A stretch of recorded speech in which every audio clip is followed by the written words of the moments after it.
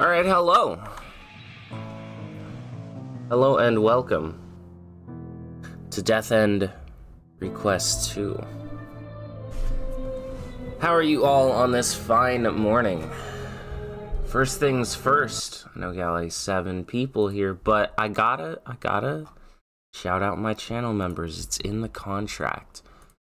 Hopefully you enjoyed the intro though. So,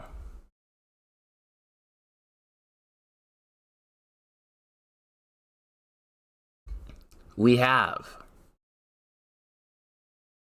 Rachel HL, The Imposter, Takahiko, Sir Polly, Narrow Spark, Shadow Wizard, Succubus Bait, Vault, Average DMC Enjoyer, Ride in Heaven, Goku Blue, Hikage Von Blitz, The Pharmacist, Digital Static, SXK, Dorenka, Pedro, Grant, Jen Eric name, I do that every time, Isma B, whatever, Ryozaki, Kinda Gamer, Some Human, Andrea 170, Time Dio, Hideme, Ordep, Malik Reese, I Am, Awful Spice, Marceline, Waddle, Abadi, Neo JPEG, Keegan, F1 Ref1Y4144YT, Lucia, Kosar, Chocow Latte, Hydos, Chaos, Taylin, Icarus, Purple Red, Akshay, the IJP Mexican, The Goat, X-Law XC, Chef, Meow Bear, Naito, Azem, Stealth Attacked, Swine Ass Terumo, Lynn, Stinky Does Something, I Am Batman, Virgil, Cry Imp, Manusia Orang, Lumtar, Jonah Trainer, Epic Man, FIFA Dude Master, Wired Girl, Uzair Khan, Kiez, Deadweight Grilled Cheese, The Answer, Christian Jin, Miguel Lechuga, Crazy First, Troop Master Grim, Nobody, 7 Dead People, Cinnamon Toast, Nathan Bobo, RH777, King Leoda First, Connor Hatcher, Christian Bach, Adam Crody, Virgil, Faminor, Simben True, Vix, Jose C, Caffeine, Mortadella Calm, Black Rose, Good Devil May Cry player number 1770, Mel, some Greek looking name that I can't pronounce, I apologize, Scarlevane, and the entire understanding of Miami. Yep. That's it. Also, allergies kicking my butt today. Absolutely destroying me, so I apologize if I sound a bit stuffy. These names are awesome. You know what names are also awesome? The names that aren't green in chat. Everybody here is awesome. So, this is Death End Request 2. I saw Generic Name ask before the stream started if this is a direct sequel. What ending does it continue from? So, couple things. First thing, all of the different character endings, Sheena, Lydia, oh no, you can't see that. That's my bad. We're gonna hit new game. Let's play on normal. Don't pay no attention to what just happened there. Sheena, Lydia, all the other characters, Lily, Al, Clea, they all have endings in the game. They're all canon, technically. They all kind of just happen at different times, essentially. Sheena ending just happens to give you the most context for how the world changes. So technically, it's all of them.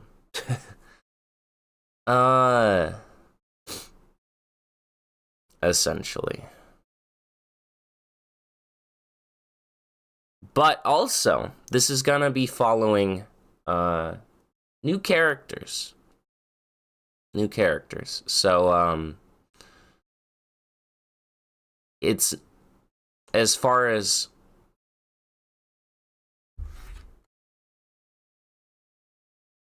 Arata trying to save Sheena, that's done. Open and shut case.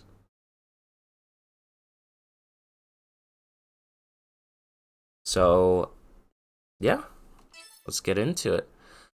The following items have been added to your inventory. Lucid Lance? I mean, I have to use that, right?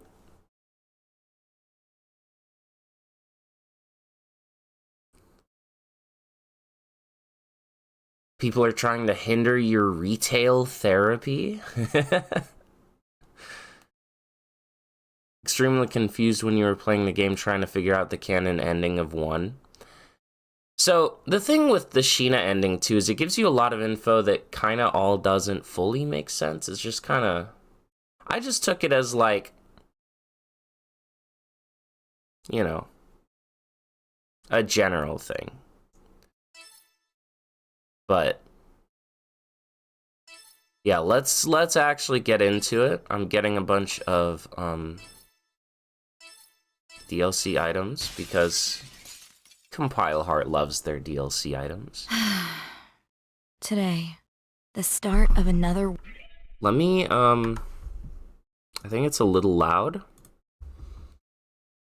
Let me fix that. Okay.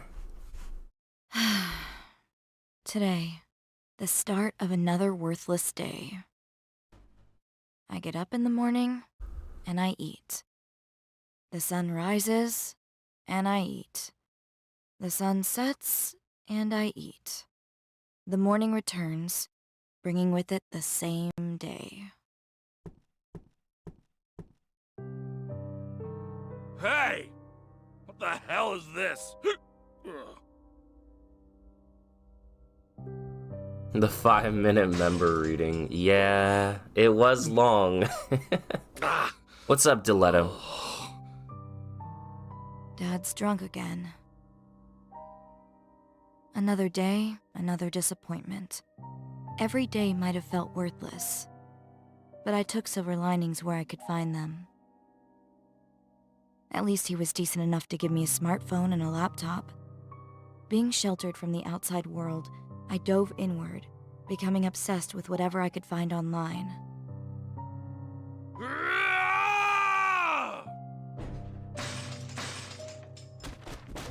It's starting up again. My father's rage. People who say home is where the heart is never had a family like mine. Only one thing gave me solace. The occasional text to me by my younger sister, Sanae. She lived with our mother, and from what I gathered, it was a warm life. Today is November That 15th. alone was enough to chew on. Talon.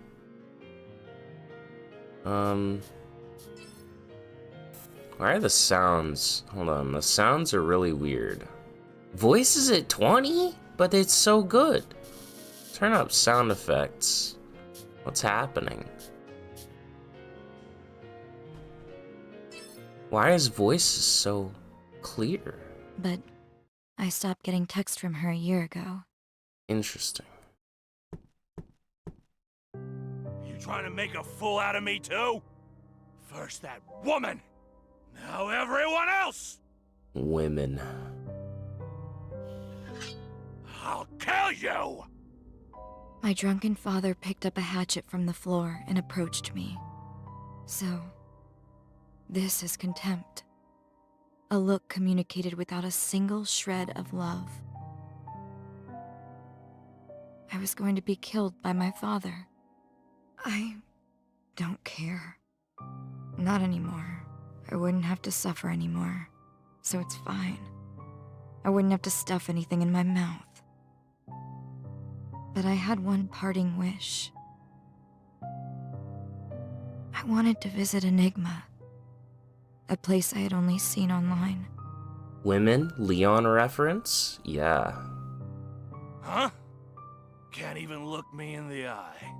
You're a dirty whore of a daughter. 2 girls born to a shitty mother. No surprise they're both shitty too, huh? You don't belong here. You're both shit! Please, this is a family friendly stream, Mr. Father, man. Stop it. Huh? What's up, Sleepy? Welcome. Oh, shit! Get off me! What the? Let me up!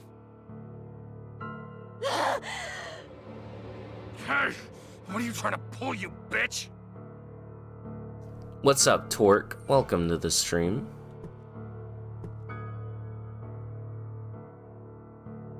I won't let you.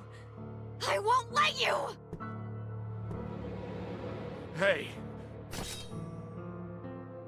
My father froze in terror. I stood on top of his stomach, lifting the hatchet in my hand. hey! Ah!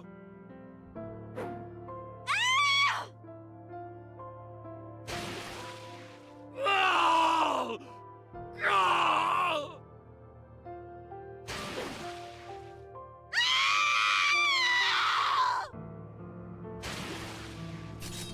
Stop. She's just making him a sandwich with a lot of strawberry jam. She dropped the jar and it splattered all over the place. Yeah.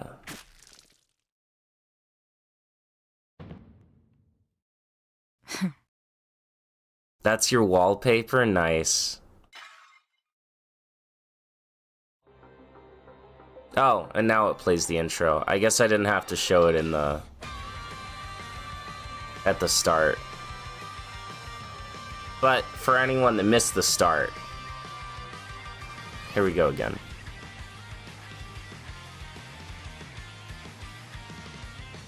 She spilled some paint, yeah.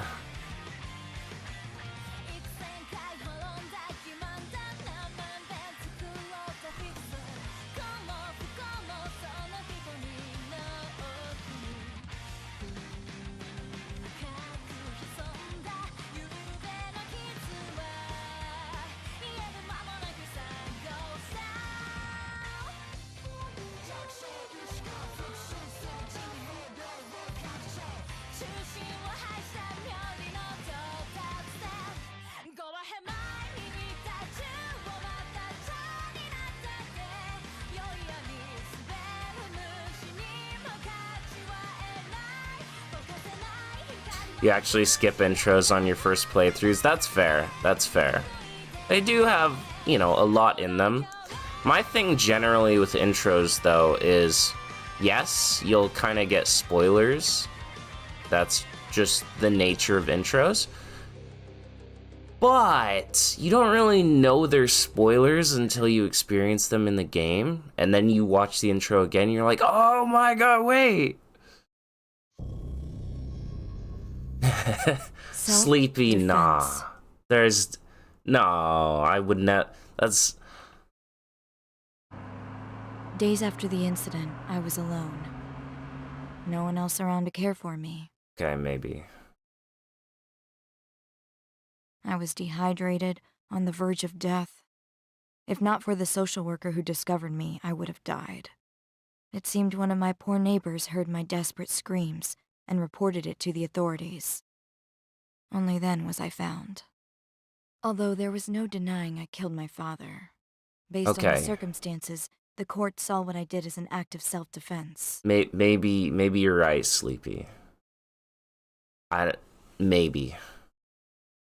What's up, Fourth Chair Mod? Welcome to the stream.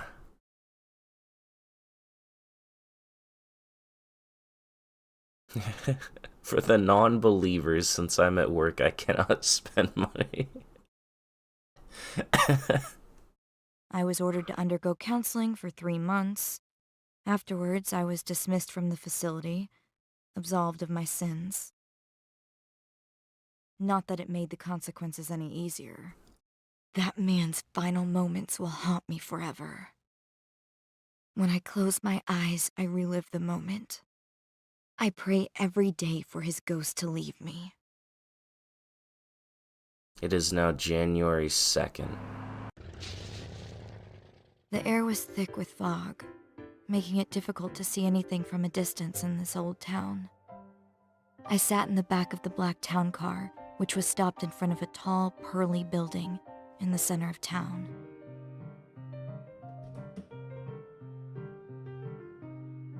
Surrounding the town was a lush smattering of trees and a vast lake. I felt a warm breeze brush against my cheek as I exited the car. If I squinted hard enough, I could make out mountains standing atop the horizon to the north of town. It was misty here year-round. Some think Lake Shuara is cursed. Could be the eternal mist. Or it could be the creepy aura permeating throughout. Welcome to Lake Shuara. This may seem like a silly question, but for the sake of formality, I'll ask. Are you Mai Toyama? That's right. I am Mai Toyama. Okay, verified. Mai, from today on, Wordsworth will be your new home. What happened with your father? I mean, that man was a terrible incident. You did nothing wrong, so please don't worry. You got your membership, I believe it was this past Sunday, although it could have been before that. I don't remember. There were a lot of names, Talon. A lot of names. Mai, you're so strong. You did what you had to. You're allowed to be happy.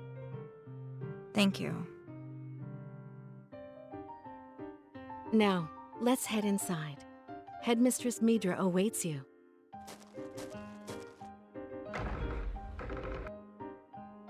Welcome, Mai. I am Midra, headmistress to Wordsworth, the all-girls dormitory. Hello. All-girls dormitory? Personally, I find orphanage to be an unsavory signifier.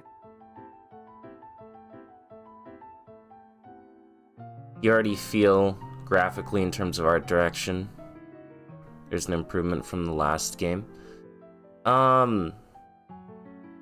The UI is very, I like how it's stylized and everything, yeah.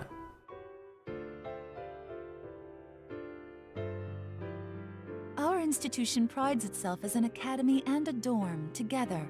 There is no distinction between students with or without family. Me to Lucid after getting my membership. Say my name. Indeed. Point well taken.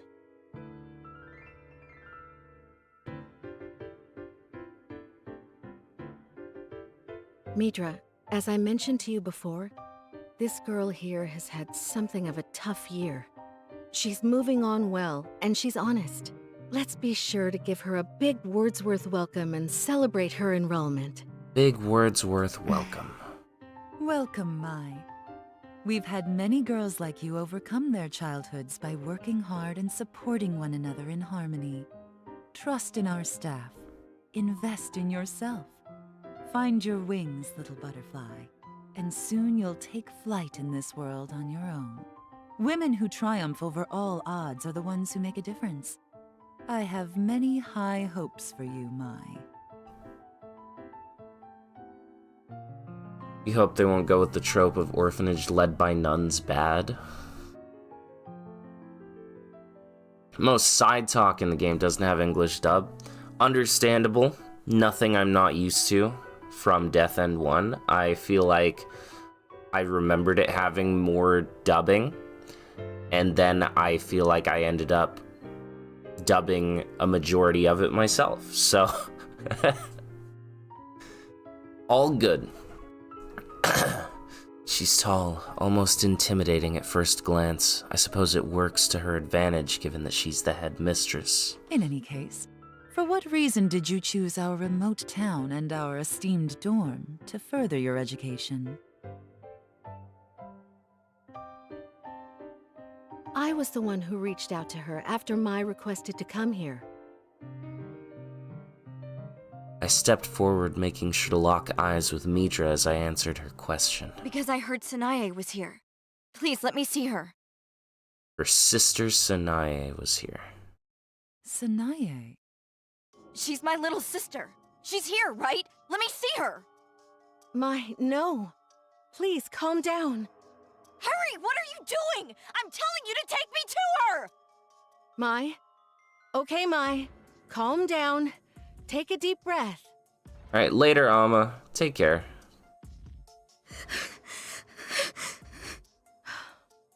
When Mai's parents divorced, they decided the following. That Mai's father would take Mai, and that her mother would take Sanae.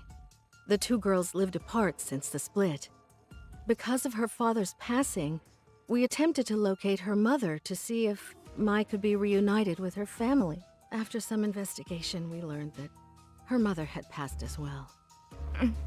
It was her mother's wish for Sanae to be sent to Wordsworth, or so it says on her dossier, which explains why Mai, too, had requested to be transferred here. Poor girl. God has presented you with such fearsome challenges because he knew you were tenacious enough to overcome them. Huh? There must be some mix-up with your documents. Sanae Toyama does not exist in our records. She never has. Fourth wall break, kinda?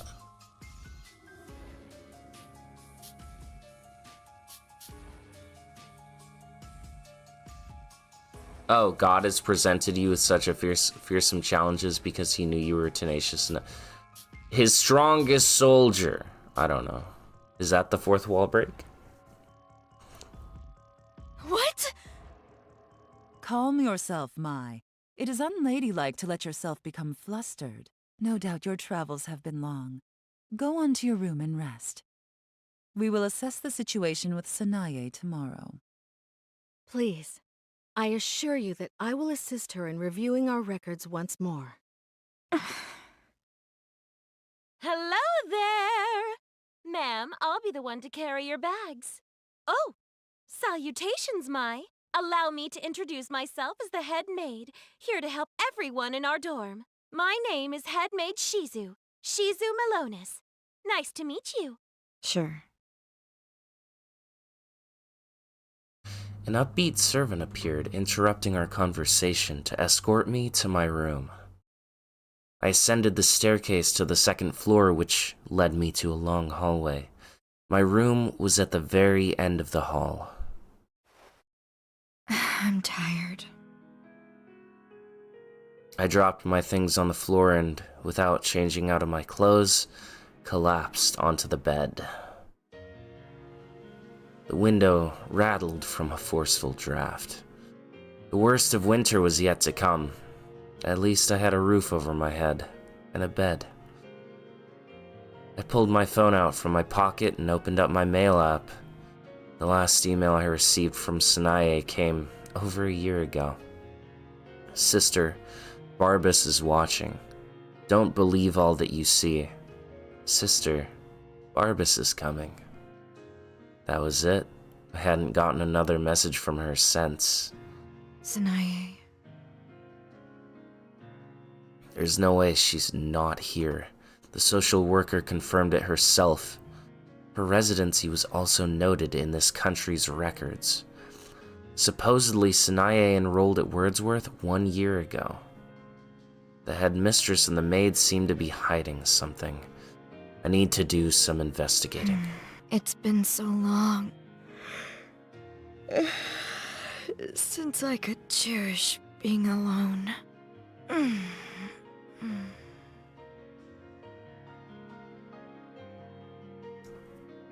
I wanted to bask in this serenity as my fatigue started to catch up to me.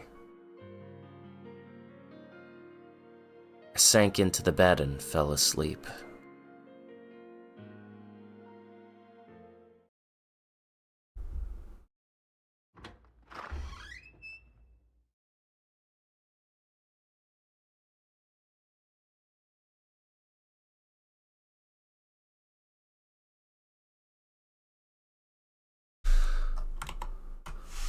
Alright. Whoa! Who's this?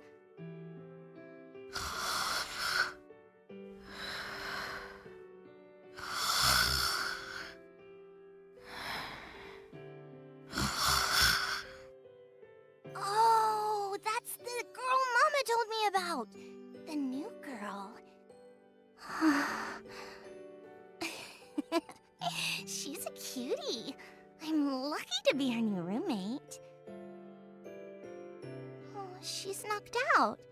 I'd feel bad waking her. I'll let her sleep.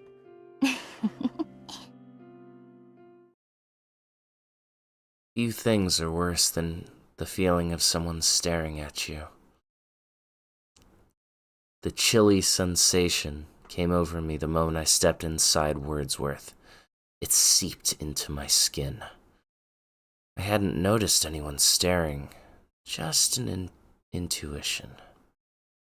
After I awoke, the feeling had left me. It is now January 3rd, my dudes.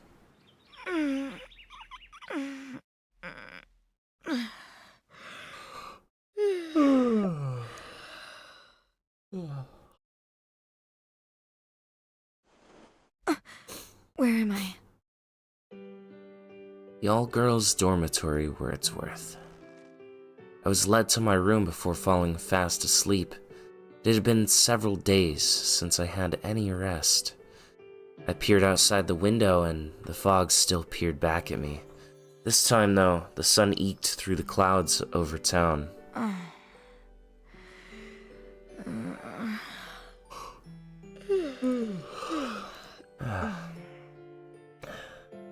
What's up, average DMC enjoyer? How is it going, Eli?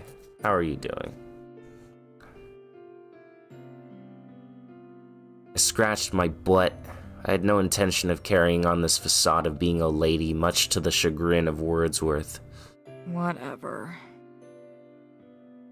When I glanced down at the side table, I found a note waiting for me.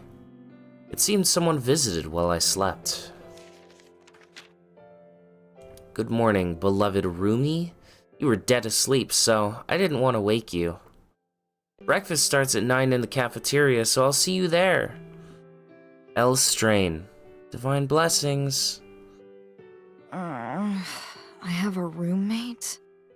Just great. What's Elstrain mean? What is it? A prayer? It was only 8 a.m. Still early. I'm going to search for hints about Sanae's whereabouts. Guess I could explore the dorm until breakfast. At this time of day, you can talk to students in the Wordsworth Women's Dormitory. Choose the location on the map and interact with the dormitory students. The interactions you have may affect the outcome of the story. Okay. All we got is second floor hallway. Anyways, here's the whole dormitory though. You got outside. This is what the town looks like. With the dormitory being there at the center.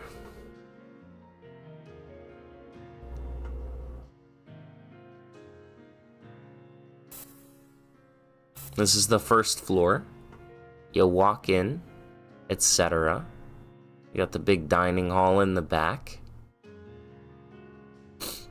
etc. And then the dorms, second floor where everyone stays. Hey! You're the new girl. Wait! Stay right there!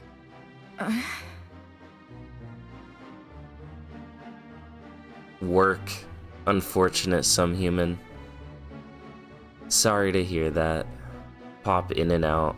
Understandable. As I walked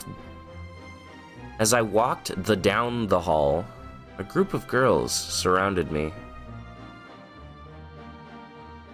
Standing in the center was a smaller girl whom I presumed to be the de facto leader, glaring at me with crossed arms. Beside her stood a sneering, lanky girl, and on the other side of her was a girl who looked more plain than anything. Look at the new girl, everyone.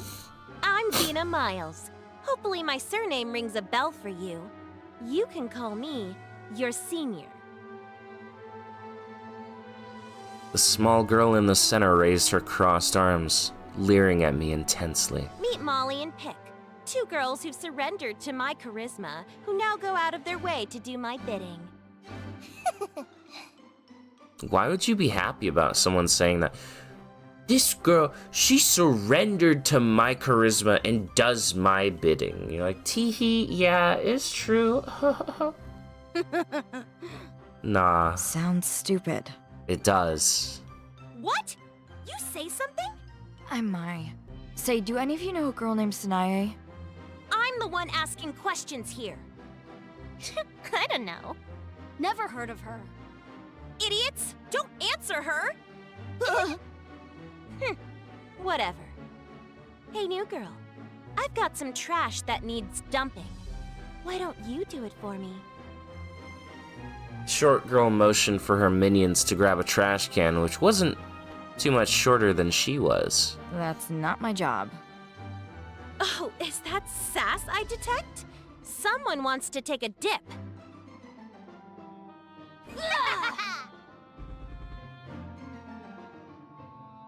All of a sudden, the girls grabbed hold of me and yanked me down the end of the hallway.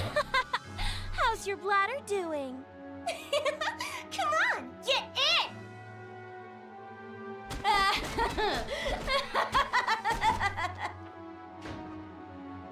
Lock her in the stall, from the outside.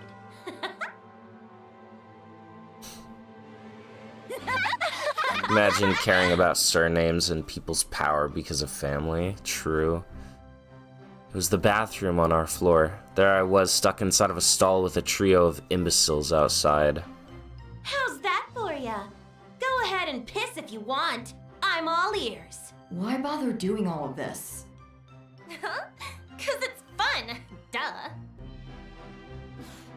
What a brat! Why isn't she crying? Make her cry. Ladies, how about we dump the bucket on her? Whoa, that's cruel. Here's some dirty mop water. Hope you're thirsty, Mai. Are you gonna beg for mercy? Okay, time's up. I saw a bucket peek over the top of the stall, and a waterfall of gray sludge came pouring over me.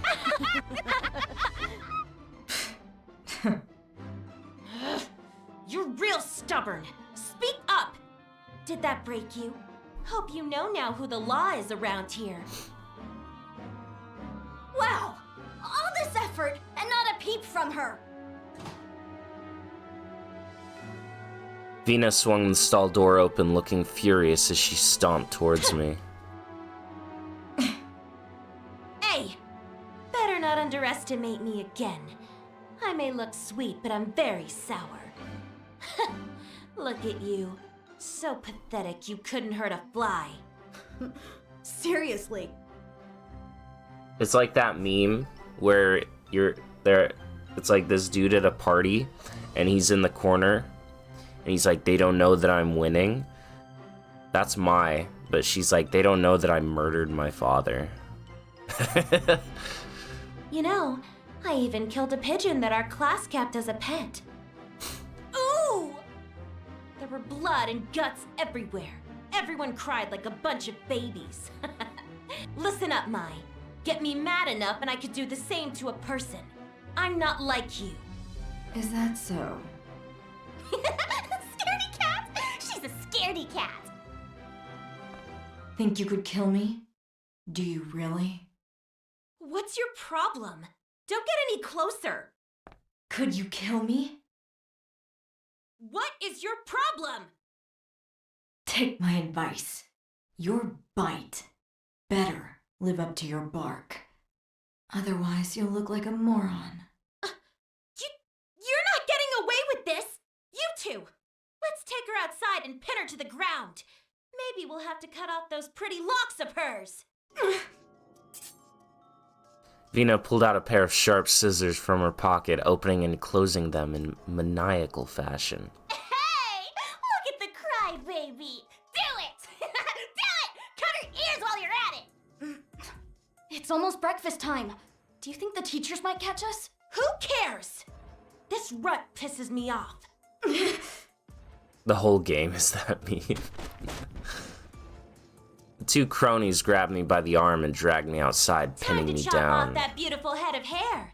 I won't stop even if you beg. Stop! I have sentenced you to execution. There's no turning back now. I said stop! Ah! Oh, now she can scream. Huh, serves her right. Okay, everyone, say bye-bye to Mai's hair. She's kind of crazy. There it is. That's what I've been waiting for. Yeah! Hey! Vina, you're at it again. You better stop or I'll tell my mother. It's Roddy. Crap! Let's get out of here.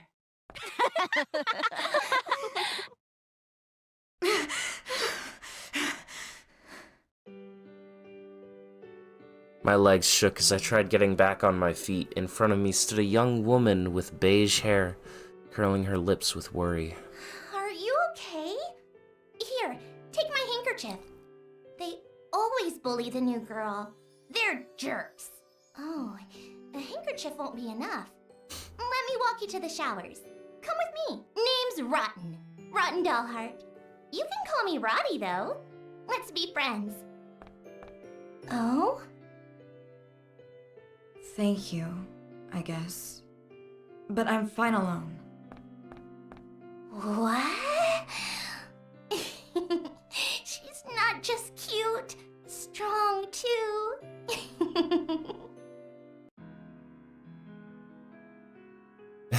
Oh no, Sleepy.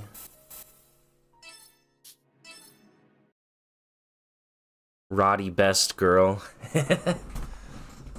I washed off in the shower, changed into clean clothes, and headed for the cafeteria. It was 9 a.m., time for breakfast. A few dozen girls sat eagerly in the cafeteria. There were 3 long dining tables lined together in the room's center with chairs on either side. Tall candlesticks accented the wooden tables between platters of delicious food. Here at Wordsworth, the headmistress, the faculty, and the students all eat together. You must be the new girl. I'm Abigail Williams. I'm the resident advisor around here. I suppose at a regular school, my role would be something akin to a class president. If you ever need anything, I'd be happy to advise. Nice to meet you. She was kind and seemed to remember my name. Decent qualities for an RA. You look right as rain, Mai. Your soap smells lovely. It was the girl who saved me earlier. Roddy, I think she called herself. She flashed a wide smile and sat beside Mind me. if I sit here? Why ask when you've already sat? I'll take that as a yes. Her unbridled positivity is bizarre. I don't deal with people like her. Lord, we are thankful from the bottom of our hearts for this bountiful feast. Elstrain, in the name of the Father, the Son, and the Holy Spirit. Is chat gonna get to vote choices like the last game? From what I remember, there aren't too many like there were in the last game. Perhaps. Probably. Elstrain. There's a total of 19 girls, though. They seem to vary in age. Abigail, the RA, had a calm demeanor. I figured her to be a couple years older than me. My little sister, Sanae, was she really not here? Where else could she be? Elstrain. Lord, I thank you. What's up with Elstrain? It's a religion followed by everyone in town. With his undying love, we are guided and protected from evil. I see. If such a god really existed then, I doubt any of these girls would have needed to come here. Though it might have been criminal for me to say, I felt no desire to subscribe to such a faith. You didn't eat dinner last night. You must be starving. Want my egg? No, I have a small appetite. Oh, that's no good. Sure, you got curves, but I saw your ribs under your shirt earlier. A girl's gotta eat. Your butt's not too big either. You don't have to change overnight, but make sure to eat, okay? New game. This is Death End Request number 2. Eli. You watched me earlier? Oh, I didn't watch you shower. You know, Seems like you two have met. We're meeting to do community service in town after this. Eat up, or you'll be sorry. in town? Oh, You go ahead and hit a save.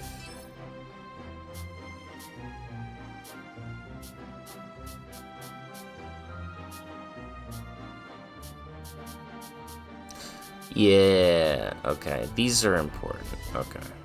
We'll do the same thing as before. Save right there. Sounds to me like you're going to sweep up around the church.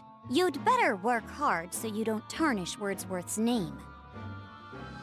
A haughty young woman joined our conversation and stood next to Abigail. Sarah, no need to be so stern with her before you've even met. Abby. Abigail, you go too easy on them.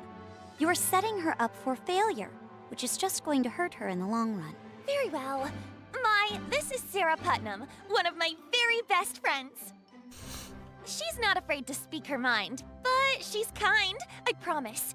Hopefully you two can become friends. It's called open communication. nice to meet you. Oh, by the way, there are some strict rules here at the dorm. No one's allowed out past the midnight curfew. The rest, you'll learn. Damn that new girl. Why is everyone fawning over her? So annoying. So if she's all buddy-buddy with the RA, do you think that'll be a problem? Who cares? No one can stand in my way. Once we get into town, I'll find a nice ditch to push her into. That'll teach her. Good one. Great idea. Maybe she'll even break a bone. Okay, everyone, please join me in putting our hands together. Many thanks for this meal. Many thanks for this meal. Many thanks for this meal. Gather round. It is time to commence community service. Wordsworth only exists thanks to the kindness and donations of our townspeople. So please show your gratitude by working hard for our community. Pair up with your roommates, everyone. Roommate? Come to think of it, I've yet to meet mine. Who could it be?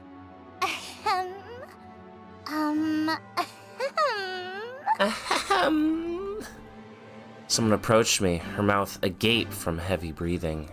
Wait, don't tell me. Greetings, roommate! She straightened her back and gave me a firm salute. You're kidding. I let out a big sigh. I surprised myself, as if I hadn't been disappointed enough. Okay then, let's head out. Here, take these instructions. Oh, we're assigned to the church area. Don't we have to take our plates away?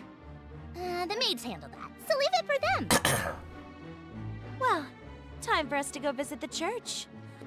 Vina, you girls will be picking up trash near the forest. What?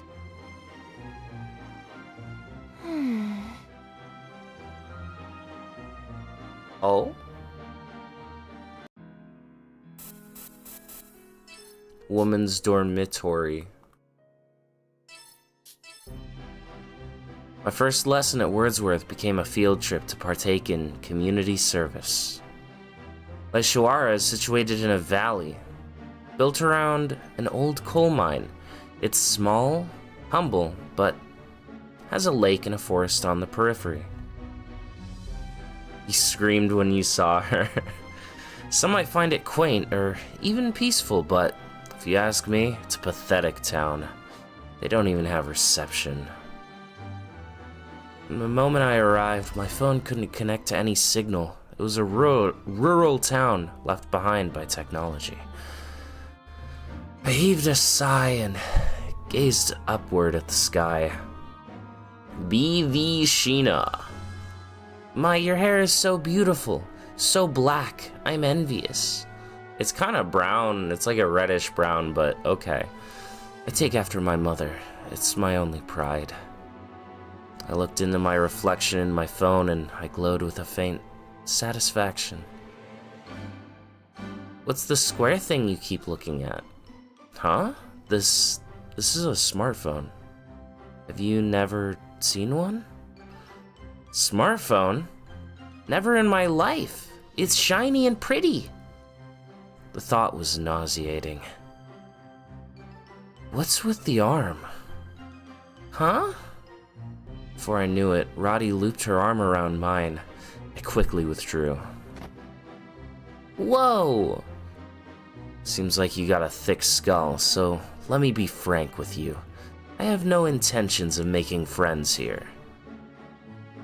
Oh, you dropped something. Here you go. A USB stick dropped from my pocket, but Roddy picked it up for me. Thanks. What's that? You never give up, do you? None of your business. Aww. She wore her sadness on her face, and she was on the verge of tears. For some reason, I felt guilty.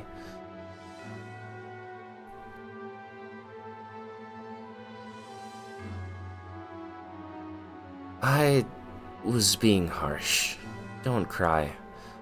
This is a personal item. I always keep it with me, like a good luck charm. I see. You should take good care of it. In an instant, Roddy was all smiles, heart on the sleeve at all times. It occurred to me that the two of us were polar opposites. As the thought struck me, a bell rang. Huh? That's the church bell. Must mean the bishop is back.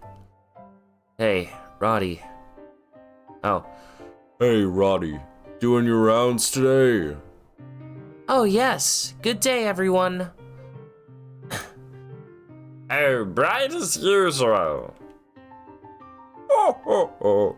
The fine ladies of Wentworth are the heart and soul of the town. Hope you all carry your sunny natures with you as you age. One can hope. See? All the townsfolk are so kind. I don't get it. They're all men. As the words escaped my mouth, I noticed my heart begin to race. It was rising at a steady rate. Maybe I realized because of that man, I was growing terrified of men. What's the matter? You all right? You're pale.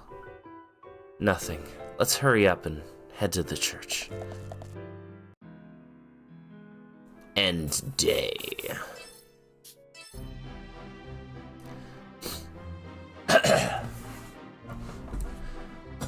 I stood in awe in front of the church, blown away by the sheer size of it. Judging by the window placement, it was a 3-story building with interlaced walls, pillars, and an enormous stained glass window. It's amazing. Truly, the town is built around the teachings of this church. It brings people together. There's a lot of love here. I see. I'm not a religious person. Can't say it does anything for me. I suggest you have a listen to one of the bishop's sermons sometime. Elstrain is not a faith of judgment. It lifts people up in their darkest hour. I can't recommend it enough. That's so. I'll give it some thought. Hey, what's with the shed? Huh? Beside the church was a tiny shed with walls that were hardened from old paint. There seemed to be no way in or out. Oh, is that what you were looking at? It's been there a while, but it's got no doors or windows. Kinda strange. Some girls at Wordsworth call it the Forbidden Shed. There are all sorts of scary rumors going around. Enough. I don't buy into urban legends or stories about the occult. Alright. Later, Eli. Take care, man. Thanks for stopping by. Ooh, are you scared? Did I just find your weakness? What you gonna do if there are ghosts inside the shed? Shut up. I know none are in there. I'm not afraid, just annoyed. Only kidding. Truthfully, I think it's just an old warehouse no one uses anymore. Tell your phone to gain power. As Roddy continued wasting time with chit-chat, the huge church doors swung open. Someone in church attire came out. My. I was wondering where all that commotion came from. Greetings, Rotten. Oh, Bishop! Hello! The bishop's headpiece obscured her face, but not her voice. I could tell it belonged to a woman. Oh, you must be Mai. I've gotten word that, as of yesterday, you are Wordsworth's newest resident. Yes, that's right. Hello, I'm the bishop. I serve as head of the church. I heard you had something of a rough time. The bishop, standing much taller than me, stooped down to meet me at eye level. I'm just relieved that you're alive. Then she took me in a tight embrace and began to sob. From now on, your life is here. That is enough. Survive. Sometimes all we have is a sliver of hope, but it is enough to carry us to the happiness we deserve. Let your spirit guide you to the future. I am grateful for your dignity and for God's grace. Tears kept flowing, which she periodically wiped with the cloth covering her face. Is this typical? Do bishops normally cry openly like this? Told my phone to gain power, now it's getting beat by its own son. Your phone had a son? That's badass. Oh, dear me. Forgive me. Our trials and tribulations are all granted by Elstrain. I admire your perseverance. Making yourself at home here can be challenging. Should you ever find yourself in trouble, my door is open. What? Why are you crying? I'm glad I met you too, Mai! Thanks for being alive! Man, you are a handful. Bishop, is there anything we could help you with? Well, might I be able to ask you to assist me in acquiring a new holy neckcloth? Headmistress Majora's fabric is intricately woven. Sewing, the coloring. I love it. Okay. I'll let my mother know. We'll keep tidying up the church and head back. Okay. Thank you again.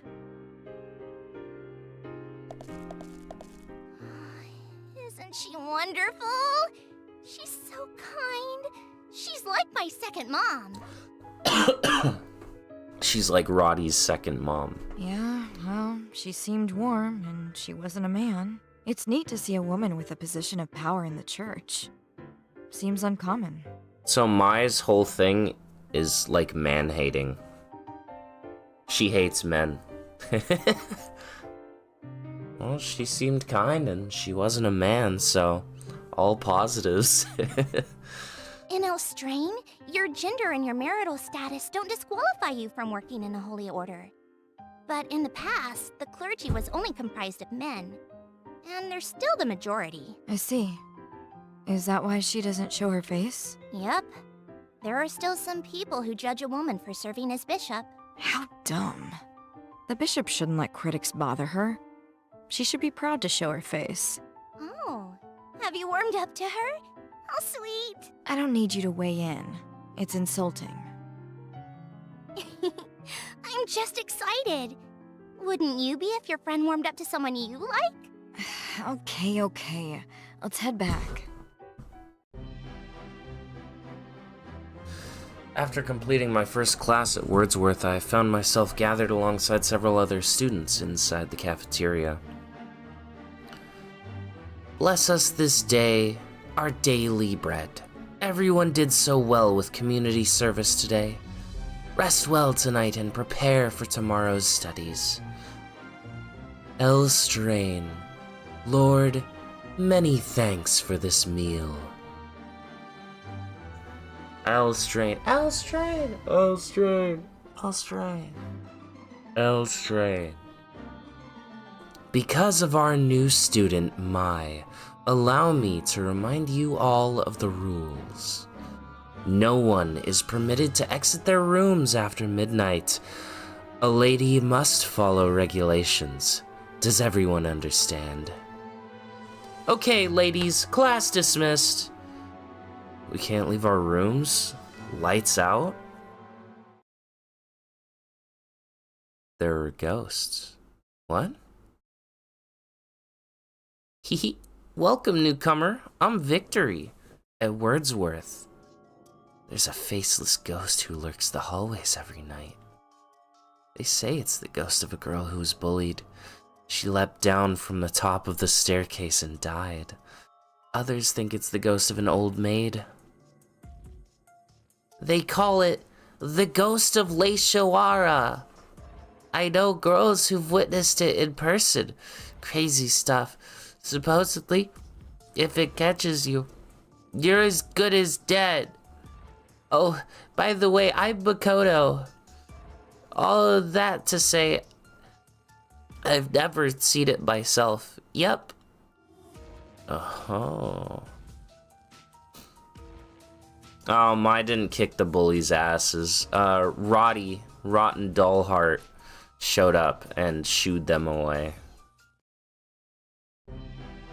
She did. Who's Mai's roommate? Hey, stop it! Mai doesn't like ghosts.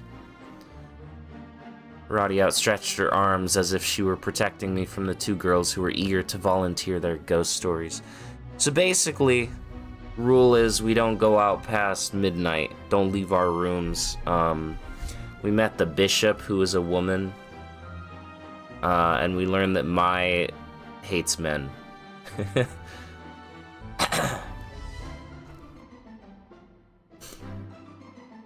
Mai, I bet you had an exhausting day. Be sure to be kind to your roommate, Roddy. It was the resident advisor, Abigail. Just as she did earlier that morning, she was watching out for me. This girl is a pain. What? I felt some guilt admitting it, considering that she was only standing up for me, but it was true. There was no good to be had in associating with me. None. I needed to give her the cold shoulder. Let's go, Abby. Time for a shower. Sure, Sarah. Well, good night, you two. Make a good pair. Abigail and Sarah walked off along with Victory and Makoto. My head dropped as I ruminated on Abigail's parting comment. Roddy, on the contrary, was beaming. Roddy the protective Rottweiler, yes. Mai, let's take a shower. No thanks. I'm going to bed. Huh? But I have to shower every night or I can't fall asleep. Can't be yucky. Then take a shower. I'm heading to bed. Night. She walked off. Girl should know better. I'll drag her into the shower tomorrow morning. Roddy Kiryu kicked the bullies to death real. I showered this morning. I don't need another. If I bathe morning and night, I'll get pruny. Want me to give you another one-way ticket to the shower room?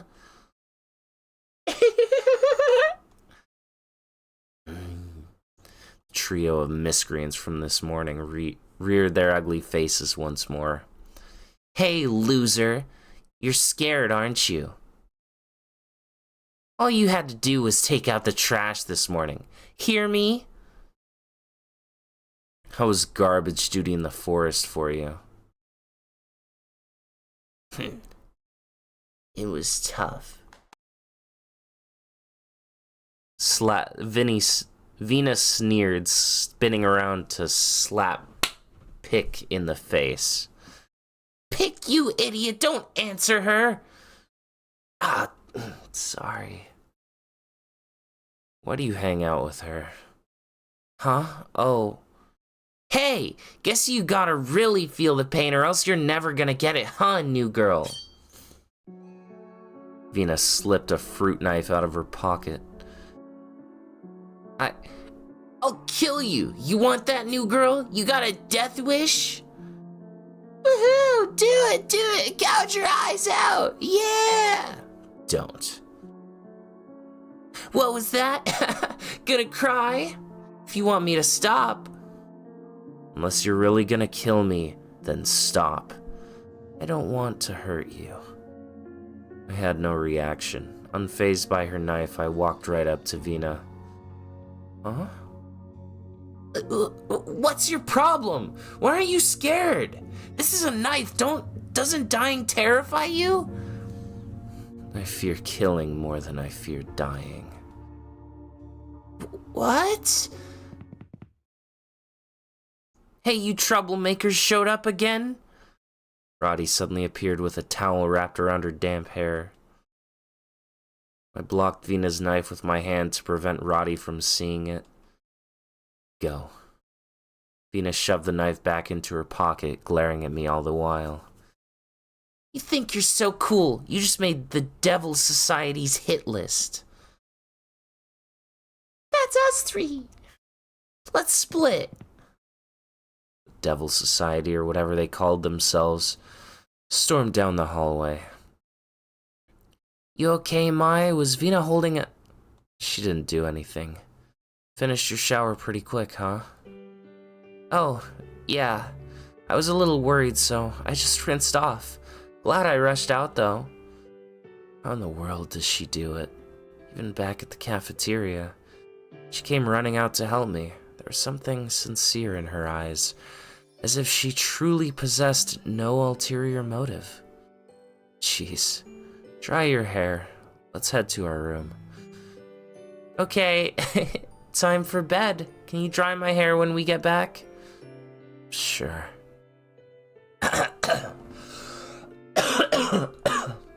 Allergies? You will? Just let Mai let loose. I'm pissed. Who does that girl think she is, Mai Toyama? I wonder how she'll retaliate if I pick on her again tomorrow. It's quiet, which is weird since the halls are normally noisy during the night. It's almost midnight. Guess I shouldn't let the curfew bother me, but I need to use the ladies' room. I can't help it. I have to hurry or I won't make it. Crap. It really is midnight. I gotta make sure teacher doesn't catch me. Vina noticed something. In the darkness of the silent, empty hallway stood a tall, shadowy apparition. What is that? The shadow had a face, but no expression. It was enough for Vina to know that it was staring back at her.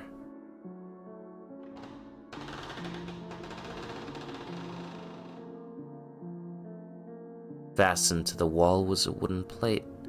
It was supposed to symbolize Elstrain's divine protection, but it only rotated. Then it flipped upside down. The dark shadow glided across the ground, charging towards Vina at great haste. Whoa!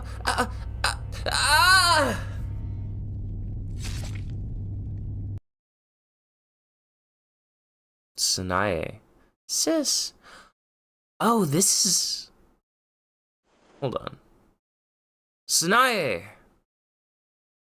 I awoke from a nightmare, one where I had been ripped apart from my little sister. Scratched my eyes and put my feet to the floor. Where are you, Sanae? I asked every maid at Wordsworth for a clue, but they all had the same answer. I don't know. Where did that leave me? What do I make of my memories from a year ago? What is she doing now? Is she scared? Shivering? Does she call out for me? The more I obsessed about it, the more anxious I became. I began to shake. Calm down. Calm down. My eyes shifted over to my smartphone, which sat next to my bed, and I reread Sanae's email. 1 year ago, my last message from her. Sister, Barbas is watching. Don't believe all that you see. Sister, Barbas is coming. Sanae. I sighed and took a look around the room. It was still dark out. Glanced at the clock. Just past midnight. It's still late. I went to bed too early. In the bed next to mine laid Roddy, who kicked off her blanket in her slumber. She's such a slob. Little Virgil crying because Mommy didn't save him. I stood up from the bed to place Roddy's blanket back over her.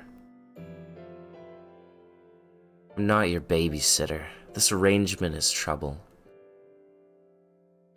Real Trish vibes. I'm not your mommy, V. I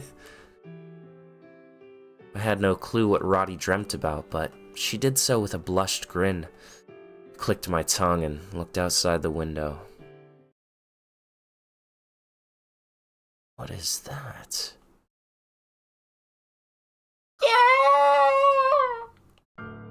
As I stared out from my room on the second floor, I noticed a young girl screaming as she fled down the hallway. The alleyway, my bad. Followed right behind her was a terrifying silhouette.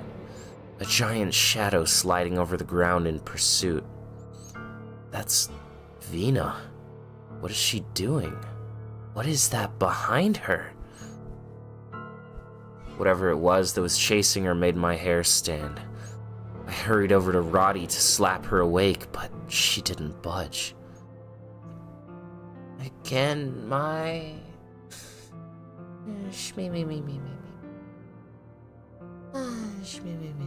Oh my, stop it. Roddy slept so peacefully that I felt some guilt from trying to wake her, so I decided to investigate on my own.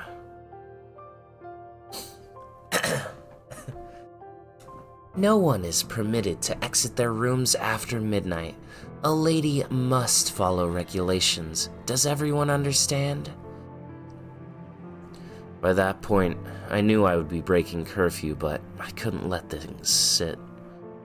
Besides, there's something suspicious about this place, if there's a secret. Then I'll uncover it. Maybe it'll lead me to wherever Sanae is. I went into my bag and pulled out my hatchet, which I secretly brought with me from home.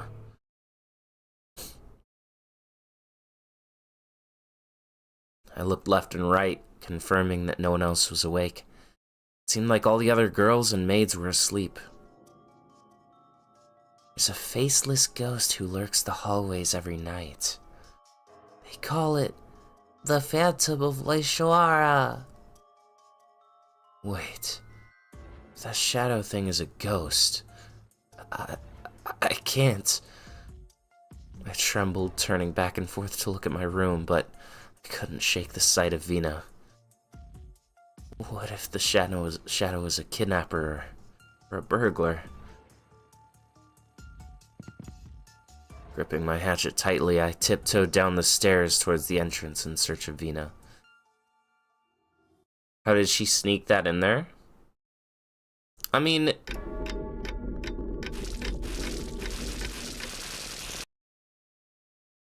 if the social worker brought her to her house,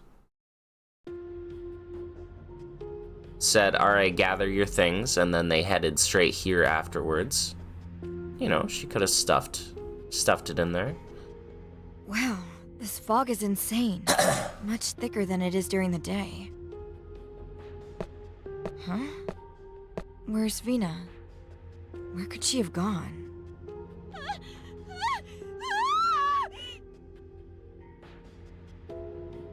I use billhook, not hatchet. Japan have nata knives that are used for wood carving. Was that her screaming? Man, what is going on here? Persona 3 reference. At this time of day, you can explore Leishwara. Treasure can sometimes be found in town, but monsters lurk around there as well. Defeat the monsters, explore the town, and move through the story. The pain area has been unlocked. Wait, am I gonna get... Oh, no. I think I am. I think I might. So, I guess I might as well mention this. This game has a thing where when you play through it, it's just a story, and when you beat it, there's kind of a secondary story that they include cutscenes kind of intermittently throughout the story, like new cutscenes. It seems like, based on this unlock, that I will be getting those. So what I think I'm gonna do is, because it doesn't make sense until after you've beaten the story, is I'll save before each one plays, and then I'll skip them. And then at the end of the game, after we beat it, we'll go back and watch each one of those in succession. No, this is a new game. But I think it doesn't matter. Secondary event needs side quests? I don't think so. I could be wrong. But I don't remember. Yeah, this is a fresh save. I'm level 1, but I also have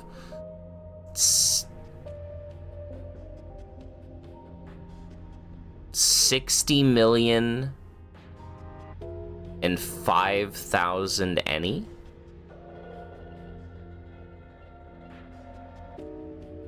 That's what I thought too, but I don't think it did. Imposter, I don't think that the Sanae thing was one of those scenes. Because all of the additional scenes are about one kind of specific thing. Anyways, this is the hatchet.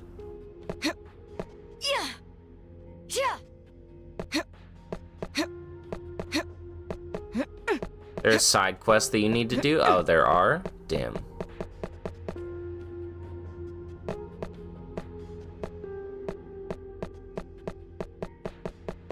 Man. What's going on here? This town doesn't really look like it's in use. Like, windows are broken, everything's disheveled, there's rubble everywhere. What's up with all the branches with strings of... Was that zeros and ones on them? Letters?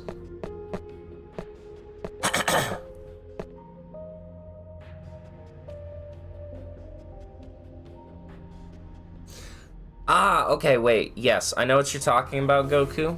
I have save files specifically for the ones that you need to do quests for, so that's not an issue. No strangely loud, heavy breathing while sprinting. Nope. That's a computer? I wonder what this is.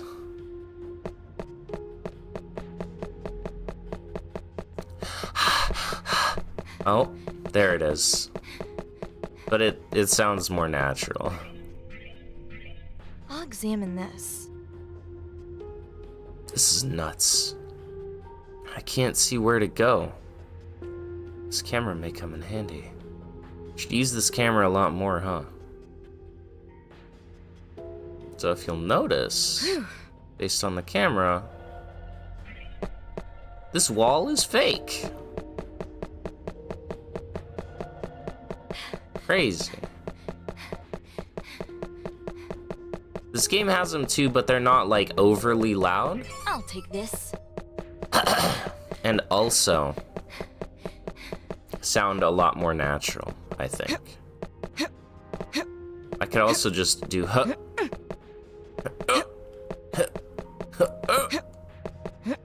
whole time. I'll take this. Based on camera and map. I'll examine this. So there I is, and that wall is fake as frick. Let's go. I hear something. It's coming from close by.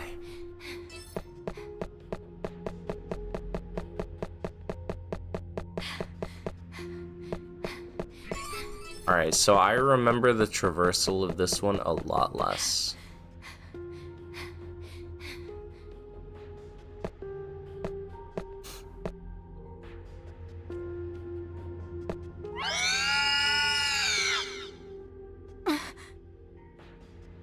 I couldn't believe it. It was crying. It resembled an animal, yet there was something human about it.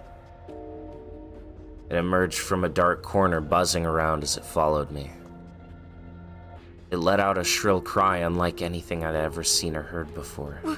What? Huh?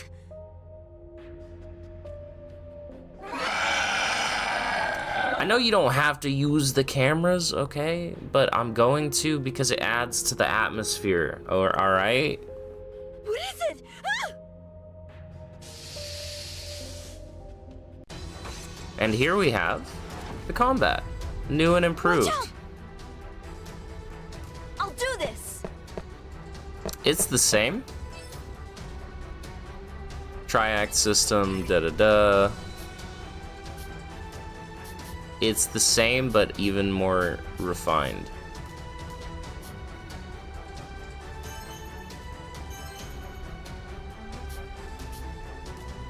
All right. Hit him with a physical so that I can get some knockback. Shine! Yeah. Fly! They go crazy.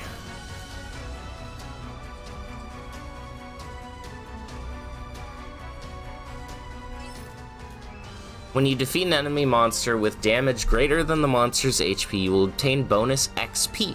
More damage will earn you more XP. Phew, defeated. We won pretty easily. Hell yeah. I've gotten stronger. Combat is very satisfying.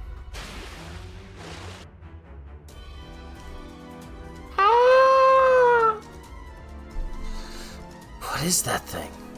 Shadow creature leapt suddenly, startling me, so I swung at it with my hatchet as hard as I could.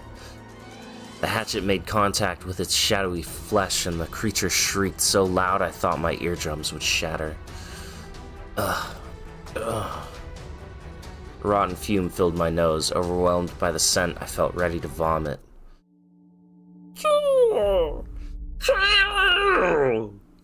There it stood, a monster distilled from darkness, hidden by the tall shadows of Leishuara's dilapidated buildings. What is it? What the hell am I looking at? Shadow crept slowly towards me. Plus, there was a tiny green creature that had been following me. What is that thing? What are those popping out of it? Eyes? Ears? Gross. You wish they didn't ruin flash skills? By ruin, you mean you wish that they didn't get rid of them? Because don't you just gain stuff from leveling up now?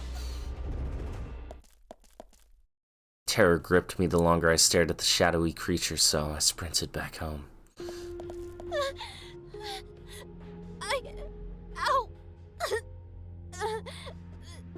Why? Why is this happening to me? Help! Somebody! Help! Ah! It hurts! It hurts! Ah! Ouch! I can't go on! Vina wrapped her shaky hand around a pillar for leverage, trying to distract herself from the agony of her exposed wound. Do we get poison strats? I don't remember. Probably. This game has a lot more status effect stuff, if I remember correctly, that it wants you to play around with. Have mercy. Mama. Mama! Ooh. The thick clouds broke up the moonlight overhead into puzzle-like fragments. One faint beam illustrated the alleyway into which Vina fled, but the dark shadow had targeted its prey. At the tips of its slithering arms were fingers with sharp, jet-black claws. Ah, the skills are a set percentage and they don't tell you. That's right, I remember now. I have to hide. Vina darted in the opposite direction, hiding from the monster behind a wide trash bin.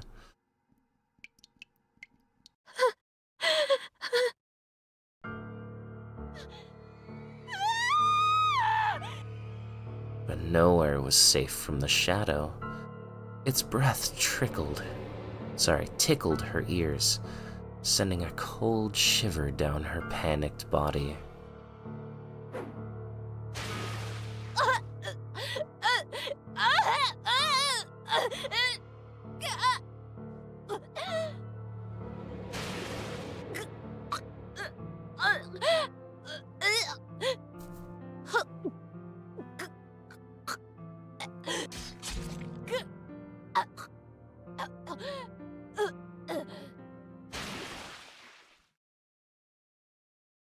I returned to my room from that horrific experience and hopped into bed, threw the covers over my head, and shut my eyes.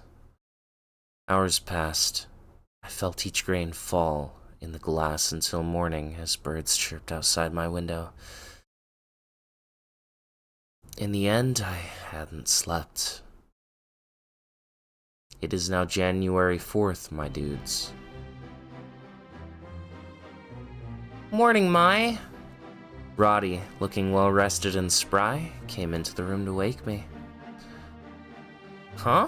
What's the matter? You got bags under your eyes. Couldn't sleep.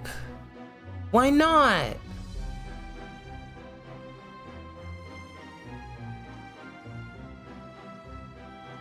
Some versions of the game have a bug would lead to making buttons unresponsive after some time when you use the shop. I remember encountering some menu-related soft lock issues when I first played. I don't know if that's what you're talking about, or if they fixed any of the issues, because I played it like on release day one, and yeah, we'll see. Contemplated telling her about last night, about the monster chasing after Vina. But my mind felt so foggy, I began to doubt if it was real. I had no confidence if it was true or just a dream. Most of all, I couldn't stop thinking about Sanae.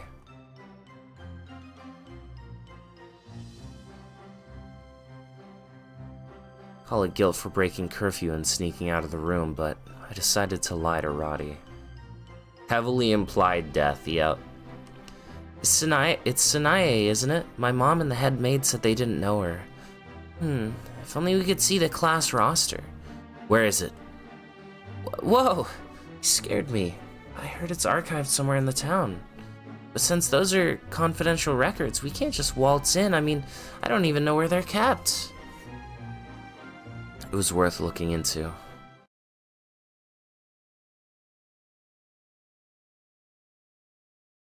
I know. I know, Roddy. Where's how's Vina? As soon as she heard her name, Roddy turned forlorn. You heard about Vina? Huh? I wanted to deliver the news when you woke up, but she went missing last night. Apparently her roommate Pick noticed that she slipped out sometime last night. The front entrance was unlocked too, so someone must have opened it in the middle of the night. Had to be her. That all but confirmed that I hadn't dreamt last night. I lowered my head as I slouched. Maybe I had abandoned her in the middle of when she was being chased. Are you okay, Mai? Want me to let you rest if you're feeling ill? I'll tell the others. No, I'll get up.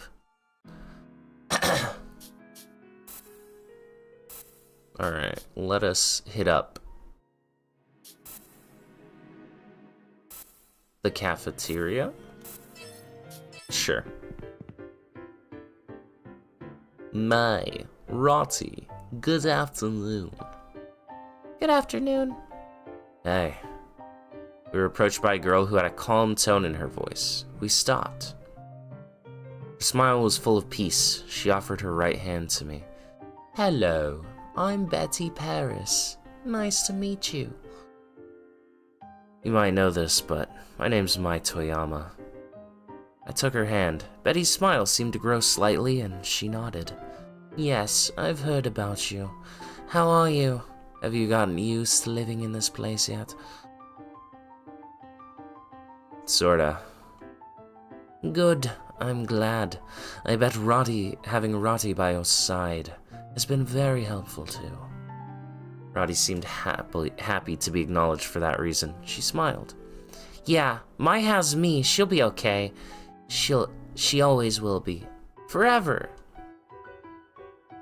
Where did you learn to count? Roddy, you know, I can't have you just follow me around forever. That would be annoying. Oh, Mai won't accept my love.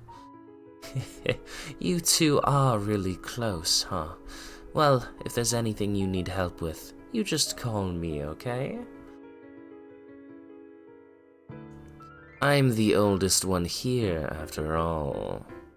The father is dead. That is a confirmed death, true. Ah, I see. Thank you. That goes for you too, Rotty. If you're ever in a bind, you can always reach out to me. Of course. Thank you for offering that. Ah, it's not just with me, is it? She seems to be like this with everyone. I was about to be annoyed that she'd approached me just because I'm the new person here, but I think it's just part of her personality. Betty's eyebrows furrowed a little bit when she noticed that I was staring at her. Her eyes soon changed and appeared to fill with compassion. I don't know what circumstances were for you to be sent here, but I want you to know that you don't have to keep your guard up.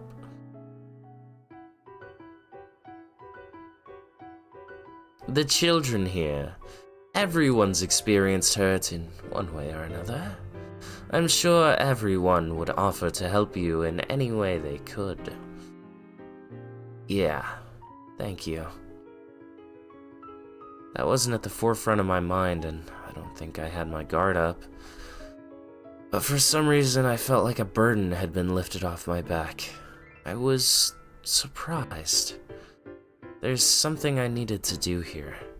I didn't really plan on making friends, but Betty's words began changing something in me. Like Betty said, we're all here for you, Mai. Don't forget that I'm your biggest supporter though, okay? No one will support you the way I do, so really, it's like I'm your only supporter. Roddy, whenever I talk to you, you always contradict yourself. Anyways, just know that I'm your biggest supporter, Mai. Yeah, I got it. I dodged Roddy approaching me, and just then a book was offered to me. Here you go. A manual for Elstrain? Yes, I'm certain Elstrain can save you. Betty's faith must be strong. Her eyes seemed to dilate as if she was under the influence. I couldn't help but wince. The mom is not a oh wait, no, is the mom a confirmed death? That's why Sanae was sent here, right? The mom passed? Yeah, I think that's right.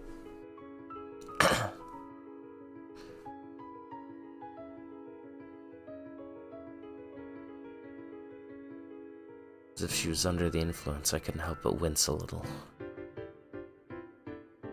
Okay, sure. I'll give it a read. Never thought I'd actually read it, but I accepted her gift. The book was very worn, as if it was read quite often. Yeah, so that is 2 for sure. Mom confirmed dead. And Vina do be seeming pretty dead, so we can put it at 3 for now. A very happy smile could be seen on Betty's face. She turned around and walked away. I'm getting so hungry. Come on, Mai, let's get out of here. Betty is so... She seemed to be a very sweet girl, but as soon as Elstrain came up, her demeanor shifted completely. I wonder why. Alright, later, Virgil. Take care, man.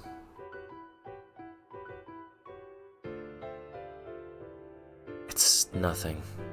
We're gonna miss our meal if we linger any longer. Let's get going. Better be careful with that book. Yeah, I know. Elstrain will save you, huh?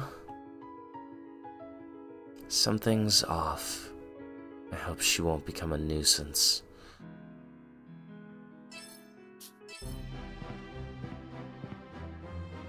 Oh, hello to you all. What? Good, good. Everyone seems to be getting along, huh?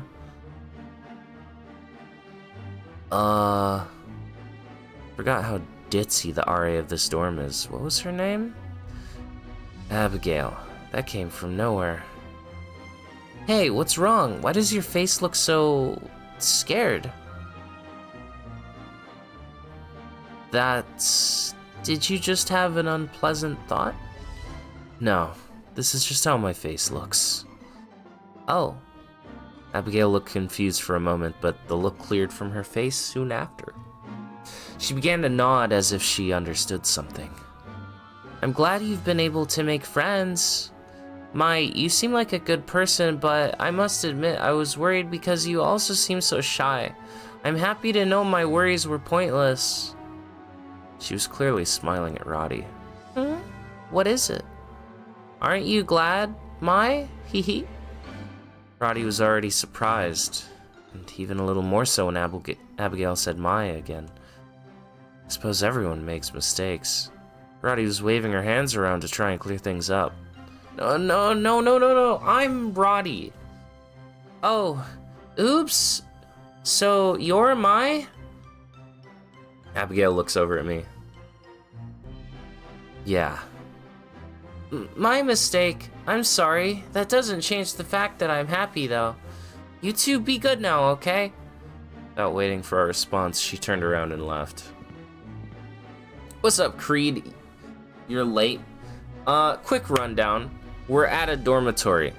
My main character killed her father. In self-defense, he was an abusive drunk prick. She chose to come here because she heard that her sister Sanae got sent here a year ago. But she's here now. Nobody knows who the heck Sanae is. Never heard of her. No records of her. Kinda sus. And now it's just dorm life. A little bit of weird stuff has happened, but it'll happen. More of it will happen, so you'll catch up quick with it. We're just meeting people, talking to the other students and stuff. I don't understand, Abigail. Oh, you know everything, so no recap. I see. Fair enough, then. The RA is a little off sometimes. That's putting it lightly. How could you be mistaken with someone new? Don't be so sure, Mai. Of course, normally I'd agree with you, but this is Abigail we're talking about. Roddy's answer confused me. She seemed to understand that Abigail is ditzy, but doesn't find her behavior or status as RA to be odd. Oh, you were Virgil talking in chat. I see. Okay. So you are... So Creed is Virgil. Interesting.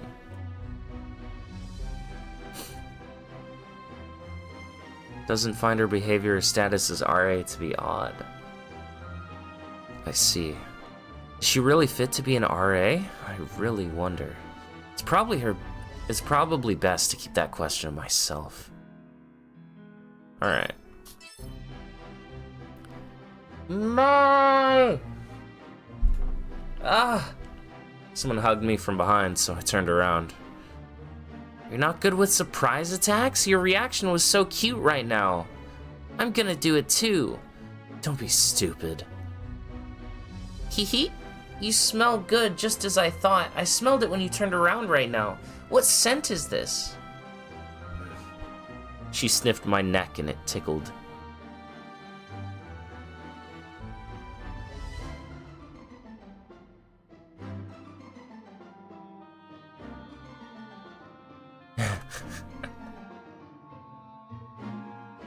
I was writhing to get out of her grip and Roddy pulled me tight. Hey, Victory, you can't do that! Being released from her hug, I was finally able to face Victory. What is she thinking? To just hug me from behind. Aw, you took her away. I'm sad. Even when I gave her a quick glare, Victory was unfazed. Rather, she's just smiling. Gosh, you have no boundaries. According to Roddy, Victory has the tendency to hug people as a form of hello. I don't think you need to hug to say hi. I guess not. I didn't plan on it, but you smelled so good. Is that so? No reaction. I don't know what to do. I couldn't hide my confusion, and Roddy sighed for I don't even know how many times today. Victory's always like this, don't worry. Well, I guess it's hard not to. Right. I don't like being hugged out of the blue like she did. Sorry about that, I'll be careful next time. Is everyone here a dog? Victory waved her hand and she lightly walked towards the end of the hall. She's a weirdo. Although I was surprised, I guess she didn't mean it badly, so oh well. I stared at Victory walking off. There was a charm to her smile, the kind that invited others in.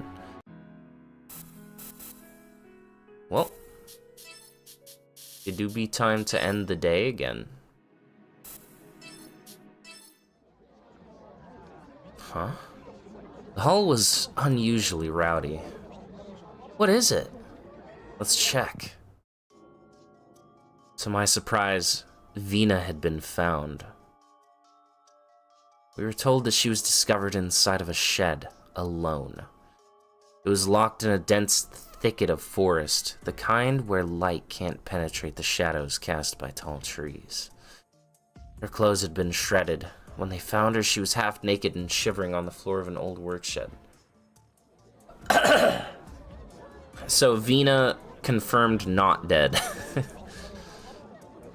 What? What's going on? Why, Vina? What in the... I wonder what happened. I heard her clothes were all ripped. What an idiot. Call it karma. Students gathered before the infirmary gossiping tidbits to one another in hushed tones. Excuse me, let me through. My, Roddy. Sorry, I just need to get through. Headmistress Midra, the school nurse, Isuka, and the headmaid Shizu stood around Vina, who sat nervously on her cot. Soot covered her face, but it couldn't hide her terror. She shook violently, barely able to answer any of the nurse's questions. Public Health Dr. Isuka. Vina, here. Some warm water. Drink up. Brr. She said nothing. Shizu and Midra exchanged worried glances and sighed. Vina, you broke curfew to venture into the forest last night. May I ask why? I didn't. I was the only one who left. I wasn't the only... Wait. I wasn't the one who left. Are you suggesting you were taken?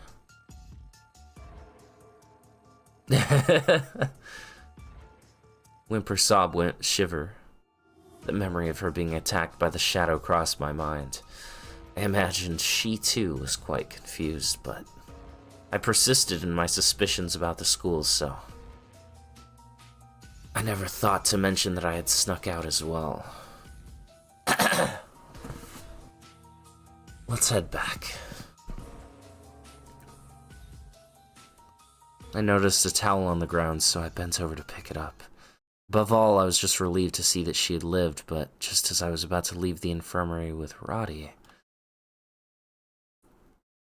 Barbas is watching. Don't trust your eyes. Barbas is coming.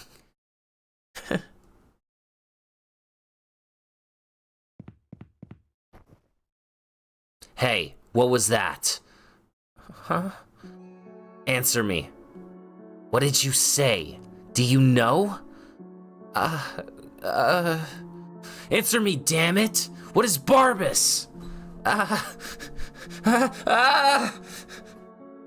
Lost myself in the moment. Next thing I knew, I grabbed hold of Vina's shoulders and shook her. Sanae mentioned Barbas in her last email. It was nonsense to me. Until now. Mai, stop it!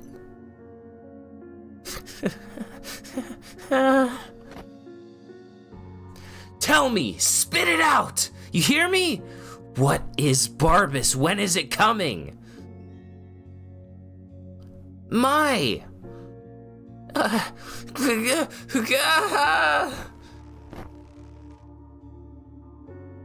Vina responded with a high-pitched scream, flailing out like a woman possessed. And the maid rushed in to restrain her. They shoved me out of the room.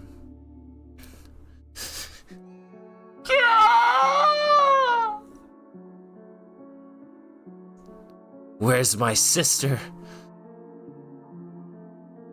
Return to your room! As I retaliated, Headmistress Midra slapped me across the face. Mai does, in fact, have a tendency to fly off the rails, yup. I threw the towel in my hand to the ground and stormed away. I will only repeat myself once. You are forbidden from leaving your rooms past midnight. Have I made myself clear?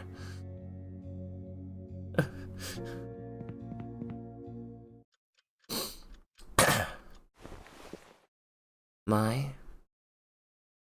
Sorry about your mother. How's your cheek doing? I'm fine. This is nothing compared to what that man used to do to me every night. It must hurt to have to be so strong. Sorry. I shouldn't have said anything. Let's drop it. Anyway. You really know nothing about Sanae? Yeah. I wish you could believe me. And about Barbas, too. No clue. Right. I'll help you find what you're looking for. About Sanae. You'll sneak into the confidential student records? If we're caught, we'll be paddled 100 times, so it won't be easy, but I'll help how I can. Midra is Roddy's mom. Yeah. Roddy is the daughter of the headmistress. Thanks. I guess first we'll need to know where they're stored. Anyway, how's Vina? Fine. She calmed down a bit. Last I checked, she's sleeping in the infirmary. I'd like to talk. Mai, can I sit on your bed? You never bothered to wait for my answer. Even if I said no, you'd come in anyway. True. Oh, your bed's cozy. It's warm. It smells nice too, Mai. So why'd you want to sit on my bed? Oh, sorry, just wanted to chat. About Mom, I mean, headmistress. You haven't talked to her one-on-one yet. In what world is that sitting? Have you? Nope. Knew it. I wanted you to know more about her. Roddy rested her forehead on my back before going on at length about the headmistress. Lesbian alert? It's just two girls in a bed. There's nothing weird about that. What are you... Disciplinarian or not, it seems she invested through effort or an endowment. The government had been less generous with their grants, so Midra worked hard to secure donations. She keeps Wordsworth alive. When I was younger, I was struck by a car in town. Blacked out, so I don't remember much, but I do remember her going around in the middle of the night looking for a doctor. It's an all-girls school, pretty lesbian already. That's how we know it's fake. Lesbians aren't real. That's why it's so suspicious. That's why this whole place is sus.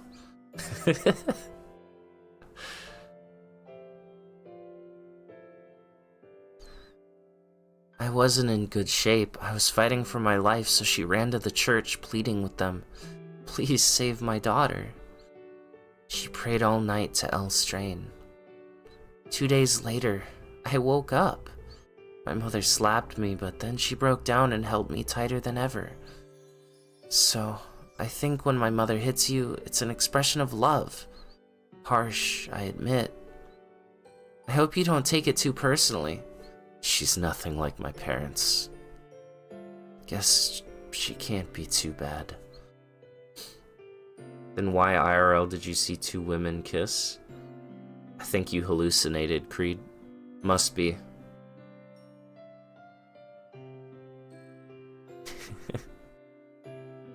I'm proud to be her daughter. Lately, though, she's been acting strange. I think she's stressed about something.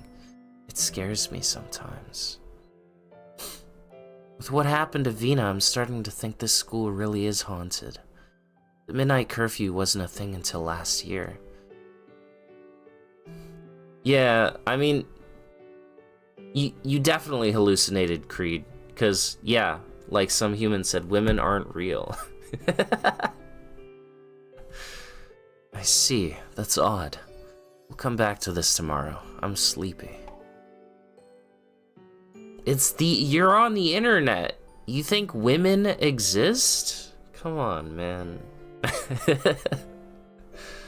I wish women were real. What's up, Issa? Man, I wish women existed IRL. Grabbed my alarm clock and showed its face to Roddy. Let's hit the sack before midnight. Leon invented them? No, that was him wishing for women. He was like, women. God, I wish they were real. Same thing. Historians be like, they spent multiple nights together and kissed in public. Super close friends they were. So true. Okay, could I sleep here? No, you fidget too much. You'll knock me out of my own bed. Oh, really? Man, that's embarrassing. Roddy hopped out of my bed and climbed into her own. Today I learned a little about the headmistress, but that shed no light on where Sanae could be.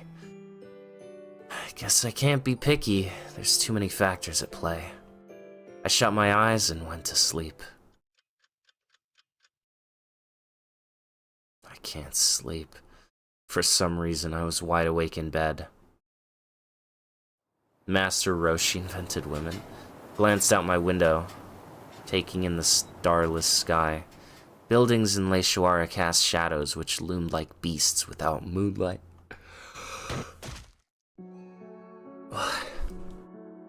Then the body of a girl smashed into the window. She was covered in blood. I tried to make out her warped face. It was Vina.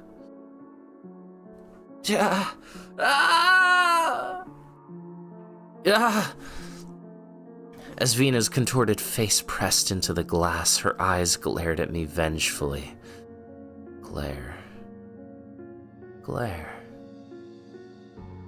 Glare. But in the blink of an eye, she disappeared. Outside my window, I could only see the starless sky and building shadows. What was that? A hallucination? I shot up from my bed and gazed around the room frantically.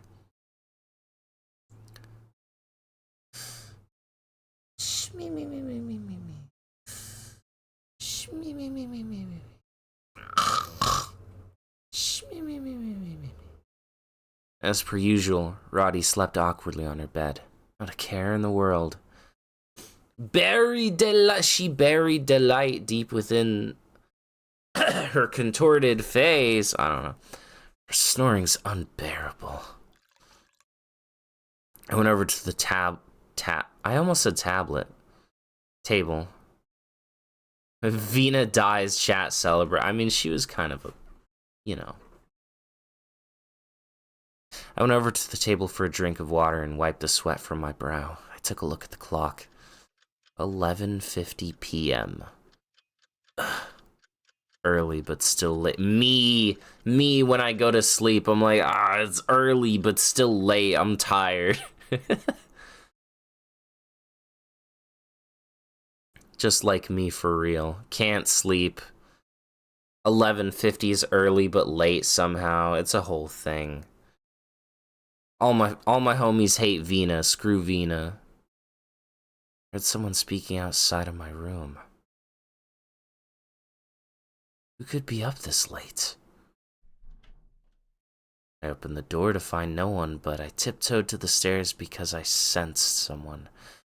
I took a peek downstairs and it was headmaid Shizu. She was dragging Vina, who seemed to be resisting as she was pulled through the front door. What's going on? So much for curfew. It was almost midnight. I returned promptly to my room, changed my attire, and decided to follow them.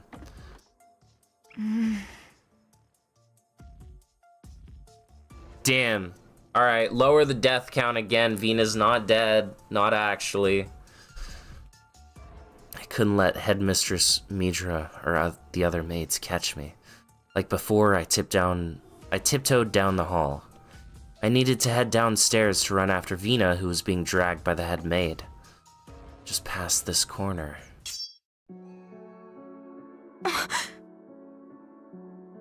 A maid with a sunken face stood there holding a knife.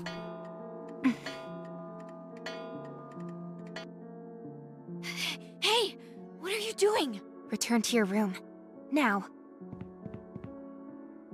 Just then, the clock struck 12, which seemed to distract the maid enough for her to dart away toward the stairs. What the hell? Why was she holding a knife? That girl. The grandfather clock's chime echoed through the hall. It was midnight, but I was concerned for Vina. I decided to chase after the maid down the stairs.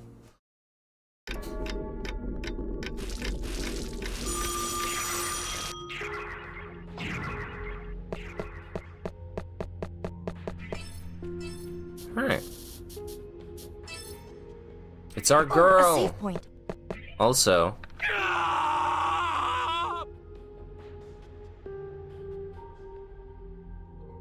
anyways, let's do some Owl Oni. Y'all want to hide from the Owl Oni? If you guys don't know Owl Oni, it's time for Owl Oni.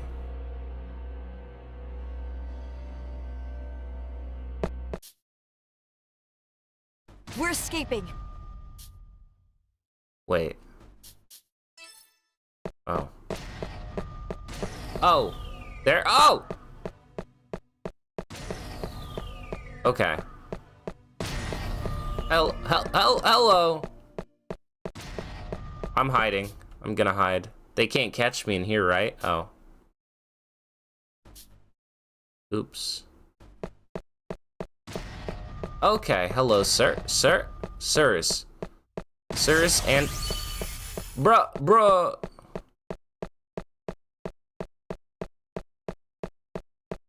Hello? Damn.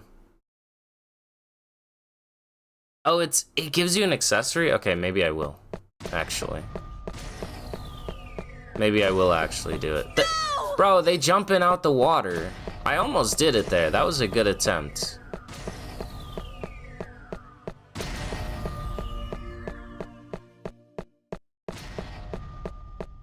That was a pretty good attempt.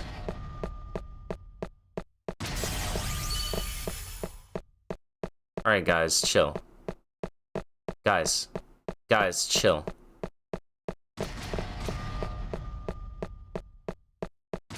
Guys, chill. Please, chill. Wait, what? What am I supposed to do? What am I doing? Is it just survive for X amount of time? Or am I dumb?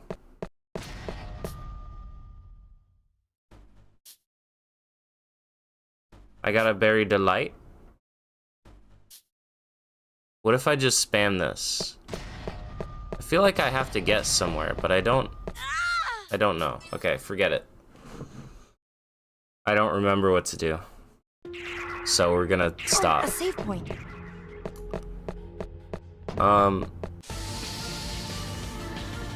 Battle music go hard though. I'll do this. All right. Battle music do be going hard. There's a goal to get to. I thought it was over there, but I guess not. Yeah. Anyways, we haven't even explored that area of the map like normally yet, so. Get out of here.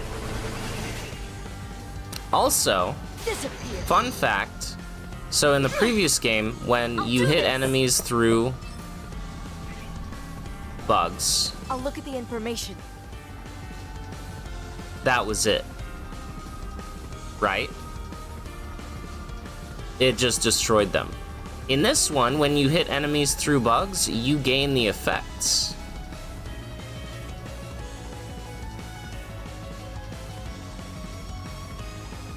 Just popping in.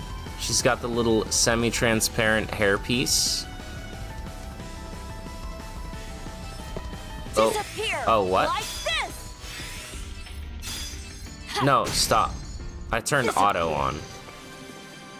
Sanae, wait for me. I'll find you Hairpiece soon. and a long red coat. The girl's already the goat. Okay.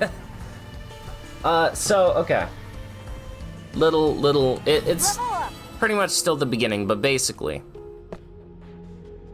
this is my Toyama, since you're just joining, Scarlet. She killed her father. Her father was a drunk and abusive. She came here, which the town does not look like this during the day. The town is like a normal town during the day. But she came here to this dormitory, Wordsworth, in this town, Le Shawara, because this is where her sister was sent when her mother died a year ago. So she's looking for her sister. They don't have any records or recollection of her sister here, so now Mai's doing some investigating to figure out what the hell's going on. That's pretty much it. That's pretty much all you need to know so far. We're just going out to see, like, what the heck is happening now. There's a PC here. And they have a rule in the dormitory of don't go out Here I go. past midnight. My turn. And this is what everything looks like past midnight for some reason.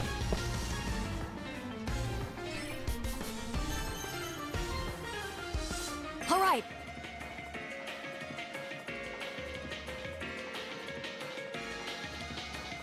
Cool. Get out of here. Phew, defeat. Yeah. Powered up. And since this is, I'll do this. you might be like, well, you know, they explained like the buggies and stuff in the first game because it was in a game, but this is like not in a game. All right. Why she got a buggy next to her, right? Well, you see, Disappear. if you remember the ending where like the worlds kind of vaguely merged, Disappear. buggies are just, it's just like a normal thing.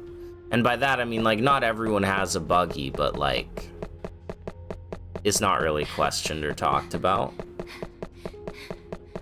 But the monsters are weird as heck.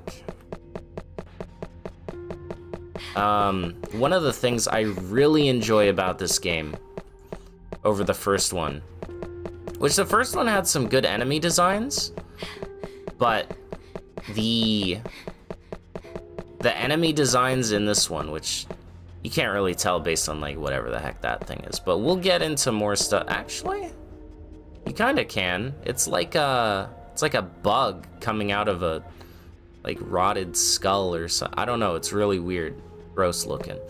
But the enemy designs in this one, as we get into more of them, really good.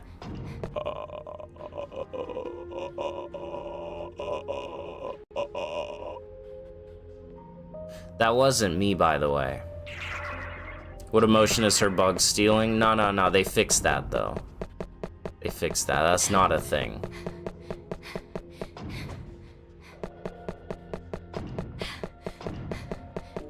Thought it was a visual novel. It is. It's a visual novel and also an RPG.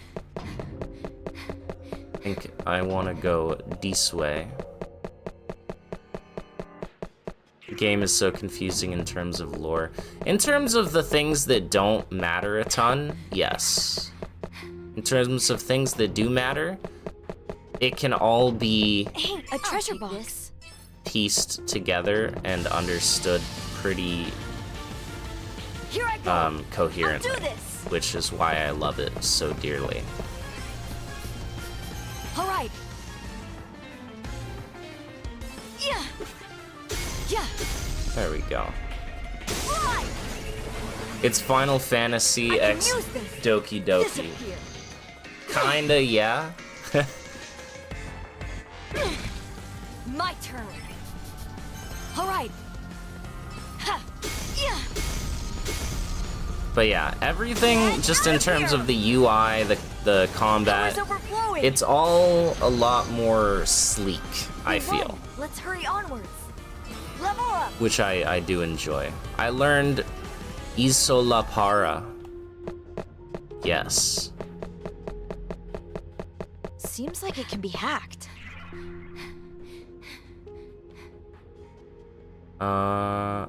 Wait, where am, oh, I'm here. Okay, fake wall. Back here. Which again, yeah, you could just look on the map and walk through the wall, but immersion. Okay? Immersion. Something's here. Speed bracelet. Like even the main menu, like look at the little wings that flap when you select one of the tabs. Like it's really cool. Oh, 10 defense and magic defense for 30 speed? I'll use Sure. this. Increases XP earned? Nah. Now, how do you feel? Do you also go corrupt mode in this game? Yes. That is a thing. The alternate. It just swaps the colors on her coat, which I kinda like. I'm not gonna lie. Also the skirt. I'll use this. I kinda like this. I do enjoy her original. The plaid coat, or the plaid skirt, but I like this skirt better, and I like the color swap.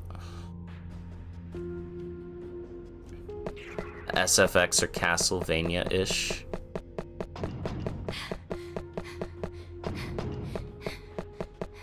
Visual effects. Apprentice's ring. Oh. Plus How is 1 it? to all stats. Nice. Alright.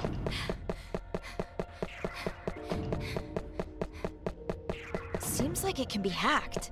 I'll take this. Mai's headband? What the heck is her headband just doing sitting around? She does not care for it very well. I'll She use must have this. dropped it when wandering around Seems town. like it can be hacked. I'll examine this.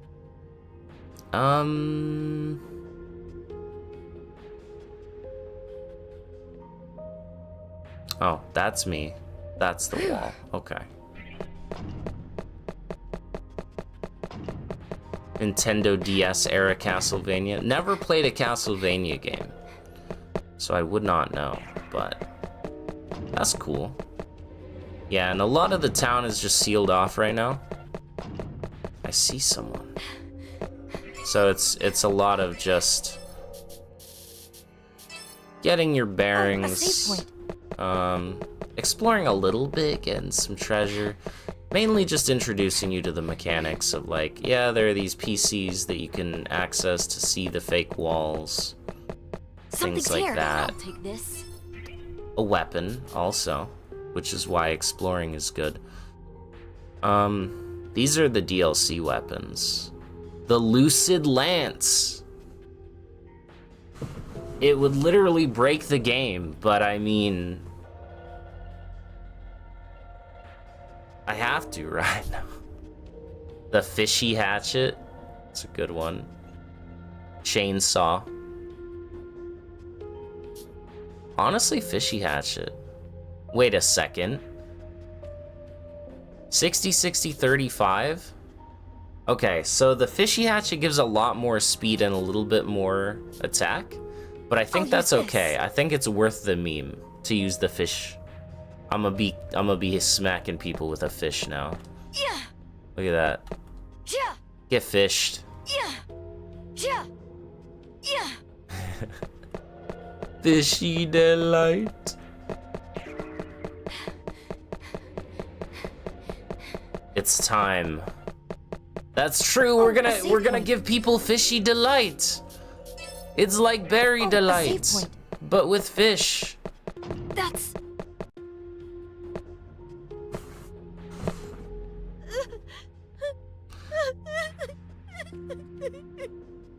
Is that her crying?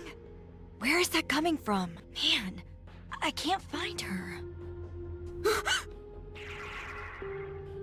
Like, look at this enemy.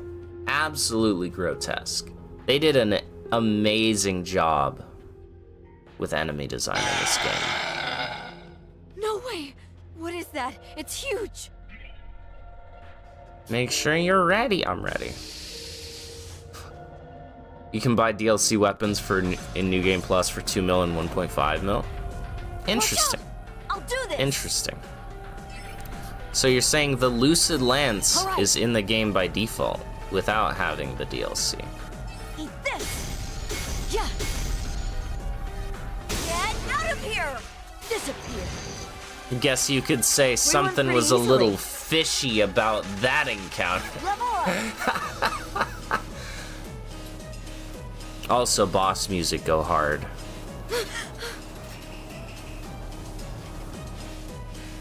Huh? What was I doing? I realized I had blacked out. I woke on a curb in the middle of town. What happened? Last thing I remember was a monster, which I defeated. Did I pass out? I don't see any signs of its corpse.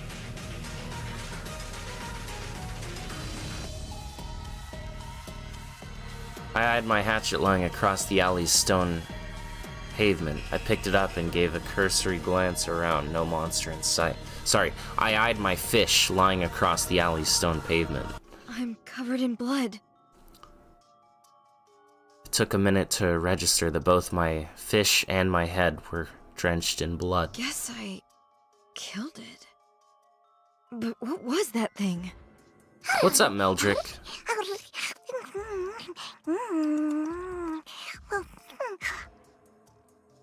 And this thing, why is it following me? Shoo! Go away!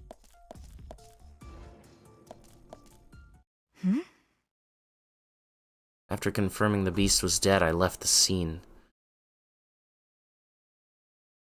For a while, I meandered through Leishora's alley until I found a girl sprawled across the ground. Those pajamas. It's Vina. What's she doing sleeping in the alley? But Vina was still as a rock, laying face down. Both of her hands were bound. She was dead. Alright, now the death counter's up to 3. Vina's dead as hell confirmed. I could recall being with Vina, hearing her speak. She was alive. I saw her. But here she lay as an object. Silent. The sight of her disgusted me. My stomach tightened up into a knot, and I had to stop myself from vomiting. This has to be a joke, right? What the hell? What happened?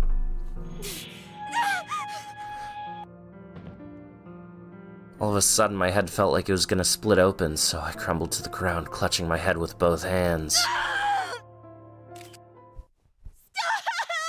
I don't want to die!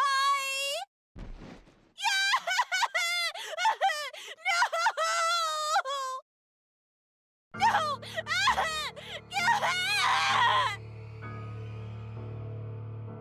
Hey, Vina, meet my fish, bitch. How about another one? Yeah.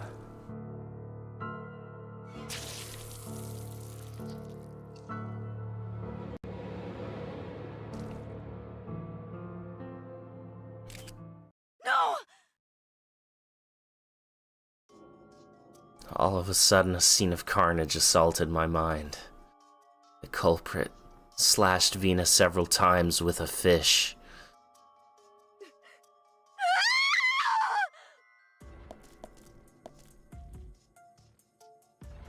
Scared into a panic, I fled from the scene, ducking away in some alley.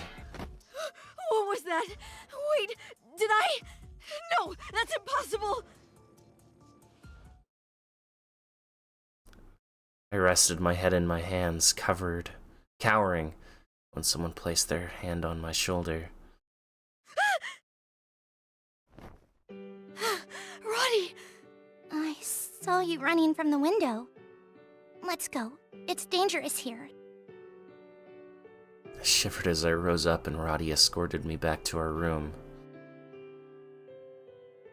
Vina, did I? No, I couldn't have. But I lost consciousness. There's no way for me to tell what happened when I was out. Roddy could never hear of this. If I were to let it out, I knew that I would scream. Gotta let it out, gotta let it out. I shut my eyes, attempting to block out the gruesome vision that haunted me. Sister. Okay, this might be the first thing that we skip, so I'm gonna go ahead and make a save starting right here.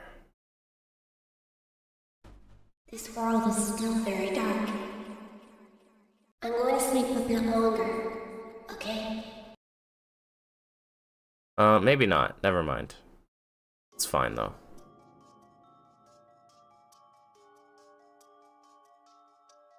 You were gonna make a joke about your manager wanting you to stay, but Vina's death made you forget it. Damn. It's fine. That one was nothing. Just kind of sus. I was left to wonder what any of it meant. Did I really kill Vina? That can't be, but what credibility did I have?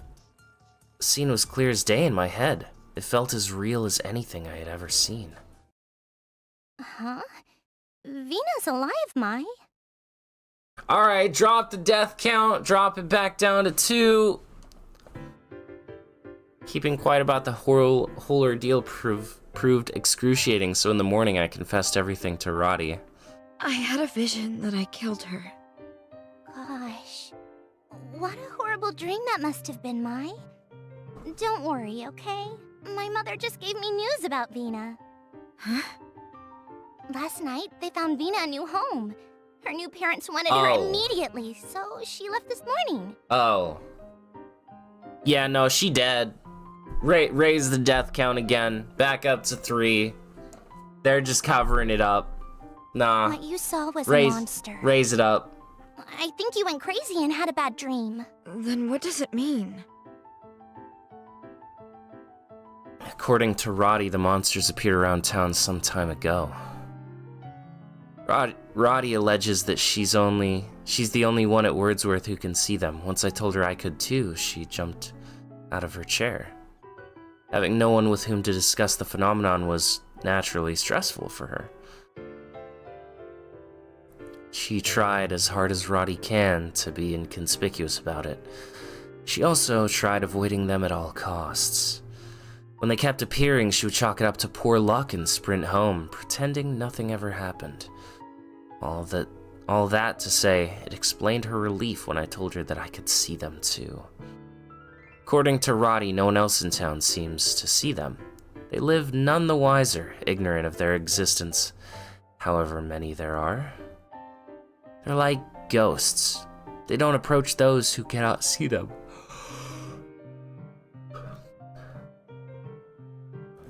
But does that mean they're harmless to those who can't?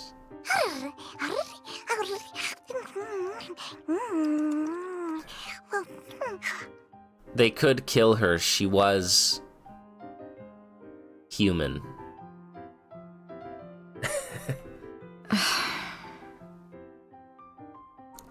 I surmised that this thing following me is one of them. No matter how often I swatted it away, it followed me. Persistent little thing. In fact, it sometimes came in handy, offering some protection whenever I entered battle. Roddy, on the other hand, was taken by its cuteness. She enjoyed poking its bump. Whatever it was imperative for me to keep my ability to see it secret. I had to make sure Roddy understood that too. Every day brings me something new to dislike about this town. The monster, the church, the townsmen, everything. I can't trust anyone. If I had to sum up my feelings about Leshawara in one statement, it would be... just creepy. At our instructor's command, everyone in our line firmly posed upright. It was ballet class. It was ballet. I grabbed the bar and balanced myself on one leg. I outstretched my other leg, bending with the tip of my toes touching my knee.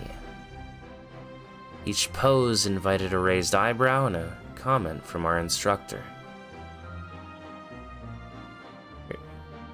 You're not having trouble because you're stiff, it's because you're not committing to it. Sure, but I've never done ballet, it's embarrassing. Ballet, that's right. These poses aren't for me, they're better suited to these poses aren't for me, they're better suited to someone with a nice figure. Your body is beautiful, Mai, I should know, I look at it every day. Be confident. That doesn't put me at ease. Anyway, ballet isn't for me. Ballet is something that deserves an audience. It's something that you can use to create a masterpiece. Not only do I dislike interacting with others, but I detest the spotlight. You'll get used to it. I know, I have an idea. What is it? Roddy 1000% lesbian. Have some courage, stretch your leg up. Stop. Nice balance, see? You can do it, Mai. Stop! Whoa, sorry. Jeez, give it a rest. Well, maybe I am getting the hang of it. Is this how you pose? Yeah, that's it, Mai. There was a sparkle in Roddy's eye as she saw me attempt the pose. Anyway, Roddy, about that monster, could you not tell anyone else that I can see them too? I'd rather be discreet.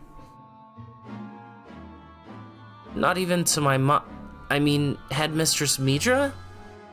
Yes, don't tell anyone. Keep it to yourself. I see. This means you trust me. That was the final indicator, was it? Helping with Ballet? Don't get it twisted. Leave it to me. I won't tell anyone. This will be our little secret. Why is she blushing? Oh well, as long as she can keep a secret. I've been thinking, I wonder how Vina's doing. Started to realize that Roddy was someone I could trust. Maybe her good side would emerge now that she finally felt like she had a family. But the sight of Vina's corpse was burned into my brain. No way I was imagining it. Calling it nothing more than a hallucination would be crazy. I saw it clearly as I see now. It was real. And that enormous shadow. Was it a ghost? Couldn't be. The blushing at the thought of my trusting her, the sitting in the bed. Yeah, okay. I think I'm going mad. What's the matter, Mai? You see a ghost or something? I needed to do some snooping when Victoria approached me out of concern. Thought to ask her about the urban legend she mentioned.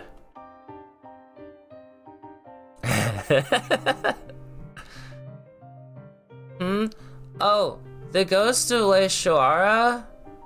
Anything about it, how it died or why it became a ghost. Vina skull, true. Oh, that I know. Long ago, a terrible curse was cast upon Le Shoara. Oh, I might have heard rumors about it. Yeah, so if some tragic fate were to befall you, that you may be possessed by the curse, go bad or die. That's awful. I see. Thanks for that.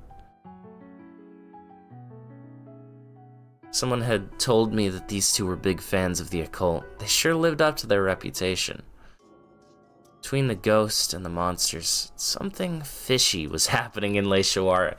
Yes, it's you holding a fish, Mai. That's what's fishy. Vina met Yamato at a bad time. I'm gonna add a fish emote too. It's just gonna be a fish. Vina met the fish. I was worried for Sanae. I knew time was running out. I was being held in an anxious vice grip. I needed to do more snooping around Le Shoara. Hey, Roddy, where could I go to get some information about this town? Is there a library or something? Not that I know of. Oh, I think I know a place. What is it? There used to be a newspaper publisher on the outskirts of town. The building's in ruins now. Newspaper? The buried delight is getting fishier and fishier, it's true. That's a good lead. Could you show me the way? Of course! Wow, how lovely. A romantic rendezvous in a secluded place. Okay, yeah, no, she's a lesbian. Are you stupid? Or she's stupid. Oh, but it seems like they made it a restricted area. Restricted area? Yep, either the building's been condemned or they've caught some sketchy people around there. Huh? Anyway, we Wordsworth girls are forbidden from entering. It sounded awfully convenient, almost too much so. There had to be something there. Forbidden or not, I'm going. I need to learn what's going on around here. We should have an objection emoji. That's generic, though. But if the faculty finds us, they might give us more than a scolding. She's a lesbian and stupid. True. That's why I'll be sneaking out at night alone. If you won't join me, could you tell me where it is? But it might be dangerous. I'll be fine. We're just reading newspapers. Oh, okay, fine. I'll join. I can't let you go out by yourself. You don't have to tag along. This is a personal matter. I said I would. It's okay to include me, you know.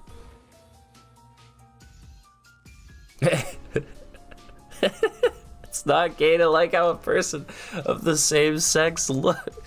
It's more than that, Dante. You wouldn't understand.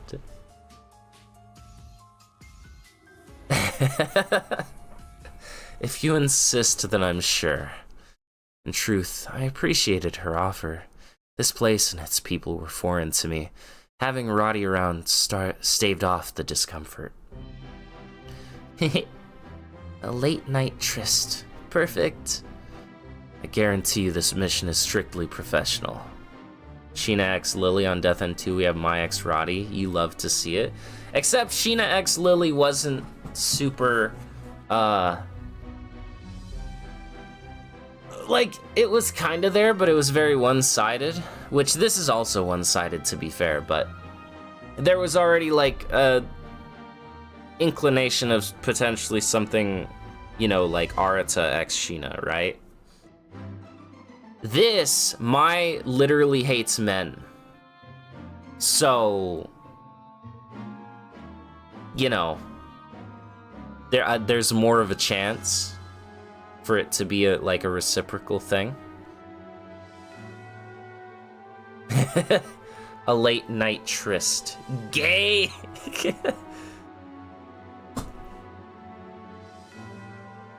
There is no clear indications. Okay. You never know what could happen, Mai. Oh, the instructor! Our dance instructor was on stern patrol observing Mai and Roddy's posture. We hastily outstretched our legs, which drew a look of scrutiny from the teacher, but found it difficult to stay stiff in position. As my teacher straightened my bent leg, I smiled through the pain until she moved on to the next student. Mai, I think stretching would seriously help. I really, really hate ballet. Finally done. Mai, after we hit the showers, let's do some stretches. Sure, if I can get out of doing ballet, I guess I can work on being more flexible. Right? I'll help you. We can do it from the comfort of our beds. I'm starting to think you never think before you speak. Au contraire. Spoke French? Gay. She total lesbian.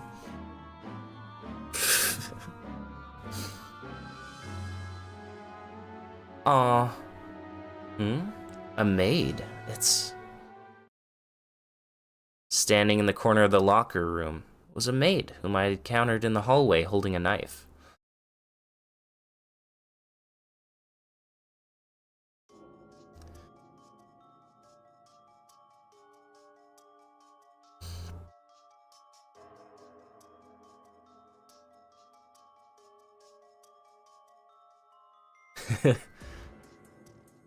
Is that yours, Mai?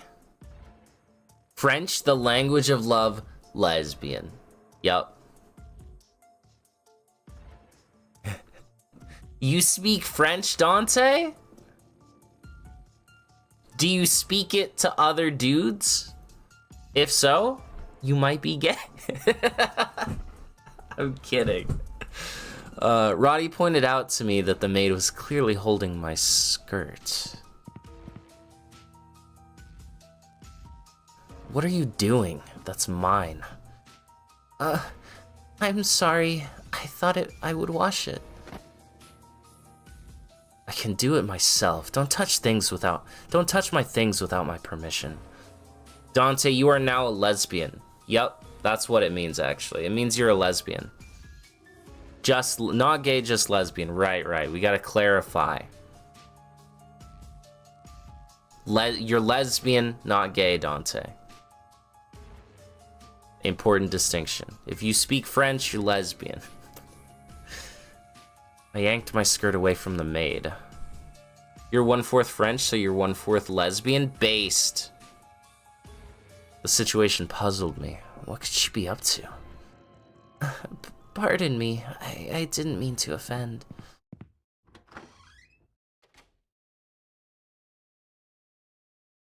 Just what is she trying to pull? Seriously, she can wait in line for your skirt like the rest of us. Okay, she's gay. She's a lesbian.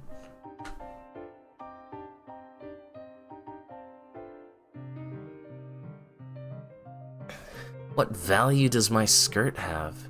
Tons! I suspect there's something perverse behind it. I'm so jealous. If only I could get a whiff of that skirt. Okay, you cannot tell me she's not lesbian now. You cannot argue that she's not 100 bajillion% lesbian.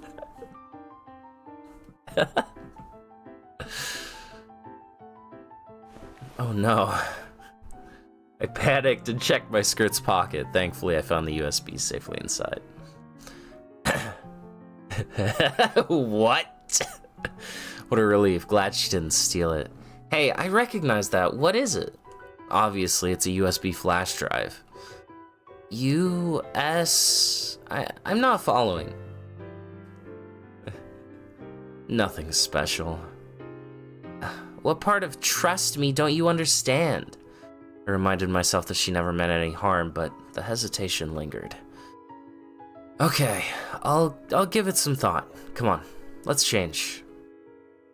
I'm right behind you. Gotta go. Later, Creed.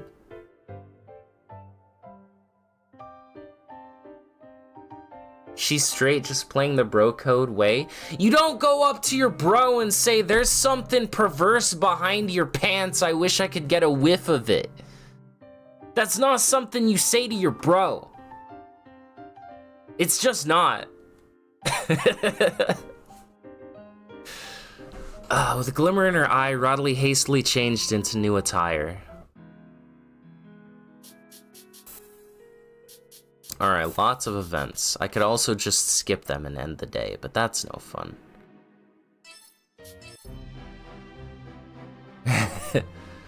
Roddy! Gah! Right as I heard someone yelling Roddy's name, Roddy was being body slammed. Body slammed. Nice cock moment. Yeah.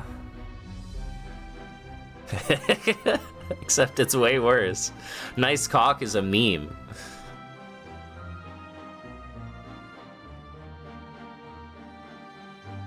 Yeah, I'm used to it, thanks. Maybe she has No! No! So, Marie, what do you want to do today?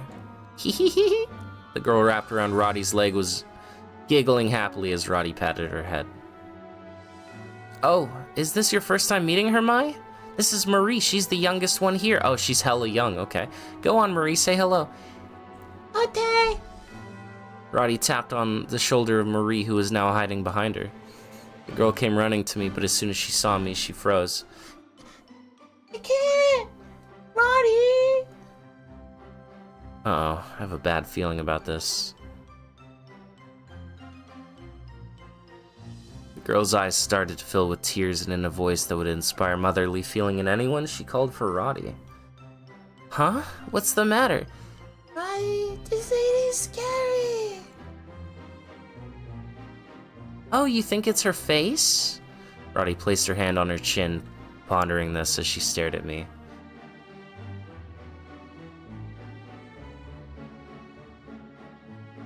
I think if you gave her a little smile, maybe Marie wouldn't be so scared. I'm not saying you look bad, you just kind of have this resting, mean face, that's all. Is that supposed to make me feel better? My shoulders slumped. She wants me to smile, but is that really such an easy thing to do? I looked down at Marie, who just as quickly hid behind Roddy once more. But I don't want this girl to be totally afraid of me either. Okay, fine. I'll do it. Hello, Marie. My name is Mai. Can you come out and say hello? I got low to Marie's height, and Marie anxiously peeked out from behind Roddy.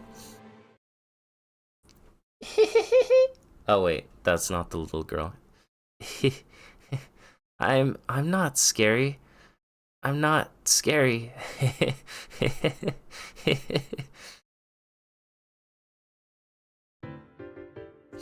Ah! I'm scared! Roddy! Oh, there. Come on, come here. Marie started to cry seriously now, and Roddy gave her a big hug. There, it's okay now. That was pretty creepy, huh? What the... I thought it might have scared her, but to have the one who told me to do it call me creepy... Watching Marie cry in Roddy's arms just made me feel really uncomfortable. I began to feel very angry, but could do nothing about it. I suppressed a sigh. All I did was say hi, and this was how it was received. This world isn't fair.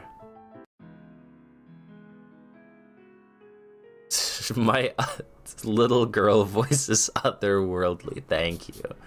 I don't know if that's a compliment or not.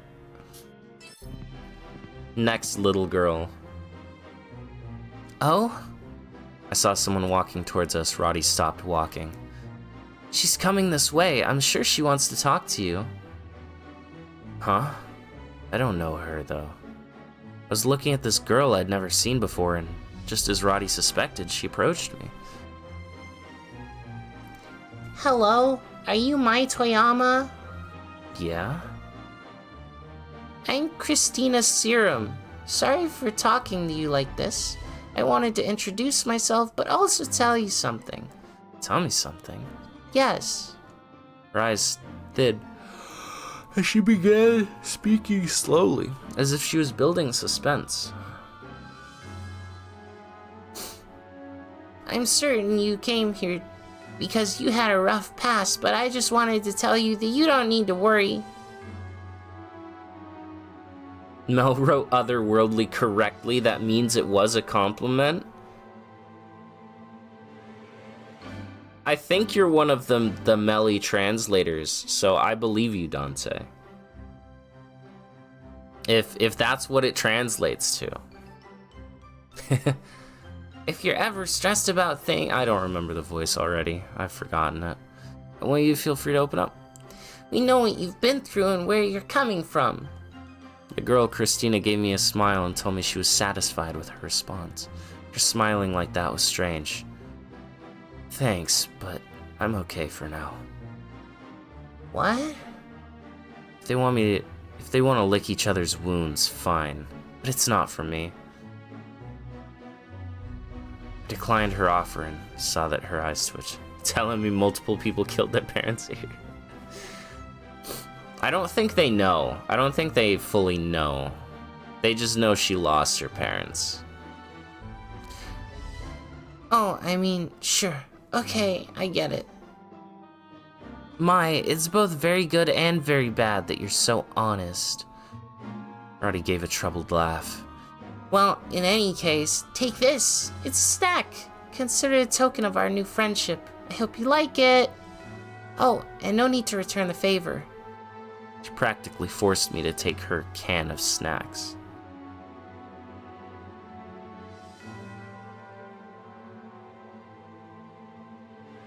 Character development. I see, thanks. You're very welcome. Okay, have a good day, you two. Aren't you excited? Everybody loves those snacks. They're so delicious. She seems suspicious. I feel like I'm missing something here. How well do you know her, Roddy? My, really, you are so forward sometimes. Roddy pondered for a moment, as if to choose her next words very carefully. Okay, yeah, so she's not a bad girl, but she's definitely a character. We have a lot of those here. I guess she won't deny it. Roddy laughed while I sighed.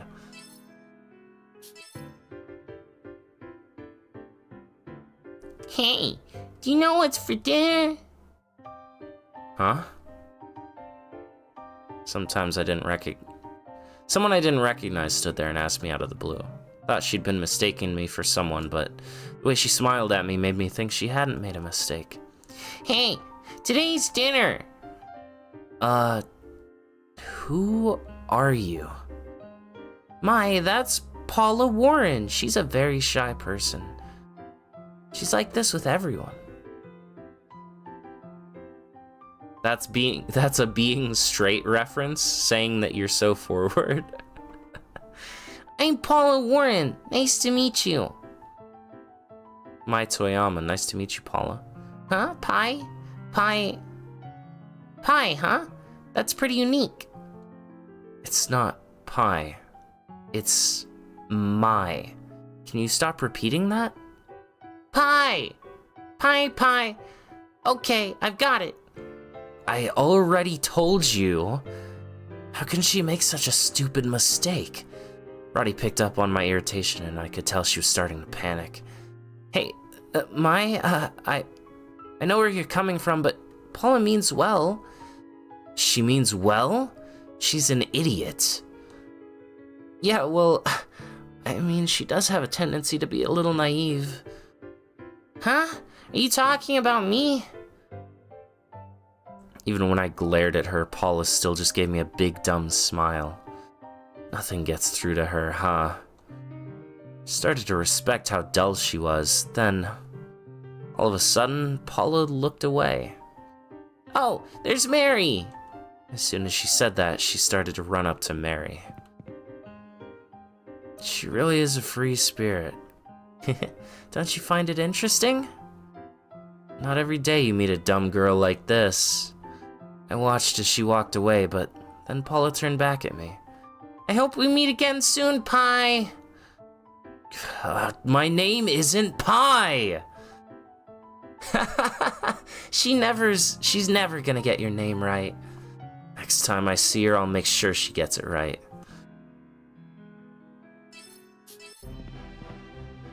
As I walked down the shadow of the hall of the Valley of I don't know. As I walked down the hall, I sensed someone following me. Roddy seemed to notice too and stopped walking. He turned around and saw a familiar face. Roddy turned around, a confused look on her face told me that she had no idea why she was being called upon. The girl approached Roddy and whispered into her ear. Okay, got it. Mai, can you hold on a minute? Yeah, sure. Roddy seemed serious as the two of them walked towards the corner of the hall. I think that's the girl who was trying to bully me with Vina. Her name was Pick? I don't think she'd have the courage to pull something on Roddy alone, but I couldn't keep my eyes off of them. Just in case. I could hear their voices a little bit as their words echoed through the hall. It's okay. If you feel guilty about it, don't. It's fine. Okay, I'm just so sorry. Why is she apologizing? I caught myself staring at them as they finished their conversation and started walking back to me. Sorry to make you wait, Mai. She'd like to have a word with you. Pick seemed to be seemed to shrink as Roddy stood beside her, smiling. What does she want? I didn't forget what she did to me. I couldn't help but stare her down. Ah. Pick shrunk a little more in front of me. After all she did before, now she's afraid of me? Pick's breathing even began to sound rushed. Ha. Ha. Pick, are you okay? Take a deep breath. Roddy gently placed her hand on Pick's back. Pick didn't seem to acknowledge her question, quickly changing the subject. Sorry. Can we try again another day? Of course. You seem a little pale. Maybe it's best if you go rest in your room. Thanks, Roddy. Before Pick walked away, she bowed to me. What was that about? So she feels okay to come up and talk to me like a normal person now? I can't just accept that. Just look at her playing the victim. You look annoyed. Well, of course I am. The thing is, Pick felt bad about what she did. She said that she needed to apologize to you. Is that right? Well, at least she knows what she did was bad. You get to train your replacement. Woohoo! Everyone knows when training your replacement, you gotta be as cynical as possible. You tell them what's going down, you're like, and this is where you do the thing. Between you and me, da-da-da-da-da. You know, you gotta...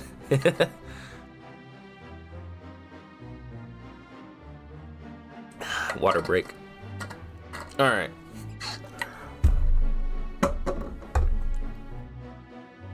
Between you and me, it's kind of a shithole, but no. That was unexpected, but it really isn't a reason for me to be as nice to her as Roddy's being. I think she got a little surprised because your attitude seemed to change out of the blue. I don't think she means any harm. You don't think? Well, it's not like I was ever worried about that. Besides, if she's looking that unwell, I doubt she'd actually try to pull anything. That's a good point. Maybe her breaths were getting so short because she was so nervous. This guy has no idea what he's getting into. Are you the only one that likes Pick? We'll have to see more of Pick, I think, to determine that. Goodness, Mai, you really were just radiating so much tension. It was electric, but not in the good sort of way. You're like some snarling electric eel. And this is coming from the girl who's been buzzing around me like a mosquito this whole time, huh? Mai, that's so mean of you. Anyway, when Pick comes around again, could you just try to be nice to her? I can't promise that. Roddy admonished me. Zesty forgot to stream. Nice. I wonder if there's anyone Roddy wouldn't be able to forgive, even if they apologized to her.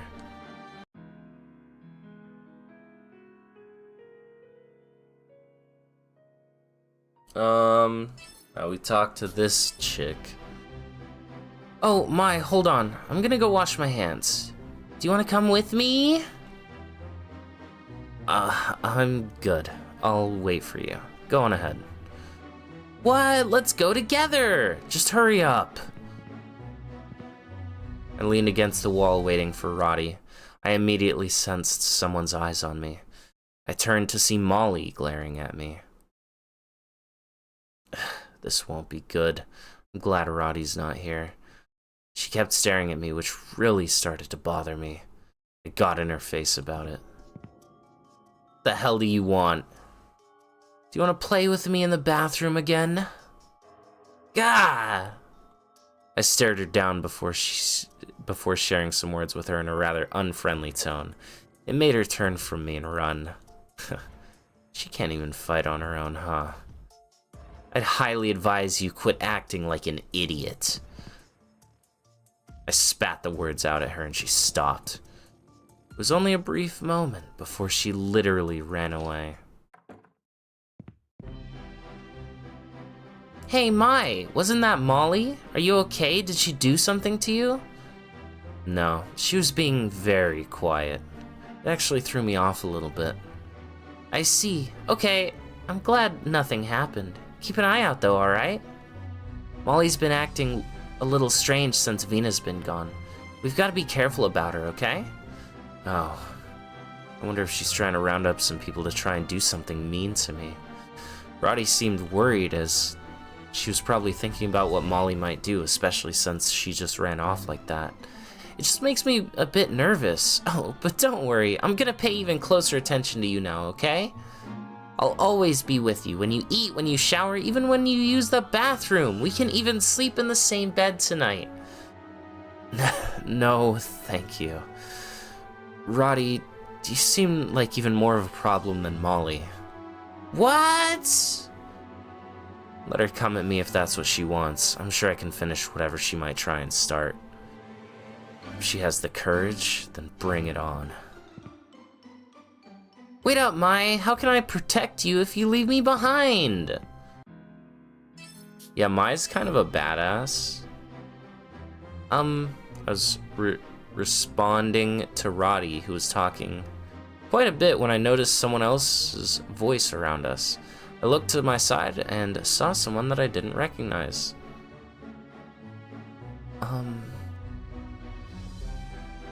Were you trying to talk to us? Sorry, I didn't notice. Roddy wouldn't stop yapping anyway. She seemed very meek. Her low voice and quivering eyes told me she lacked confidence. She shook her head weakly and began to speak. It's okay. Anyway, do you have a moment? No. With people like this, the moment you get involved, you end up taking on more work than you want. I went with my gut. I just thought I'd be honest with her, but in an instant, she began to cry. Oh, please. It won't be good if she makes a scene here. Okay, what do you want?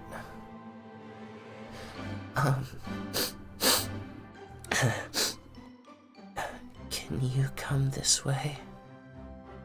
She pointed nervously towards the end of the hallway. I looked back and saw that Roddy was still yapping. I'm sure she wouldn't mind if I stepped away for a minute. Okay, hurry it up. So, what do you want? Do you have a crush on Victoria? What? I knew it. My jaw hit the floor. I was not expecting that question at all, but she mistook my non-answer as an affirmative one. No. I don't like her at all. But the other day you were giving her all sorts of hugs. She was implying that I had been the one initiating it, or that I was somehow mutual. That it was somehow mutual. I was upset. No, she hugged me without my consent. I didn't want it, nor did I appreciate it. Oh, really? I see. So you're not going for Victoria.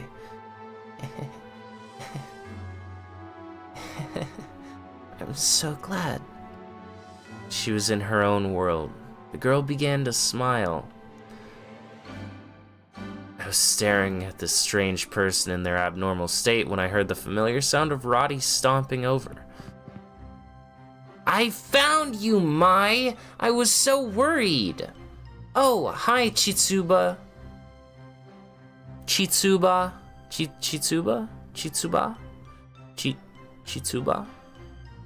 Chitsuba. I didn't know you were here. Chitsuba. You didn't even introduce yourself yet? This is Chitsuba Ideon. Ideen. Victoria's, special person. Lesbians. No wonder you asked that question. Question? Don't tell me you were asking if she's trying to take Victoria again. I mean, yeah. I was worried. I get the impression that Chitsuba is asking this of just about everyone.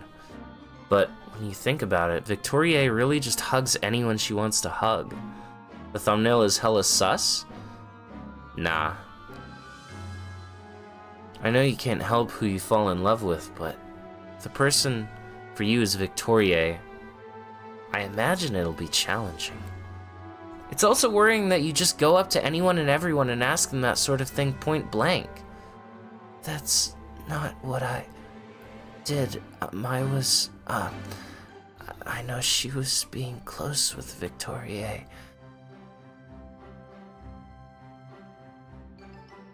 No way. Mai belongs to me. Right, Mai?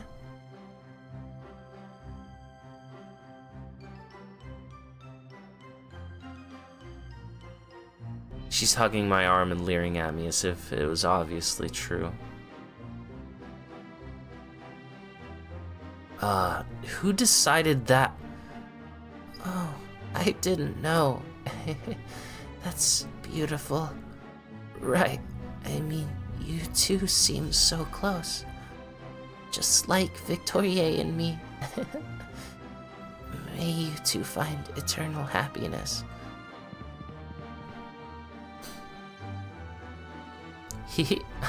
I'm glad you understand. This is all a misunderstanding. I had no time to deny it, and Chitsuba skipped away blushing. Roddy seemed to be in a better mood. She held onto my arm as she continued telling me her story.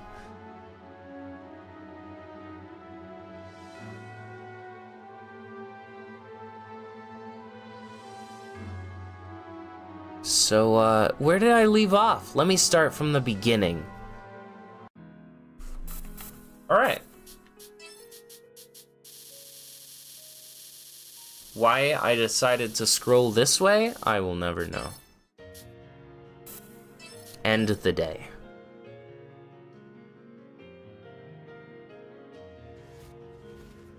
I awoke shortly before midnight as I had intended to visit an abandoned publisher about which Roddy had informed me. Despite Roddy's insistence on joining me, I knew that going alone would be for the best. I wanted to avoid waking Roddy, so I slipped my foot ever so slightly out of my bed. Oh, you up, Mai? Why are you awake? I was so excited for our rendezvous that I hardly slept a wink. Ready to go when you are. Hey, I told you, it's not a rendezvous. We have no idea what we'll find there. It felt like a universal truth that walking around at night as a girl was dangerous. But few places could hold a candle to Leishiwara when it came to danger. I know, it's freezing. It's spooky out here, so watch out. I should be telling you. Shook my head and sighed. Hey, wait up, Mai, don't leave me. Roddy joined. It's midnight, my dudes. Super knockback. When you fill a certain condition, this is everything. Watch out for super knockback. Glitch mode. Increasing corruption. We must corrupt these girls. Don't take that out of context. Oh, a save point. When the boss becomes a normal enemy. Roddy's ribbon. Bro, Roddy lost her accessory too? How is it? Does it Actually, no, we're gonna give... Oh, you can't give each other... How is it? Never mind, I was gonna do something cute. I was gonna give them I was gonna give my Roddy's ribbon, and I was gonna give... Seems like it can be hacked.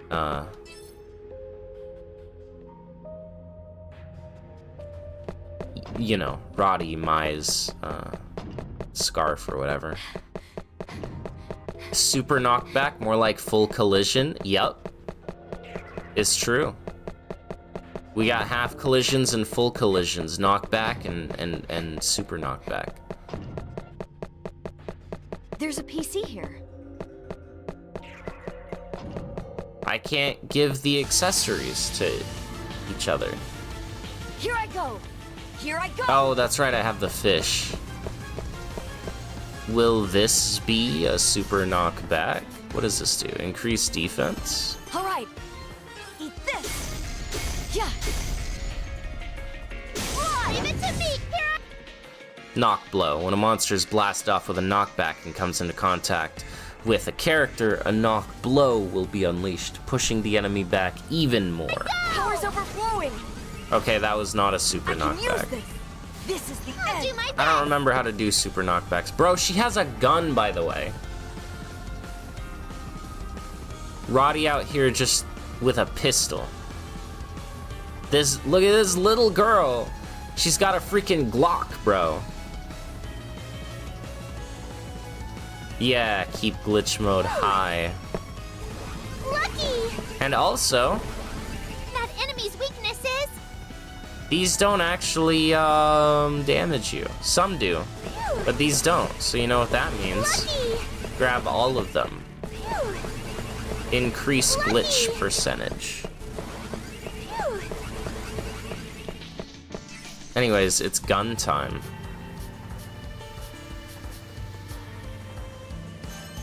There!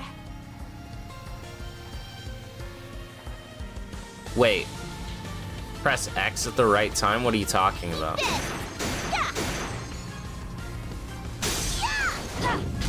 Leave this to me! What are you talking about? Press X at the right time. This is the end! An amazing victory! Level up! Like outside of combat? Yeah! Yeah! Yeah! Yeah! This? You attack the enemy? That's what triggers the super knockback? They do not explain why Roddy has a gun. No. Although there are some story implications later on that you could use to surmise some things, but we're not gonna get into that.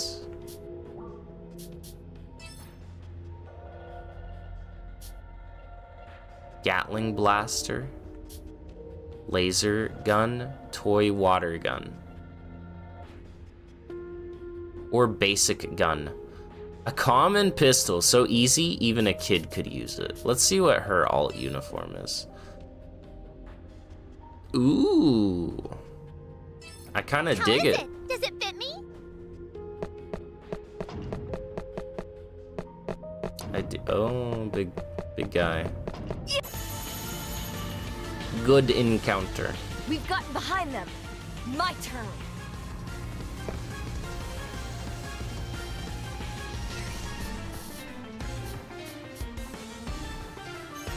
If it's a fake gun, then why does it kill the monsters? Yeah. How's this? Oh, when the blue line flashes during a knockback, if you press it, This is the end. We won pretty easily. a super knockback Yeah, very triggers. good! Oh. Okay. Notice no creepy breathing sounds this time during the transition. There's something nefarious going on here. Because it's fake monsters? Nah, this ain't Persona. Huh? Why? Look around you. Haven't you noticed that it's dead? I mean, it doesn't seem like people even live here. I was unsurprised that no one else had been wandering the streets past midnight, but I could sense no life anywhere around us. Not even a house with lights on. It was like a collection of deserted dollhouses. It works on knock blows as well. Okay. You'd think there'd be someone awake, you know? Well, sleeping before midnight is a tradition in Leishawara. That's why it's so quiet. It's custom. Custom? Yeah, that's how we've always done things. If sleeping before midnight is a custom, then what were Headmistress Midra and the maids doing up past midnight? I knew no one at Wordsworth could be trusted. Alright, the old publisher's this way. Then Roddy casually grabbed hold of my hand. Oh, you won't resist? I surrender. Yay, at least Mai and I have made strides. Have you listened to a word I've said? They do reuse some of the tracks from the first game, but they also have, but it's mixed in with all of the new tracks from this game, so it's perfect. It's not like they just copy pasted the songs, you know? It's all just selectively placed and used. It's really good. Me cute? Something's wrong with you. Wait. Shh. Wait, I completely mixed up the lines. Sheesh. Learn to let go sometimes. Not that your sass isn't cute. Me? Cute? Something's wrong with you. Mai, you're twisted. A twisted bad girl that's out past midnight. You and me both. Naughty girls gotta stick together. Okay, what have I told you about thinking before you speak? Come on, Mai, let's go. The publisher's close.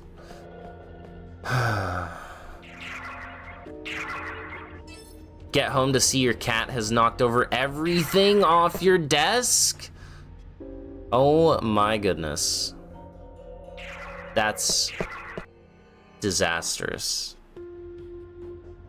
Roddy lesbian. Her alt is very cute. To inspect it further, you can see here we see that she has leggings that go all the way up to her skirt. The little green interior, black coat, etc. It's very dark. Not bad, just dark. This, I'll go with this. You get some thigh highs exposing a little bit of leg, a blue skirt with a white coat. It's a lot more color variance. I like it. Something's here. I'll take this. Osiris Brim. Discord light mode? No, Discord light mode is so, like... All right, let's go. My turn. different. Good. Look at this, look at this thing. Speaking of the designs, I turned on auto. I do that every time. I'll do my best. Oh my god. Anyways, look at the design. Like, look at this butterfly thing. It's like a doll with its mouth sewn shut. It's got like bug eyes, butterfly wings. Like, what the hell, man? Lucky. It's so creepy. Okay, well, hold on. I need to actually... This game is huge on taking advantage of types. The other one is too, but like this one even more so. It doubles down on that. So star. So I need to use Foeni. There. Ha! Aim and fire. Yeah. Easy. Don't. Everyone, sorry. Dude.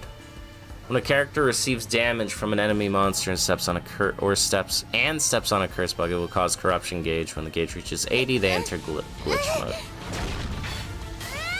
Well, here we go. A powered-up Roddy has arrived.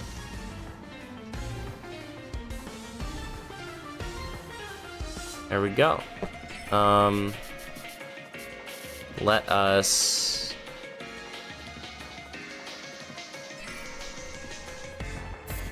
Wait. I don't have any items?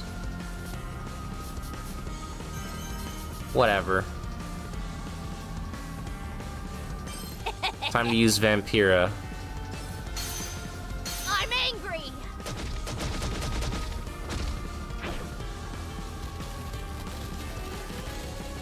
Ultimate lesbian mode. It's over.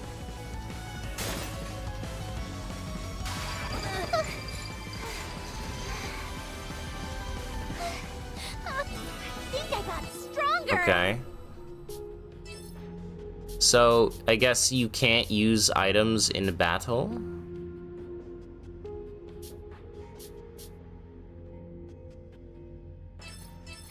Thank you. Curious. Well, now, Roddy is See, the look, party something's leader. here.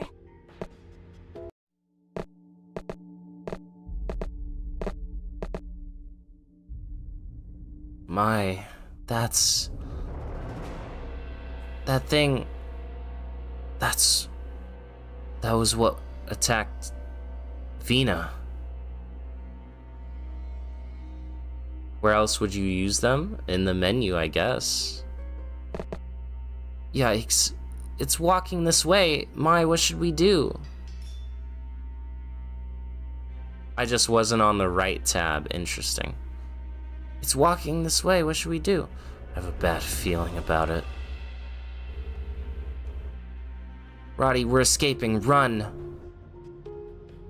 No one knows what they are. Dark shadows. They appear in certain areas and begin chasing players. Once captured by a dark shadow, the game will be over, so run with all you've got. If they find you, run. Run, run, run, run, run, run, run, run, run.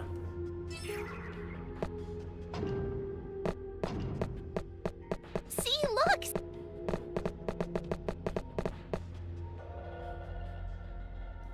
Looks like it's no longer not following us. Yes, insta-kill. You do not want to touch that thing. It gives you a game over.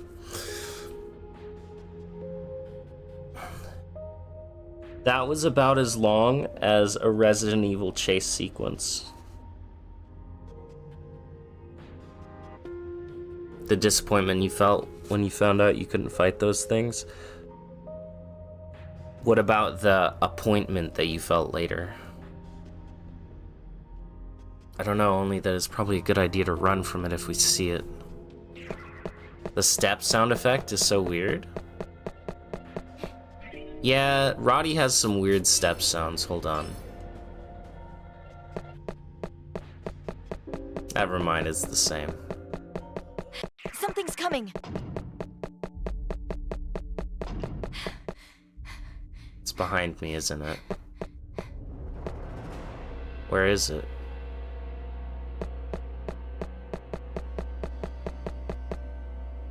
Oh, dummy? You're on the other side of the wall. You can't get to me. Yeah, frick off. RE5's cockroaches, hated them when you were a kid. Resident Evil, try not to have, you know, insta-kill mechanics. Challenge impossible.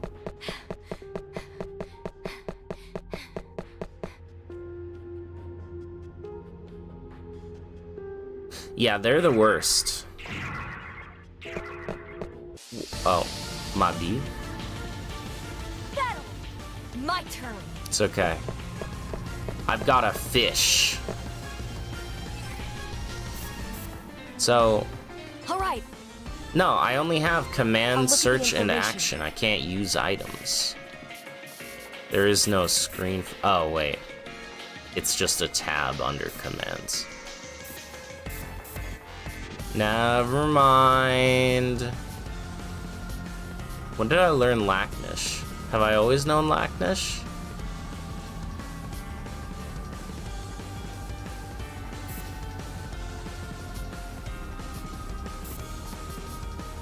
I may have always known Lacknish. I don't remember it costing 8 though. Get out of here. I didn't do a super collision. My B. I'll do my best. Yeah, so in the first game, generally you wanted to avoid the things on the ground. In this one, you want to step into every single one that you can. Pretty much. Don't fly away! There we go. Get out of my way. Leave this to me. Super knockback. This is the end. That was perfect. Lunario. Let's go. Wait. Oh. I can just destroy the barrier now. Okay.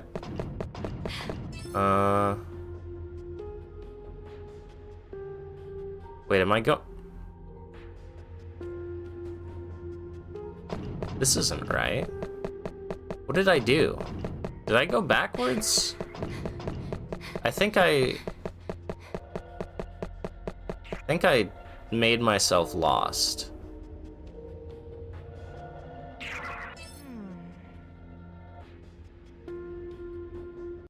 Right, so, okay. I know exactly. I know what. Yep. Okay. That was my B. You wish they left the old glitch effects rather than being... No! Go away! You're a dumbass. You know that? Are you aware that you're a big dumb idiot? Yeah. You're not... Oh. You're not scary. You can't even touch me. Go ahead, try. That's what I thought. Dummy. That's exactly what I did last time. That's why I got confused. That is how I got turned around. Whoa there, big guy. Go through the wall. Yes, perfect. Walking into an unbreakable wall. What a dummy. Metal bracelet.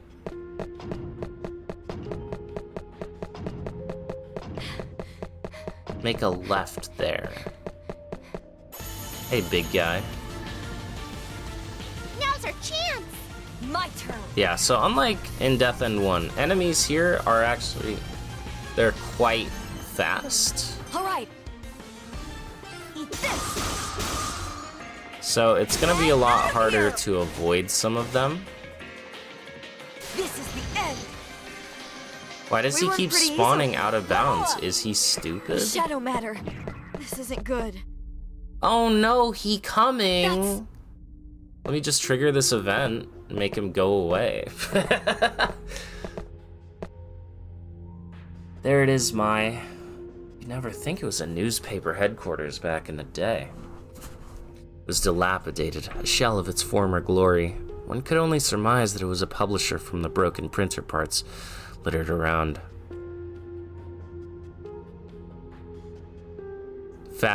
The goof itching his fat belly while you finish your moves. Thankfully, despite it being a restricted area, the building seemed like it could hold us without collapsing. We do love cutscene triggers. Hope you find what you came for. Let's go. Roddy, stop. I saw something jump in the corner of my eye, so I pulled Roddy back as a reflex. Thanks, Mai. What is it? Is it an animal? Might be that monster. Resembled no animal I'd ever seen. It was bizarre and misshapen, a monster. Right, guess that explains why this place is restricted. What should we do, Mai? We should run or else...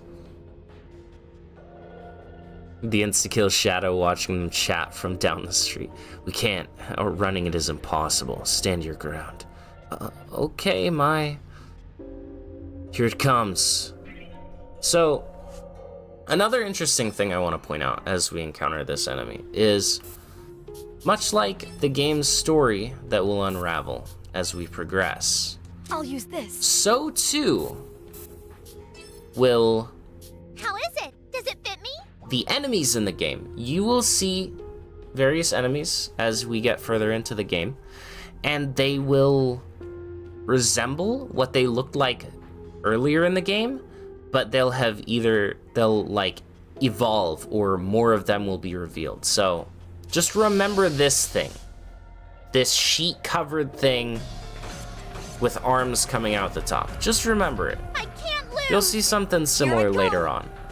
Good. Alright, it's time for Mai to glitch out, if possible.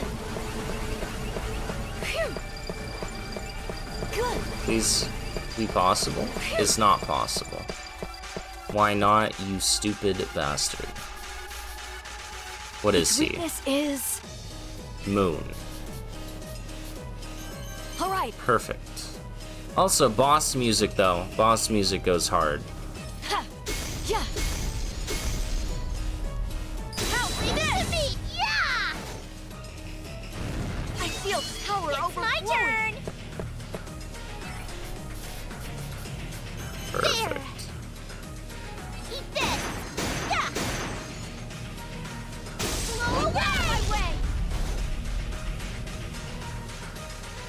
Corrupt me. Here I go. Okay, fine. All right. Yeah. Yeah. Fly away! What a good super knockback. Beat for victory! Looks like someone slept on a bed and something burst out from the stomach. Yep, doing good.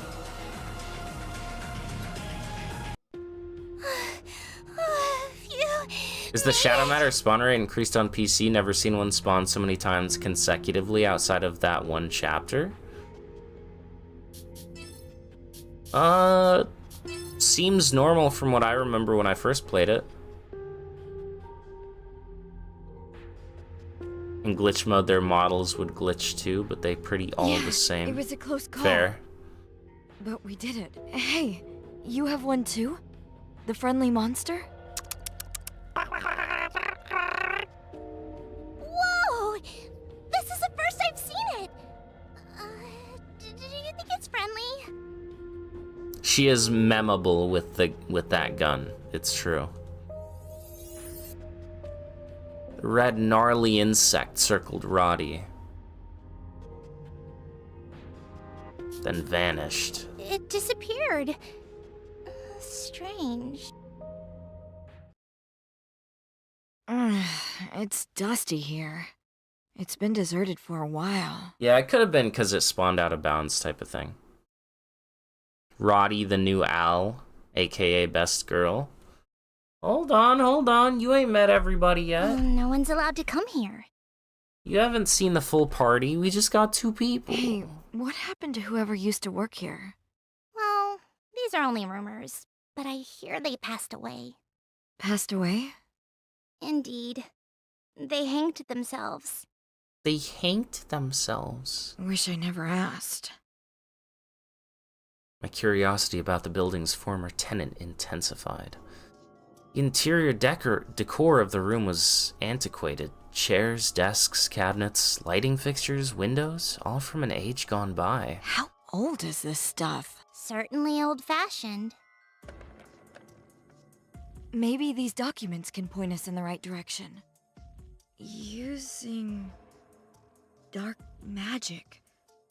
Floor design. Some of the pages are torn. I can't read them. Dark magic? Sounds creepy.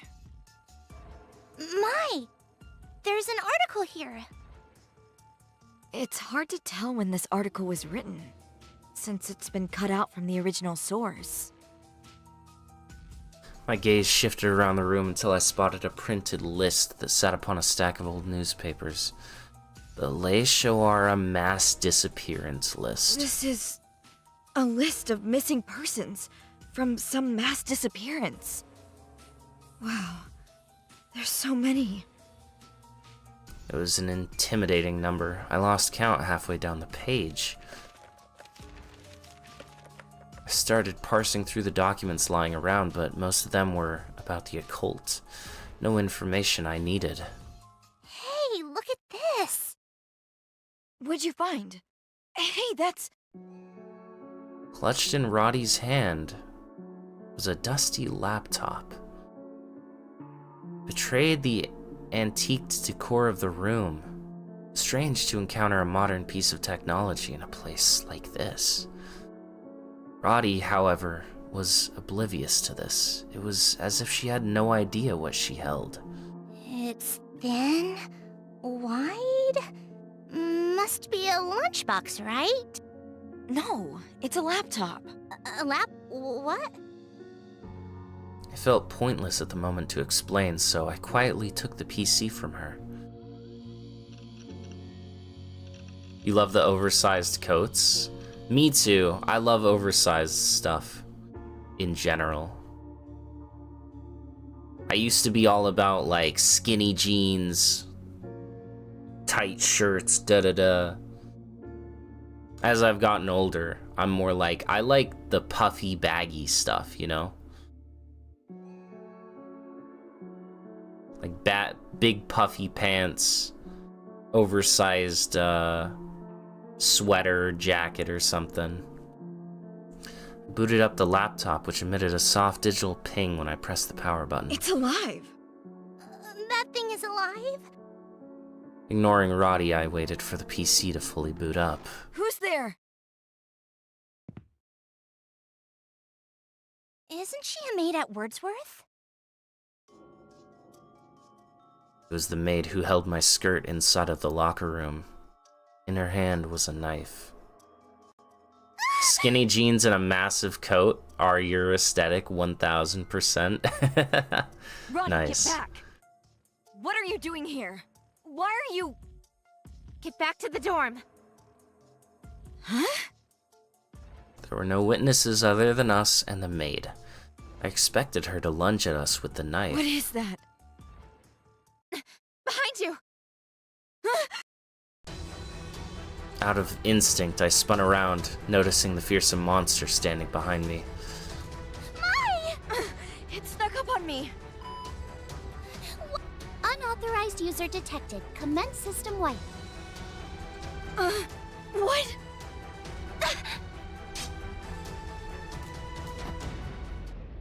The list of missing persons was wiped from the drive, and there was a big flash which knocked me and the maid back.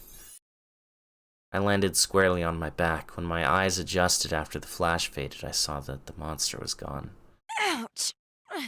It is Sheena, What was yep. that? Why would the laptop...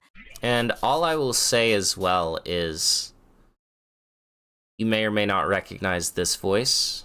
They didn't have very many speaking lines in the first game, but you may or may not recognize it. Unauthorized user detected. Commence system wipe. That's all. What were you thinking? That was close. Roddy, are you hurt?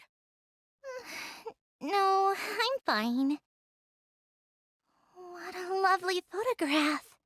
Are you serious? That's no photo.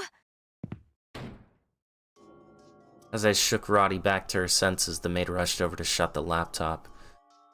Who could she be?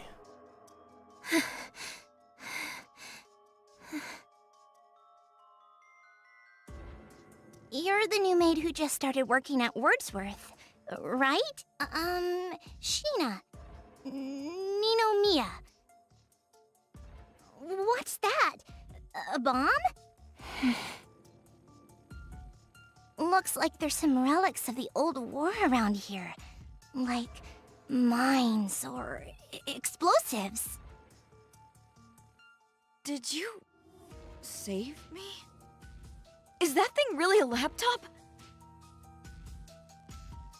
I really shouldn't be telling you this. But that laptop is cursed. It's been altered by a genius programmer using... Iris. Not Lydia. Iris. You saw it for yourself. It liquefies unknown users. It's dangerous. A laptop? That kills people? Impossible. The light flashed and it detonated. That's no PC, it's a weapon. No, that was a security protocol. Believe it or not, it's cursed. Touching it will turn you into mist. She knows what a bomb is, but not a laptop? I mean, to be fair, bombs have been around a lot longer than laptops have.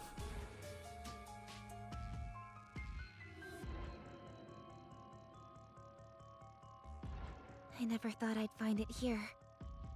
It's unsafe, so I'll take it. She was practically speaking gibberish. Curses aren't real.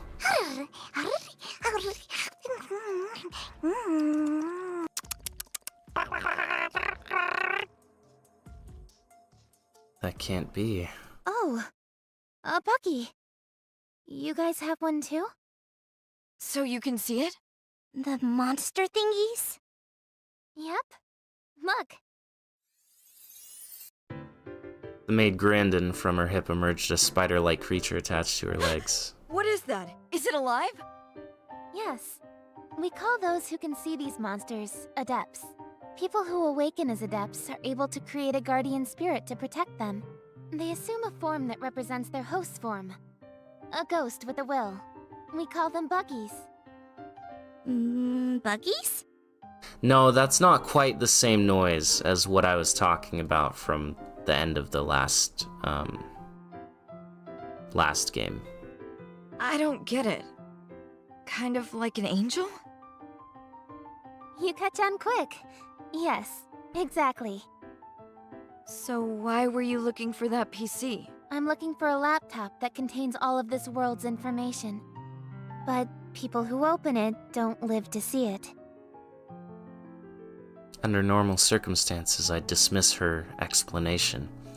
No PC could contain all of the world's info. But nothing going on here could be classified as normal. PC? Roddy, do you live under a rock? By now, every person on the planet has a PC. Sure, but I've never seen one before. Oh, well, whatever. Hey, do you think it could help me find my little sister? If it works as rumored, then probably. But don't get your hopes up.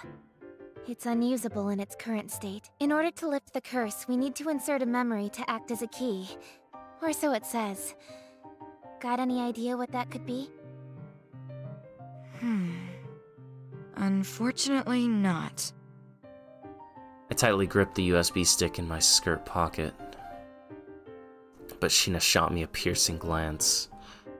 It was as if she saw right through me. I knew averting my gaze would be telling, so I stared back. I see. You don't know. Let's return home then. Miss, are you hurt? I'm fine, Sheena. Thank you. We left at Sheena's urging, and Roddy took the lead. So you're like me, an outsider. What do you know about this place? I only just arrived, so not much. What I do know is that this place is cursed. It contains monsters and unholy magic. Leshuara has a reputation for its history with the occult. Many secrets lurk within Wordsworth, too. Be careful. So you picked up on it too? If you heard anything fishy, would you tell me? Come on, don't ignore me. As the eeriness surrounding Leshuara grew, my gut told me to turn and run. But until I found Sanae, I wouldn't leave. Sanae, I promise I'll find you. It is January 6th, my dudes.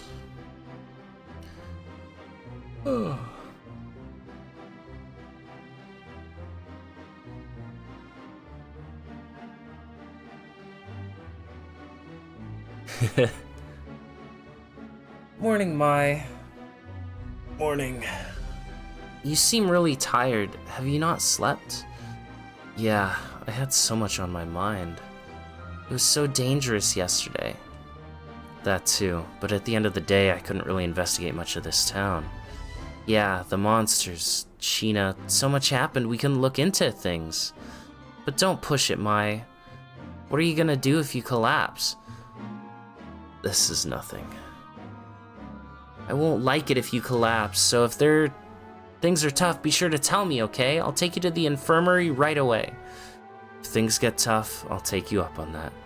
And she looked at me so concerned, I couldn't be cold to her as I usually was.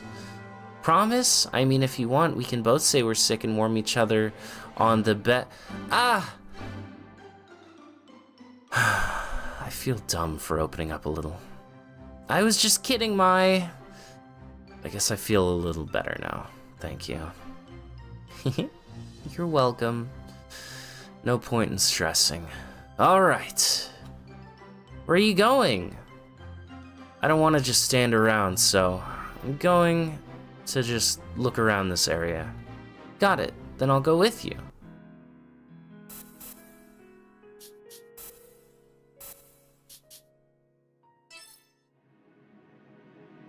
Roddy is a dog in human form. It's packed. Maybe we got here too late. Roddy and I were looking for an empty table. I'm seeing a lot of familiar faces. As I had that thought, I scanned the room and I saw a girl sitting by herself. She was reading a book.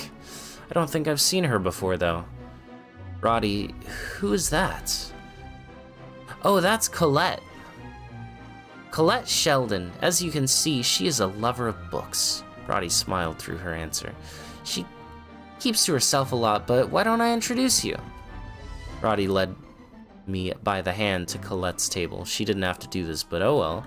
I already felt bad for bothering her while she was in the middle of reading, but Roddy didn't seem to mind. Hi, Colette. Colette's eyes rose from the pages she was reading and were set upon us. They looked increasingly uninterested. Roddy, what do you want? I just wanted to take a second to introduce you to our new dorm mate. Say hello to Mai. Roddy pushed me forward, forcing me to stand right in front of Colette. Hi, I'm Mai Toyama. It's nice to meet you. Colette Sheldon, pleasure. After our quick introduction, Colette went right back to her book. We had nothing else to talk about. We'll be on our way now.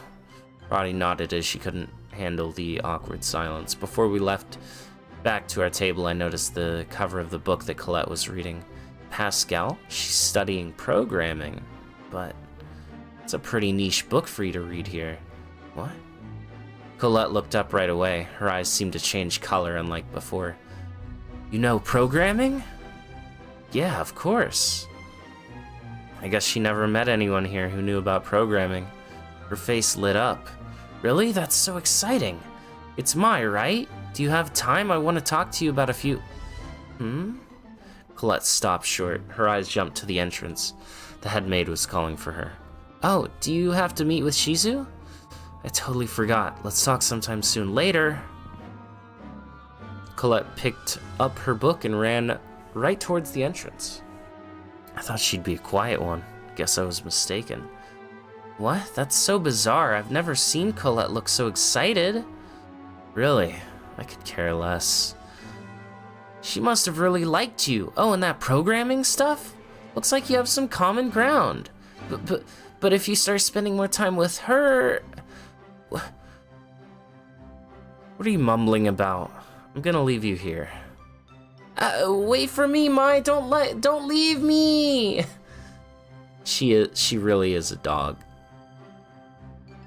If only Roddy could be as collected as Colette.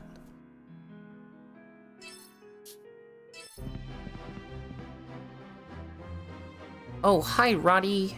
I was walking down the hall with Roddy, and a girl approached her.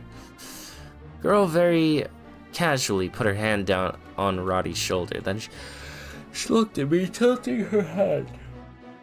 You don't look familiar. Are you a new student? That's right. Her name's Mai. Roddy waved at me to continue. Mai Toyama. I'm Roddy's roommate. I'm Charlie Parfait. It's a pleasure. Sure.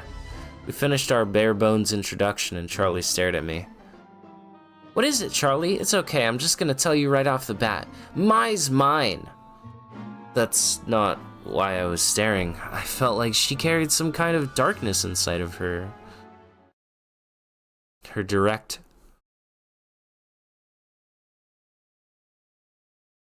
nonchalant opinion rubbed me the wrong way. That's one way to make an impression. Yeah, how dare you say that to Mai? I apologize, I didn't really mean anything by it. Honest.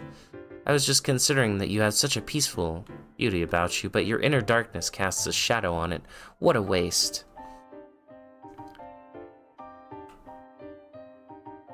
Charlie laughed through her apology, and I didn't appreciate her being so rude in her forwardness. Your apology isn't helping. Is that so? But hey, I feel like that side of you's also part of your charm. I know, right? You have such a good eye, Charlie. Although, I don't know how I feel knowing that other people know what makes Mai so attractive. What are you even talking about, Roddy? I rolled my eyes at Roddy pouting. I don't know what about it was entertaining, but Charlie laughed. I feel like we can be good friends, Mai. Let's be friends. I thought about it. She extended her hand to me, and I took it. Maybe, if I feel like it. Okay. She shook my hand eagerly. Her eyes seemed very sincere and practically smiled. She's got a big mouth. But I don't think she's a bad girl.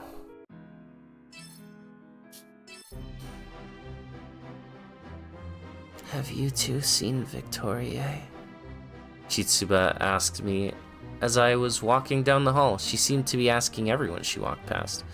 I haven't seen her today. You're looking for Victoria again? Must be hard for you, Chitsuba.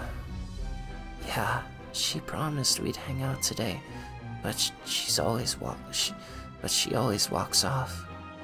Come to think of it, I feel like I've never seen Chitsuba happy when it comes to Victoria. Yes, lesbian. That's all. Yep. I've only seen her running around making sure no one's taking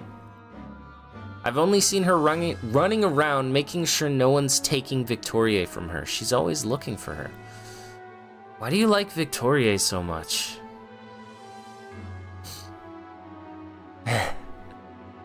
She's my sunshine. I asked because I began to feel sorry for her, but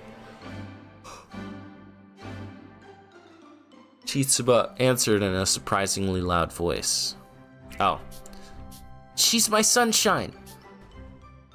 Sunshine? Come to think of it, I never asked how you two got to know each other. Roddy seemed super interested, and Chitsuba slowly opened up. The reason I'm here is because I'm an unwanted child. When I came here, I never imagined anyone would want me. I felt like no one cared about me. I was invisible to everyone. But Victoria was different. She said she needed me. She was very affectionate with me, taking my hand and saying, "I'm glad you're here." I was so happy. I finally met someone who accepted me. That's when I made the decision. I'm gonna be with Victoria forever. I don't want to part with her even a second. I will do anything to keep it that way. Chitsuba seemed lost in a daydream as she finished her story. Her voice resounded with the bliss she was in. But also, the way she talked about it so passionately is a little scary. I see. If you really fear all those things, I'm sure Victoria will understand someday. I hope so. Roddy is the CEO of lesbians. The thought of exploring the dark hour, Leisure with Mai, she blushed and called it a secluded romantic outing. She did. Anyways, I'm gonna go look again. There, feels a little lighter now. Chitsuba has a particular way about her that makes it feel so heavy. I sighed and Roddy smiled as if to gently agree with me. So, are they going out? I thought they were, but it seems to be very one-sided. It seems hard to keep Victoria in one place. Just hope it doesn't become a problem. I don't know why, but I kept getting a bad feeling about it.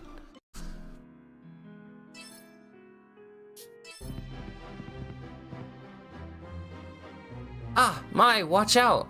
Huh? Whoa! I'm sorry. Are you okay?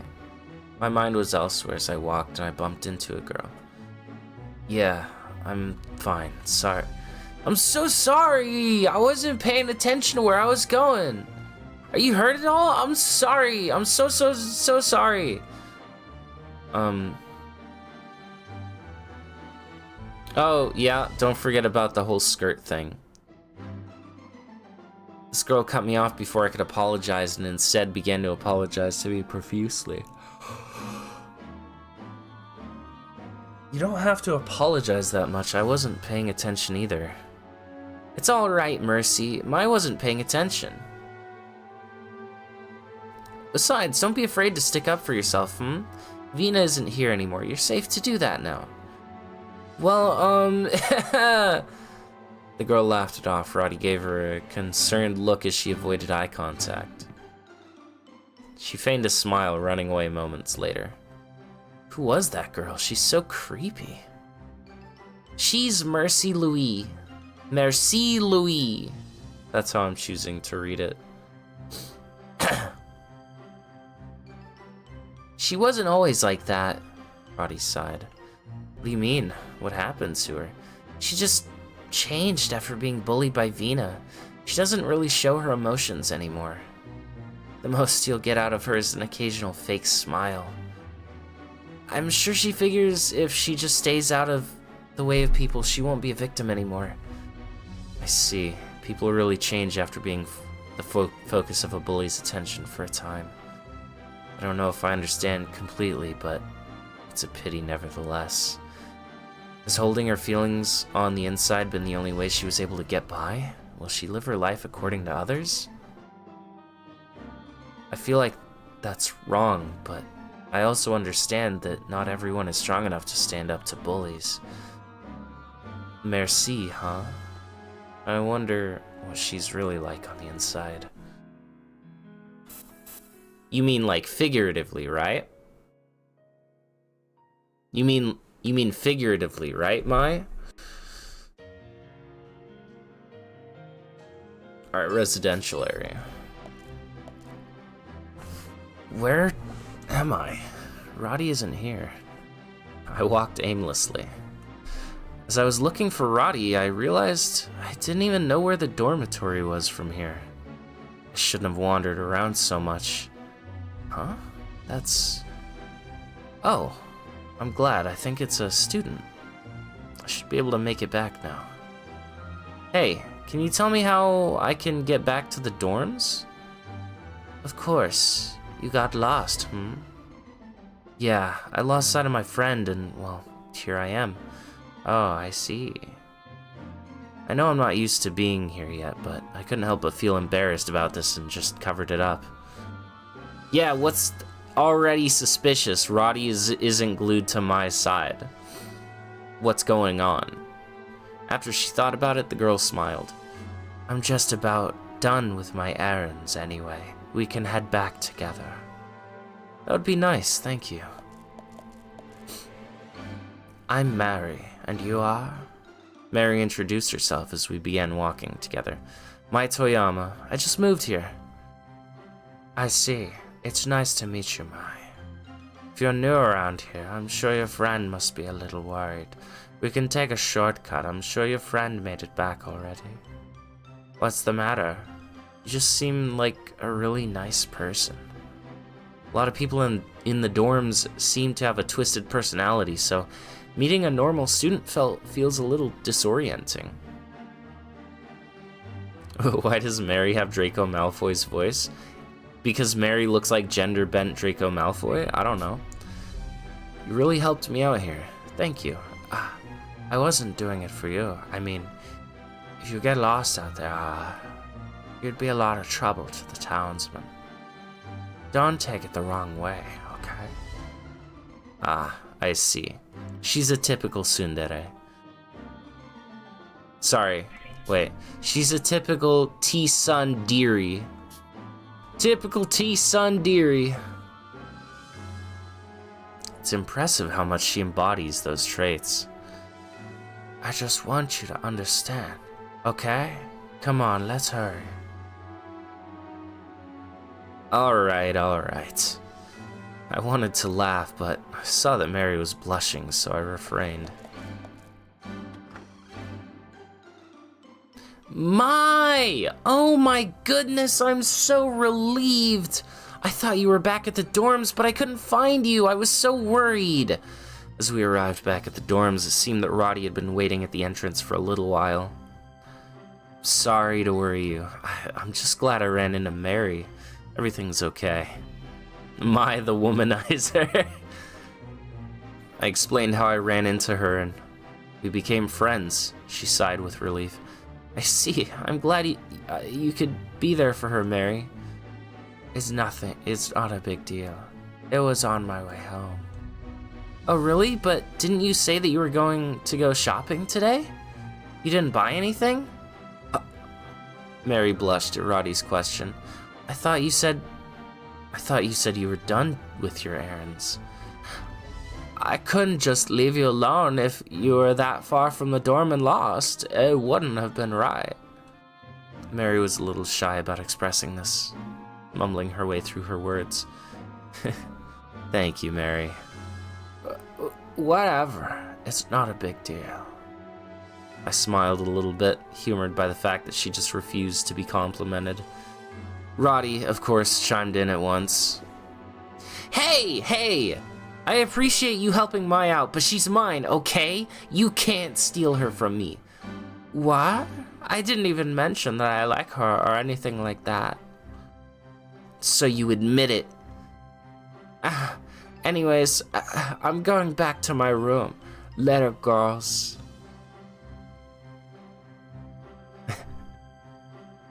Yeah, later, Mary.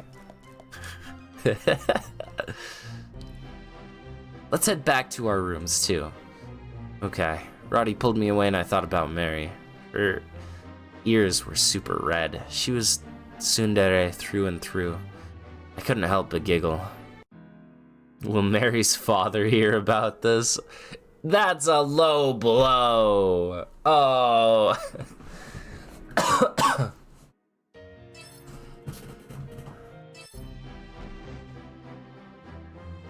Bwah! I heard a strange voice as I noticed something against my feet. An apple? Oh, it's hers. Looking towards where the apple came from, I noticed a girl in our uniform trip head first into the door. Ah, it must have fallen when she tripped. Oh no, all the way over there.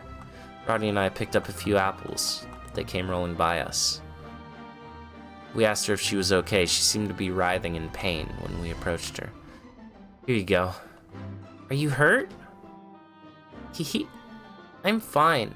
I'm just feeling really embarrassed. She blushed and rubbed her forehead as she looked up. Roddy greeted her calmly. Hi, Makoto. Hello, Roddy. So, what are you doing here? Shizu asked me to run an errand. I hope the apples aren't bruised. Makoto looked sad. Roddy offered to help, but Makoto gripped the paper bag tightly and showed no signs of giving it to her. You're hurt, though. No need to overdo it.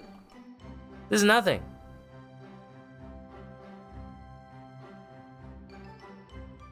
We can help you with shopping if you want. Don't worry about it. I have more errands to run afterwards, so I'm good. Even though it must have hurt for her to walk, she really didn't seem like she was going to accept our help at all. I can't just lay here anyway later. She left. She's running with her hurt leg. She's really stubborn. We offered to help. She has a tendency to push herself like that from time to time. I'm worried. I hope she doesn't trip again. Roddy sighed. Well, if she says she's fine, then she's fine. Let's go. I patted Roddy's back and urged her to move on. It seemed like she was still worried about Makoto, though. Mai. If you ever see her, take care of her, okay? Okay. When I see her. Judging from how she was just now, I'm sure she wouldn't take it, though. Even though she was being treated like an errand girl, her sense of duty was impressive. Still, I let out a sigh. Main Street. Oh, it's you. I was walking in town with Roddy when a girl got in our way. Oh? This girl stood in front of us as if she owned the place. She was glaring at me as she began to try and size me up. What do you want? So you're the new kid who stood up to Vina? Yeah, what of it? I was immediately annoyed at the sound of Vina's name, so I responded coldly. She seemed unfazed by my response. I'm Elizabeth Paris. You and I are after the same thing. I'm officially granting you a special invitation to join the Elizabeth clique. That's so? I'll have to decline. What the... She was very surprised. I don't think she anticipated me rejecting her. This is our first time meeting. It boggles my mind that she would even have so much confidence to ask me something like that. Elizabeth, what's gotten into you? I've never heard of this group of yours. Well, I've been planning it for a while. I was just waiting for the perfect time to organize. Now that Vina's gone, it's my time to shine. It's time I finally bring honor to Paris' family name once again. Again? Do you come from some lineage of fallen aristocrats or something? Sorry, but I'm really not interested at all. That's not true. We're not fallen, just temporarily split up due to some financial difficulties. Sounds the same to me. Silence, you commoner. Anyway, I really would like to get out of this dull, unrefined town already. To do so, I need as many merits as possible for when I return to the Paris family. You sure are passionate. So annoying. Elizabeth didn't notice how annoyed we were becoming and continued her speech. Listen to me. You will not regret helping me. When we revive my family name, you will be the recipient of many rewards. I already said I'm not interested. Elizabeth, being persistent with someone you've only just met will not cause them to act in your favor. You two don't get it. Fine, I'll end this with just my introduction today. But I haven't given up on you, Mai. So that's the daughter of a noble. Although her demeanor is noble, she seemed like an average student in the way she stormed off. She said she wanted to leave this unrefined town, but it seems like she fits right in. Now, she's still young. She's just homesick. Roddy said this while an upset Elizabeth was still in view. Even still, it's impossible for her to bring honor back to her family while she's here.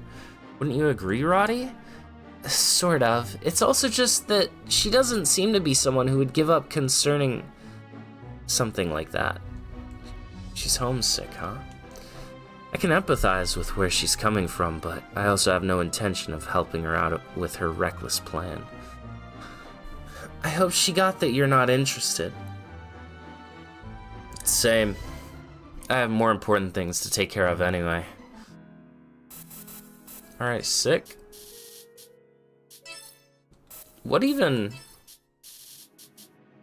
are we? Is this the start of chapter 3? What's going on? Hey, Roddy?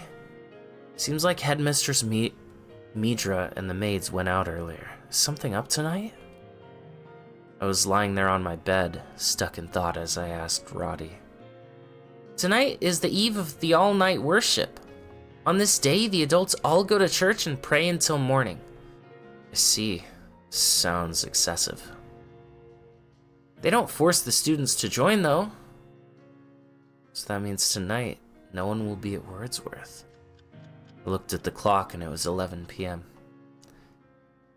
Then maybe there's something I can do. This could be a once-in-a-lifetime chance. Cato food time. Alright. Take your time.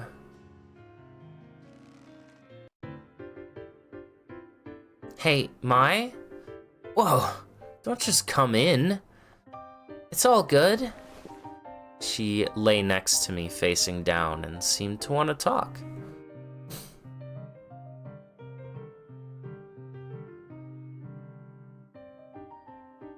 Do not eat the cat.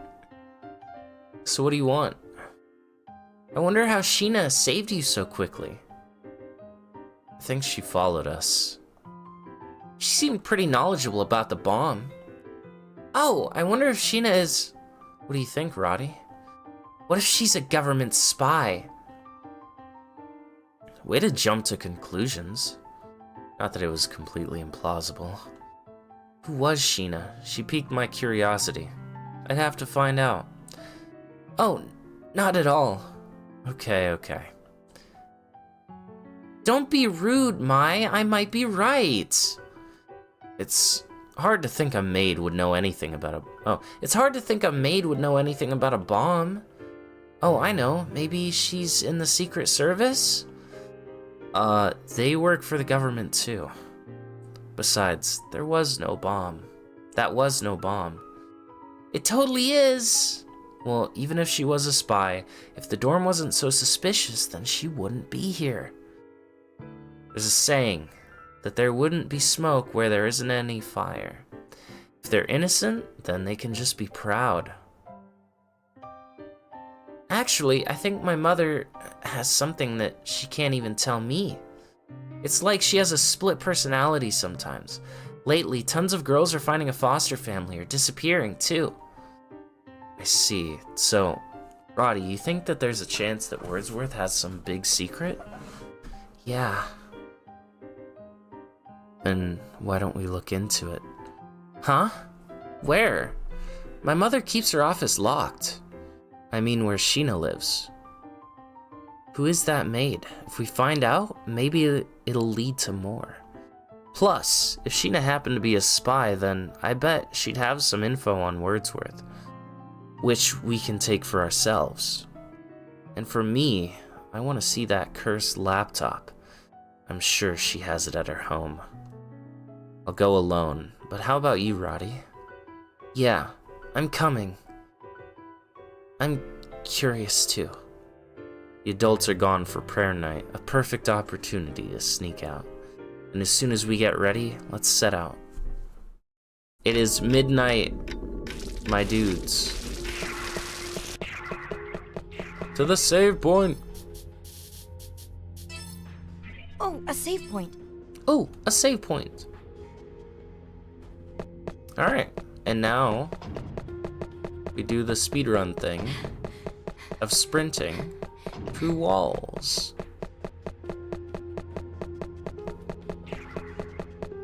Yeah, a lot of this early part, like, clearly there's something going on, but it's not, it's mainly just introduction to characters. Obviously, Sheena is a very interesting point, which we're about to explore more of now. I think Sheena's home is this way. Okay, Roddy, I'm depending on your memories. But Sheena's home means that bomb is there, right? That wasn't a bomb. I know something close to an explosion happened, so it still doesn't change the fact that it's dangerous, but I want it. Why would you want such a dangerous thing? Even if you take it, it'll just explode, no? Well, you see, I actually think I have a hunch. If it goes well, I don't think it'll explode. Really? How do you mean, Mai? Sorry, that's still a secret. At least until we get the laptop. Gosh, so many secrets. You're such a meanie. No, I'm sure you'll find out soon. I actually trust Roddy a lot, but even then, I can't tell her right now. Then please tell me later, Mai. Okay, I get it. I gave her a half-hearted response and gripped the USB in my pocket tightly. I think this can lead to something. So, they mentioned the USB a few times also, but they haven't... Oh. They didn't explain what the USB is, why she has it, what it's for. Also, all the enemies run away from this thing that chases you. So, in actuality, it's a good chance to run past enemies, because they'll run away from you instead of chasing you because the big arm guy is after you. Not to be mistaken with Christopher Redfield, who is also known as Big Arm Guy. There's a mysterious wall here and we can't get through. It can't be helped. Let's look for a different path. Mai, leave it to Roddy. Leave it to you. What are you gonna do? I feel like this kid that's been sticking to me... I feel like this kid that's been sticking to me could lift us over. You feel like? Come on, trust me a little. I feel like that's what it's saying. Alright, then I'll leave it to you. And we never saw Roddy again. She flew up into the sky and was never heard from again. Roddy, do it. Jump! Cool. Roddy, do it. Roddy, do it. Alright, so now I've got to go around this way. Which... I'm a dummy because I ran right past the wall.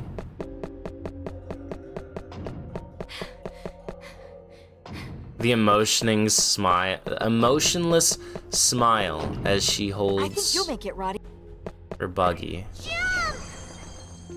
Is the most threatening thing thus far. Seems like it can be hacked. I'll Oh examine man. this. It's showing me that the wall at the end of the alleyway is fake. I think we're here. So, do you know where Sheena lives? I think so. Only one of the maids' quarters was open before she moved in. It has to be there. Let's go. Wait, Mai! Something's here! A monster! It snarled as it inched towards us. Looks like we've got no choice but to fight. Oh, do we have to? Roddy, watch out! It's coming! Alright. Another quote-unquote boss. Yep. I love the music. I don't think we've seen I'll do this! Mai's glitch mode yet. Good, And I don't know if we will good, anytime soon. good, good. But let's try. Phew. Good. Please. 60. Damn. All right.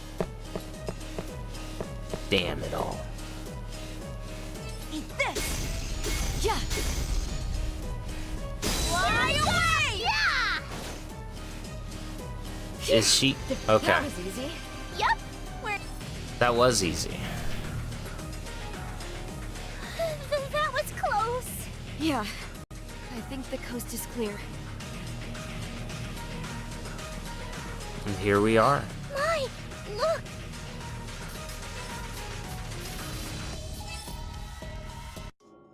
We entered Sheena's room and immediately found what we were looking for. Mai's alt colors are growing on you. I enjoy them.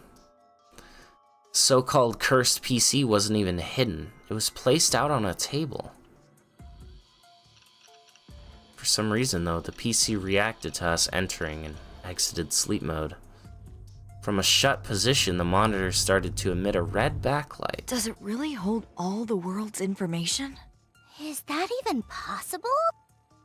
Roddy and I both looked at the laptop before we exchanged a worried glance.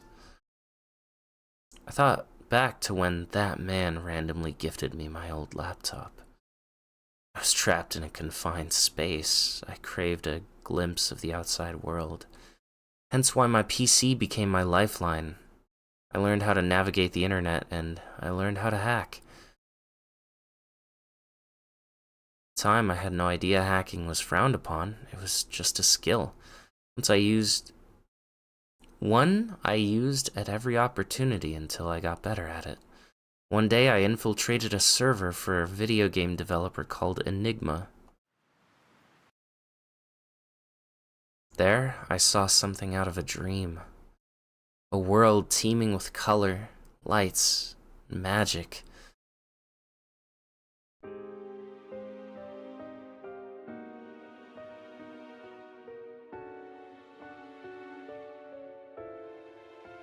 I'd never seen anything like it.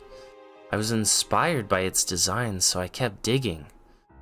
I never wanted to leave.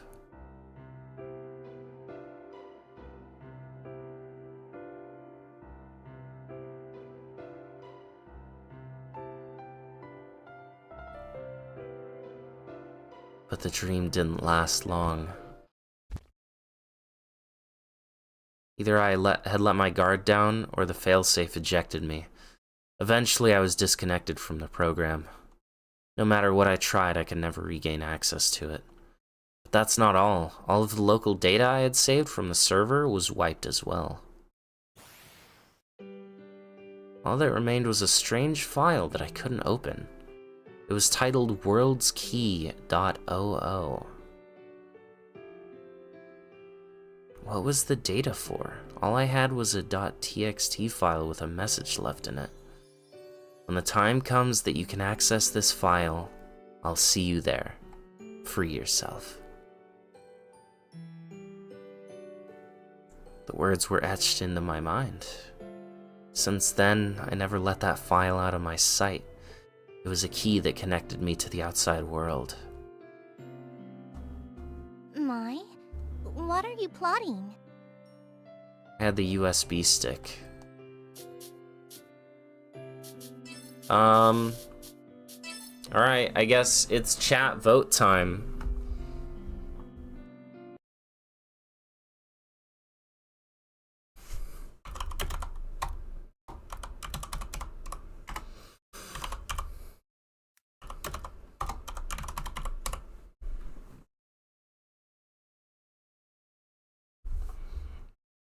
To insert or not insert? That is the question. Do I just put the USB in without inspecting the PC? With no protection? What if it has a virus? My USB could get a virus.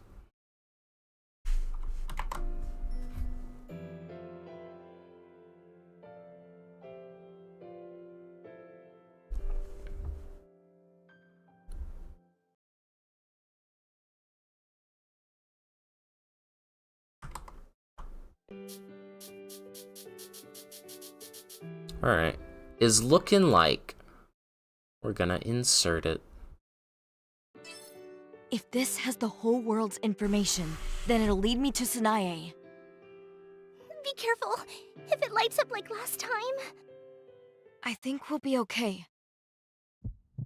I gulped, envisioning what became of the monsters the last time we opened up the cursed PC.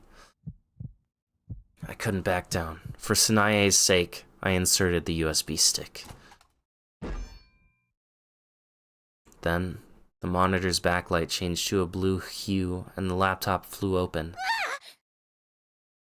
Authentication verified. Accessing user data. Yes!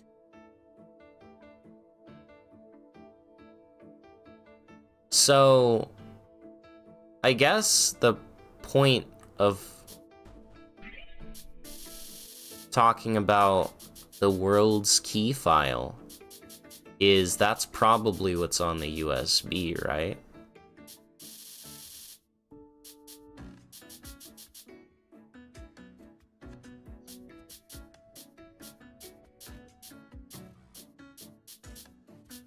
Wait.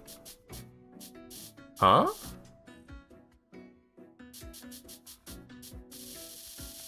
Why isn't it here in the log? Oh wait, no, it is. I'm just dumb. A strange file, titled World's Key. She said she kept it close. Out of your sight. So, is probably that's what's on the USB. I had successfully gotten through. I was hasty to find Sanae's whereabouts, but I had no clue where to begin looking. Retina scan complete. Access granted. Commencing reality expansion. Oh, she's doing the hacker pose. You thought Mai's right hand was giving you the middle finger.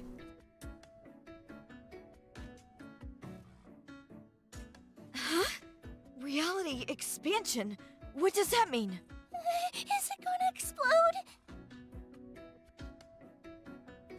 Reality expansion. Its meaning was unclear, but I felt a palpable change inside me. Something. Felt like an internal radar, a sense I could hone to detect other creatures. It was here, the monster from earlier, hiding above us in the ceiling. Oh, my! Above you! By the time Roddy noticed, the monster had already lashed out. However, my new sense allowed me to evade its attack. Heat coursed through my fingers, which were gripped around my hatchet. Sorry, my fish. It tickled up my arm, elbows, wrists. I could sense my pulse. Coming! It was like wildfire summoned from the palm in my hand. My fish channeled the energy. As I swung at the monster, my fish felt weightless. As the jaw connected with its flesh, as the scales connected with its flesh, the monster disintegrated instantly. Whoa! Did I do that? Did I do that? What? Oh, it's like magic! I didn't know you were a mage! I have no idea what you're on about, but this is crazy. A mage. Right. She's not too far off. What are you doing here? A mage. Yeah, I kinda like it. Fitting. This world is comprised of one thing. Programming. If you can harness that skill, you'll manifest mysterious powers. My, you were chosen by that PC. That makes you a programmer. I'm surprised. I have no idea what you're talking about. Huh? That monster you killed in one hit, that was a shadow matter. You did it. Shadow matter? Well, we'll come back to it. I took this PC home to inspect it, but do you want to hold on to it? She did. Yep, she just stood there, watched. If it'll help me find my sister, then sure. I'm sure it will. Take good care of her. She's a little finicky. How rude! I'm not finicky. What the? In here! Here! I peeked at the monitor and there was the avatar of a small girl bouncing up and down as she waved. Whoa! Adorable! Who are you? I'm the navigation avatar, Iris. Are you my master? Seems like it. I'm Mai. Pleased to meet you, Iris. Mai? Okay, I've heard about you. It's nice to meet you. After her tidy introduction, Iris turned around and disappeared. Was she listening in? I'll be on my way then. I've got some leads to look into. Oh, but I plan on sticking around for a while. So if you need me, you know where to find me. Best of luck. Wait. Who are you? Yeah, you're no ordinary maid. If you're a bad person, I'll have to... Miss, if I may, I'm someone who's worried about your mother. Headmistress Midra. The most underused model in both of the games. Really? Yup. One of the rare peaks of Iris's model. Yes, really. I ask that you keep the magic a secret between us three for a bit. Okay? I wasn't eager to take orders from Sheena, but I agreed that keeping it a secret was for the best. Will you promise not to bully Mai? Of course. Then I trust you. For now. Thank you. Only now does she notice Sheena's odd. Mai, there's something more to this town. Keep your guard up. Most importantly, don't let Headmistress Midra know what you're doing. No need to say it twice.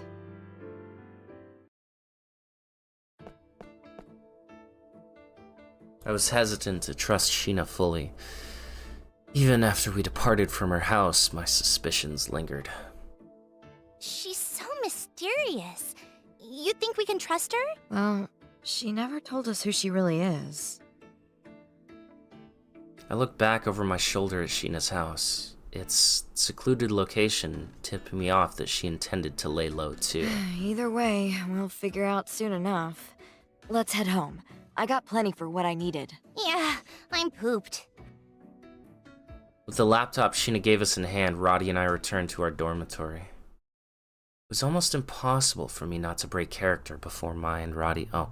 It was almost impossible for me to break character before Mai and Roddy left. I feared they would see right through me.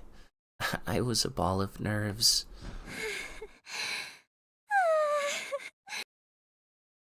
They couldn't have gone far, so I held my breath. I leaned against the wall, cupping my mouth out of desperation. If it'll help me find my sister, then sure. She's such a soon. So cute!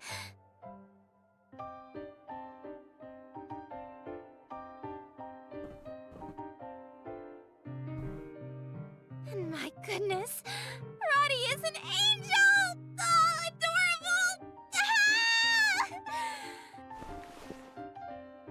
I writhed against the wall, lost in thought.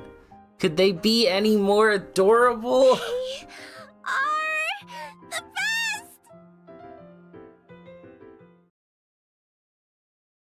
best! Little sister? Sanae? I don't know. Not lesbian, just enthusiastic. Bisexual panic. Sheena hasn't changed even a little.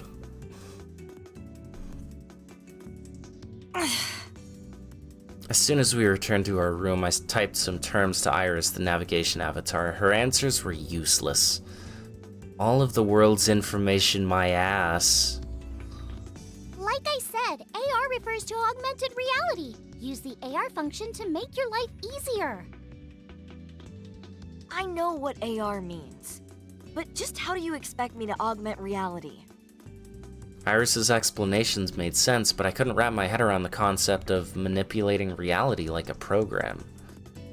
Altering the coding of life itself wasn't exactly a standard feature. This PC was proving to be something extraordinary. If I could become an expert at using it, then it would make investigating the town at night a piece of cake. Then I could find Sanae. This world is made up of tiny building blocks that can be changed with programming, like molecules. Alignment changes properties. Spare me the conceptual framework. Why don't you tell me what useful functions are on this PC? Well, using the AR function allows you to access the online game World's Odyssey. See, deadweight grilled cheese, that's your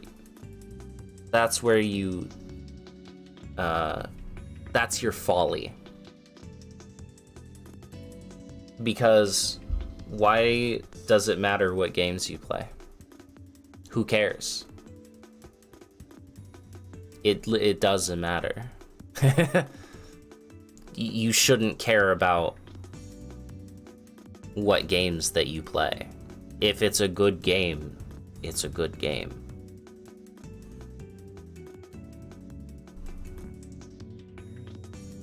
How do I do that? Good question. What the hell? But I can confirm the feature works. Well, we'll table it for now. Tell me what this does. Oh, that? What's so funny, Roddy? Well, you're normally so calm. It's refreshing to see your mind at work. Yeah? Whatever you're talking about with her sounds like gibberish. But it's nice to see you happy. Elstrain, thanks be Lord. Roddy clasps her hands together a few inches in front of her heart, muttering soft words of appreciation. We stan Elstrain! Talking about. I had no idea what Elstrain was either, but if it comforted Roddy, I didn't mind. Never mind her, Iris. So, about this... Oh, that's a special function. It's hard to explain. It seemed there were limitations to what Iris could explain. The PC contained several mysterious functions, but now wasn't the time for impatience. This was the fun part. Okay, how about this? I tried to open another application, but Iris gave me a password prompt. To no one's surprise, I didn't know what the password was. Neither did Iris. She had the gall to tell me I had 3 more tries. I wanted to avoid failing and being locked out, so I left it be. I wonder if we can connect to the Wi-Fi. I searched for connections, but nothing came up. Not one wireless LAN. Why aren't there any networks? I don't need anything fancy. Huh? This is... While searching for networks, I clicked on the nearby PCs function. I only detected one. There's only one. One PC in a place without any other internet connections. I was effectively an island. Anything else you want to know? I'm getting sleepy, so if not, I'd like to go home. As I inspected the list of PC functions, I noticed a display. Wait a minute. Okay, what's this? It just occurred to me that there was a set of numbers in the top right corner of the screen. It looked like some kind of countdown. It is a timer scheduled by the previous admin user. What was the previous admin counting down for? Seems like it's still active. There appears to be no memo. In order to access the schedule app, you will need the right Oh credentials. god. Not trying to skip. I need a password for everything on here. The last admin must have been real paranoid. Maybe. Is that all? Time for bed! Bye-bye! That sound. You heard that when Iris disappeared? That's the sound from last game. Kind of.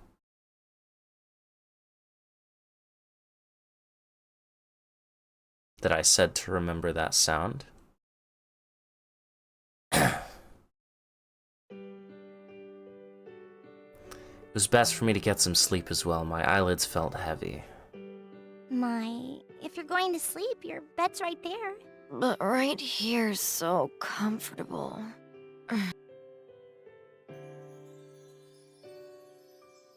I rested my head on the desk and shut my eyes. But right here's so comfortable.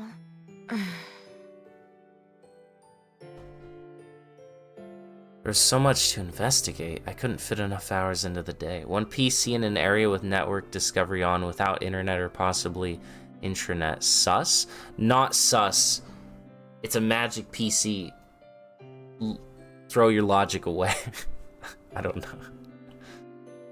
As I contemplated my next move, I dozed off. Sister, I found the next world to observe. Okay. This one we're gonna skip. This one's gonna be for later, okay? We're gonna skip that. It is January 11th, my dudes. We'll come back to that. That thing I skipped, we'll come back to it. It won't make sense right now. All of the residents sat at a long table, chatting amongst themselves as they munched on their breakfast. Wordsworth prided itself on its regulations, but I never thought things were too strict.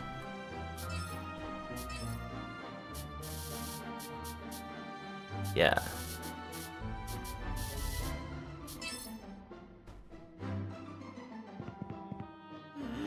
You're rude, Mai. I was kind enough to wake you, but you ditched me while I was in a washroom. I appreciate the wake-up call, but we don't have to go everywhere together. Ugh, you better walk with me tomorrow. Huh? Say, Headmistress Mitra has taken her time today. Seriously. I answered without thinking as I was focused on my food. My soup was starting to cool. It was customary for us to wait for Headmistress Midra's opening remarks.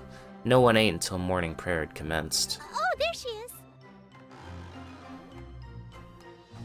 The cafeteria door swung open and the room fell silent. Please just kiss her.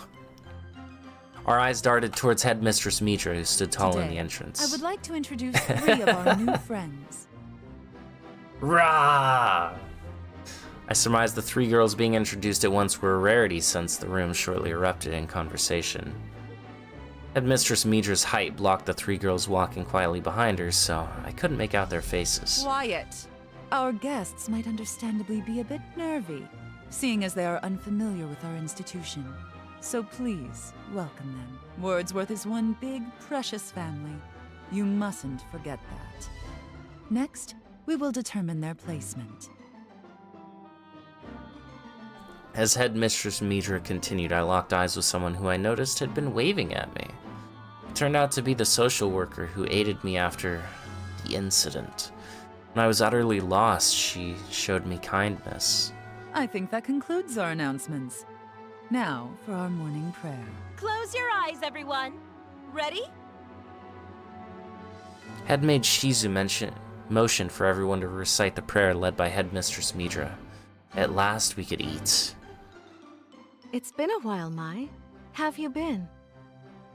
I quietly slurped on my soup as the social worker approached me. Her name escaped me. That's right. Julieta. It has. I'm doing well, thank you. Still getting used to things around here. Mai worked so hard! Even last night! Hey, pipe down. Glad to see you've settled in. Oh, let me introduce the new students. You go ahead, Julieta. 3 girls peeked out from behind Julieta. This is Anne. The girl in the middle is Sarah, and this one is Liliana.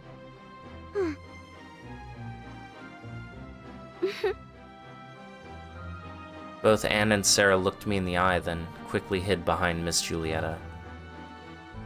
Not that I could blame them, they just arrived, but this place intimidated them.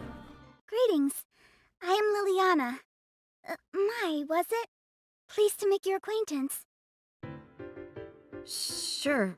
Nice to meet you. Liliana, unlike the other 2, showed confidence. Seems like she's comfy around you, Mai. Like you, Mai. She has had a tough time as of late. Please look out for her. Right. My heart ached as I imagined her suffering the same way I had.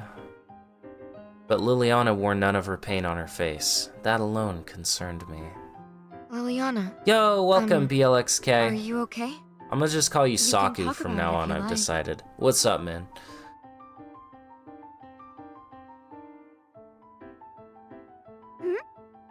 What do you mean?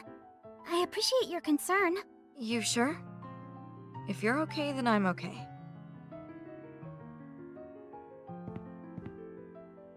As we exchanged pleasantries, Headmistress Midra approached me. My, good to see that you and Liliana are now acquainted. Splendid. Be a dear and show her around later. Liliana Protection Squad, where y'all at? Okay. Aw, no fair, Mai. I'm coming too. Tonight, we will be hosting a welcome soiree for the 3 girls. I shall leave Liliana with you 2. Now, Anne, Sarah, follow me. I'll introduce you to some of our other residents.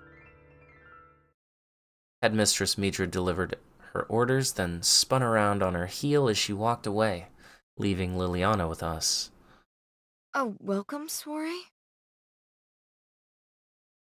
Headmistress Midra spoke in French. She said soiree. She's also a lesbian. How does she have a daughter? It's not adding up. Adoption?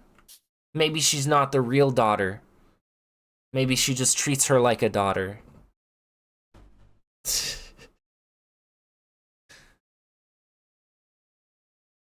I have a habit of taking things negatively, one of my more unsavory habits. Don't take it personally, Mai. What? It has nothing to do with you. Sometimes we throw welcome parties, other times we don't. 50% lesbian? Actually, well, if her mom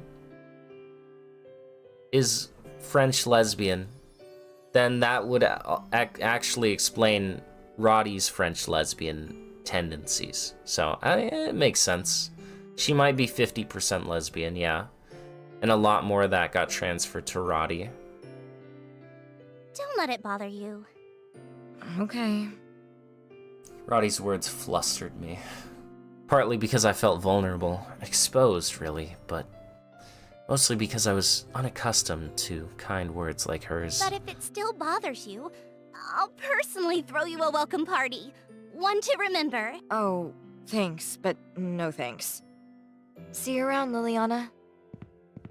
Ah, you're a tough nut to crack, Mai. But that's what makes you wonderful. Yeah. Yeah.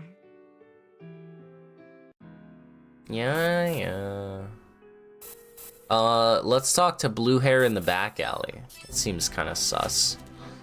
Hey, Mai, can we try going to the shop next time? What do you think? Hey, Roddy, doesn't that look more interesting? Near the shop Roddy was talking about was Sarah, who seemed to be sneaking around, hiding by the building. Would the welcome party be at night? No, I don't think so. Oh, you mean Sarah? I suppose it does seem interesting, but I really wanted to spend time with you. You don't have to. I ripped Roddy off my arm as she was clinging to it and started walking towards Sarah, who seemed to be acting rather strangely. Looks like she's staring at something. Is she following someone? Sarah. I tapped on her shoulder. She jolted. Shh! What are you... Hey, be quiet! Her hand covered my mouth almost instantly. She looked very serious. Oh, I'm sorry, that was a bit much, huh? Goodness, what are you doing here, Sarah? You look so suspicious right now. I know I do. Sarah didn't seem to acknowledge Roddy and continued observing her subject. Don't tell me she's caught up in something dangerous. Phew, I think I'm still in the clear. Who are you following? I'm not following anyone, I'm just supervising. There's a student out there who's running errands for the very first time. They're running errands? Yeah, and it won't be much good if they get lost. What happens if she gets too scared and starts crying out there? Then what? I'm just keeping an eye on her and making sure everything goes smoothly. I still don't know who you're talking about. If you're trying to supervise her, why don't you get closer rather than stalking her from afar? Looking sus, as in picious. I can't do that. This will be pointless if I get caught. Why? You're not doing anything wrong. Sarah shook her head and slumped her shoulders. You don't get it, do you? Pretend you two were out on your first errand. What if, even though you put so much effort into doing your job, you realized someone had been keeping tabs on you the whole time? Well, I'd be happy because it would feel like someone cared about me enough to worry. Right? No. My answer seemed to stand opposite to Roddy's if it happened to me. I would think that person didn't trust me. As I muttered the answer, Sarah's eyes went wide. Exactly! Anyone would be sad if they realized no one trusted them, right? So I just wanted to watch from afar, but not so far that I can't help if needed. Sarah seemed very proud for a moment, but immediately gasped and peeped back out. She kept looking around. Crap! We were chatting for too long. I have to make sure I don't lose her. Oh, there she is. I'm gonna go get a move on. Make sure you two don't get lost, okay? Just like that, Sarah continued sneaking around from her hiding spot to hiding spot. Don't get lost? How old does she think we are? Well, I don't think she's being very overprotective. Alright. Roddy, this way. I spotted Roddy coming in late and I waved at her. She came running over and looked apologetic. Sorry I took long. Let's head over to the cafeteria. Oh, you're taking that book, Liliana? Won't it get dirty? Oh, you have a point, huh? But I'm so curious about what happens next. It'll be fine. Liliana has matters, so she won't read while eating. Yes, of course I will. Ah! What the?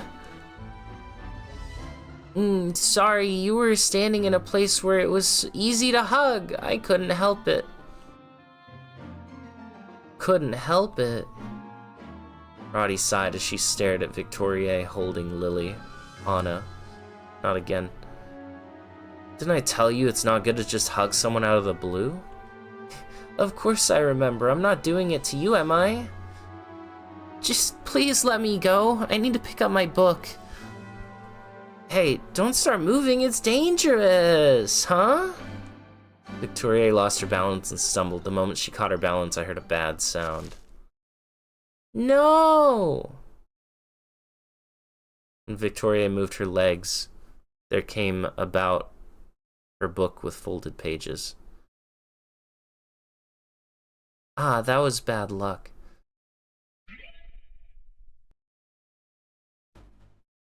I had just bought this book. I'm sorry, Liliana. I'll lend you this book. Will you forgive me? Victoria handed her a book. I wanted to read this. You're going to lend it to me? Yeah, sure. Then I guess I'll forgive you. Aw, I'm glad. Seeing that Liliana was in a better mood, Victoria smiled. She picked up the book that had fallen on the floor and without hesitation threw it into the trash can. It's just got some bent pages. Why? Okay, I'm glad they reacted to that. Why would you throw it away? I will still read it. Oh, really? Victoria cocked her head as Liliana panicked. Oh, I thought you didn't want it anymore, so I thought I'd throw it away. Sorry. Wow, you surprised me. It's okay. I'll go get it. Okay, sorry. Guess Liliana didn't want anything else to happen to the book and reached out for the trash can. Seeing Victoria quick to apologize, I guess she didn't mean any harm. Victoria's a good girl, but she's different at times. I guess you'd call that ditzy? Ditzy, huh? Felt like that wasn't the word. But I didn't know what was fitting, so I just stared at Victoria smiling. Sus. What you doing, Pick? Heard footsteps behind me. I stopped. My. Oh, hey, Pick. What's up? Do you want to try and talk about what you were going to talk about last time? Yeah, I've been waiting to talk to you. I don't know why I've decided to give her this voice, but we're rolling with it. Oh, she's gonna confess, Mai. She's gonna confess to Mai, but Mai's mine! Roddy, stop messing around. I'm sorry, I'll stop. Go on then, and... Mai? Remember what I said? Be nice, right? I sighed. Roddy smiled. Back again to dismiss the lesbian accusations. Welcome back. Oh, by the way, you should stop saying I'm yours. That's never, ever going to happen. What?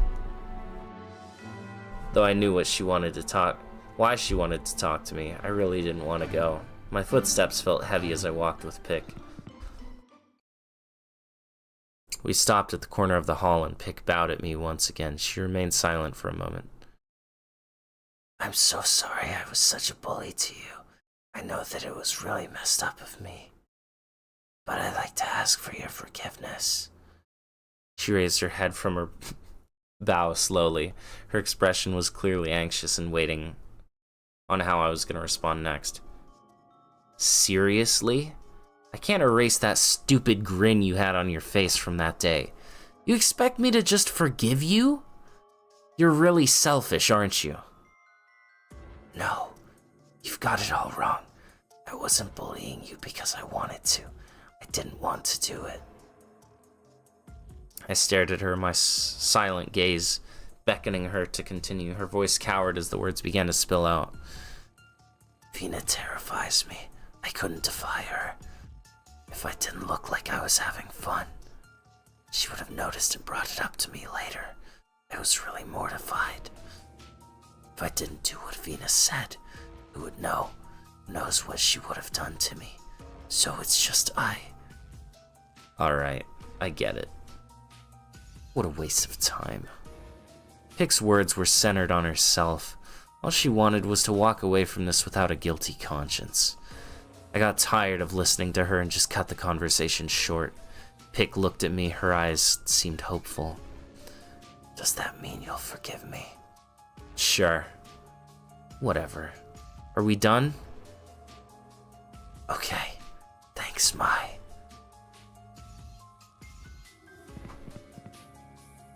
Pick, now beaming, practically skipped away. Was this how she apologized to Roddy?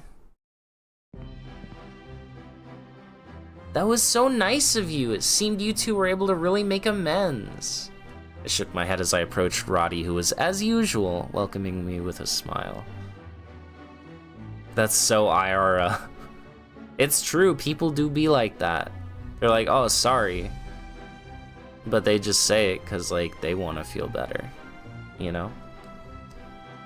And you're just like, yeah, whatever. And then they're like, okay, cool. We're all good now.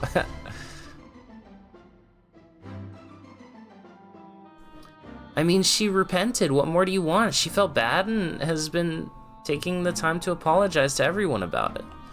A student who's always been known to cause problems has corrected herself. I'm sure even my mother would be proud of that. Repented? Is that what you think that was?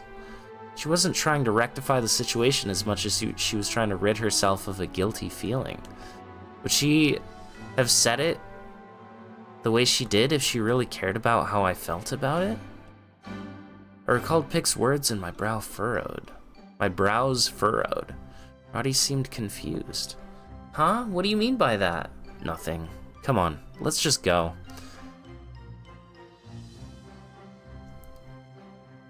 See the world in a grain of sand, and have it in a wild flower. Hold infinity in the palm of your hand, and eternity in an hour. The ASMR to fall asleep to. The angel that presided o'er my birth said, little creature formed of joy and mirth, go love without the help of anything on earth.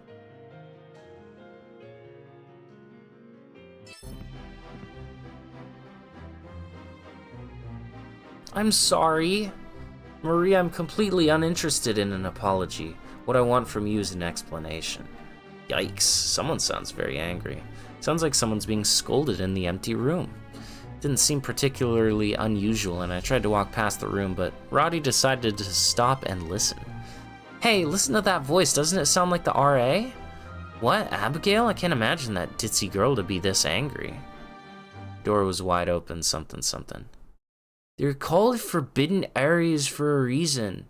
You know that, don't you? It's one thing to have a guilty conscience and another to truly feel repentance over the behavior. Absolutely. Feeling guilty is not having compassion for the other party. They're not the same thing.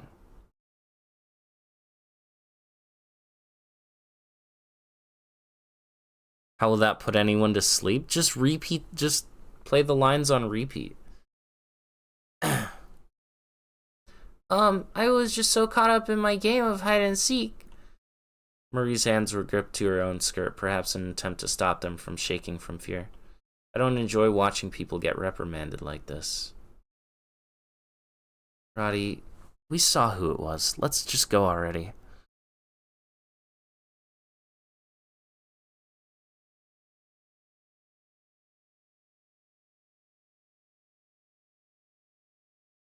Oh, hold on, this is getting good. Good? I wanted to leave, but couldn't help but look. I peered in and saw Abigail hugging Marie. I'll be leaving soon. You're a good one, Marie. You understand, don't you? Yeah, and I'll never do it again.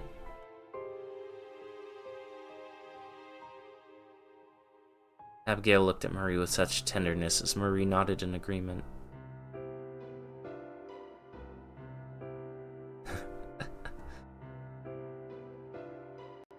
5-minute-long song on repeat is annoying. Speak for yourself. I've genuinely had times in my life when I'm just hyper focused on something, like playing a game or doing a task, and I will play the same song on repeat for like 4 hours. And not even a 5-minute song, it'd be a 3-minute song, even. I'm kind of crazy like that. The RA is usually very ditzy, but when she sees someone doing something potentially dangerous, she becomes very impassioned. And after having a serious chat, she would always offer forgiveness, just like this. Here, I thought she was useless as an RA. I guess she does have a good head on her shoulders. Wow, you look like you're impressed. Hey, what do you think about me? Do I impress you like that? You love me, right? Why would you even try to steal the moment like that? Come on, let's go. What? Like Roddy said, I was actually impressed with Abigail. Something stood out, though. I'll be leaving soon. You're a good one, Marie. You understand, don't you? I'll be leaving soon. Her words said that she'd be leaving soon. What was that supposed to mean?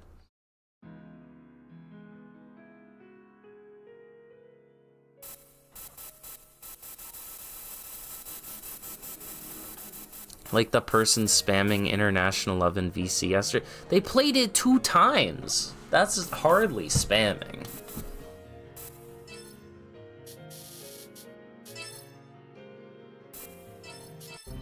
Tonight is our welcome soiree for our 3 new students. Ladies, please be sure to celebrate responsibly. That is the Wordsworth... I drifted out of focus during Headmistress Midra's speech, choosing instead to focus on the meal set out before me. Nicer fare than usual. Our usual light broth was replaced with a stew, and it even contained meat with what little of it there was. Got it. This is what a welcome soiree looks like. Not that I would know. I didn't get one. Yeah, there was the soundboard spam. That was happening also. Okay, commence the feast. Bury the light 1,000 times. Yeah, that did happen.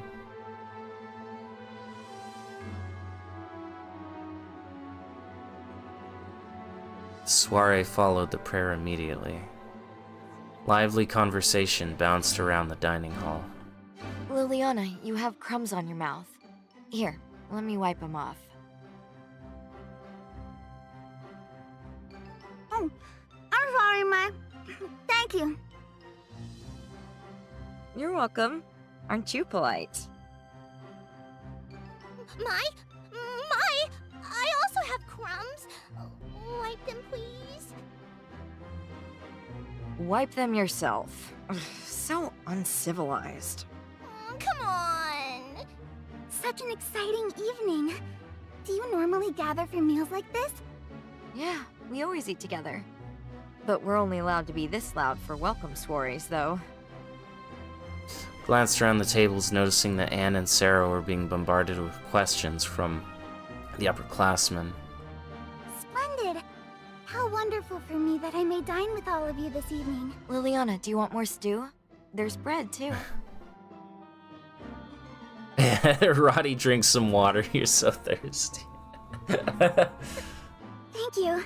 So true. It's your welcome soiree. Don't thank me. My, you never pay attention to me. Oh, sorry. It was true. I was doting on Liliana. The only reason, I suspected, was that she experienced something similar to me. I've been meaning to tell you, your hair color is quite lovely. What country are you from? I was born in Japan. Do you know where that is? Yes, a mystical country in the Orient. Do you plan to return someday? I don't know. Why are you so curious about me? I simply wish to know more about you, Mai. For example, tell me your wildest dream. My dream is to... Mai's wildest dream is to become my wife. Alright, you want to tell me it's not lesbian now, Dante? tell me it's not lesbian now. Go ahead, try.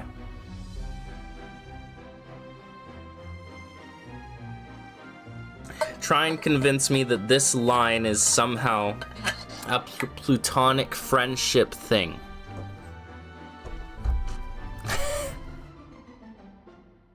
Really? She's joking. Liliana, don't listen to a word that comes out of Roddy's mouth. You're cute when you blush. I'm not blushing. Jeez. Anyway, how about you, Liliana? What's your dream? That's easy.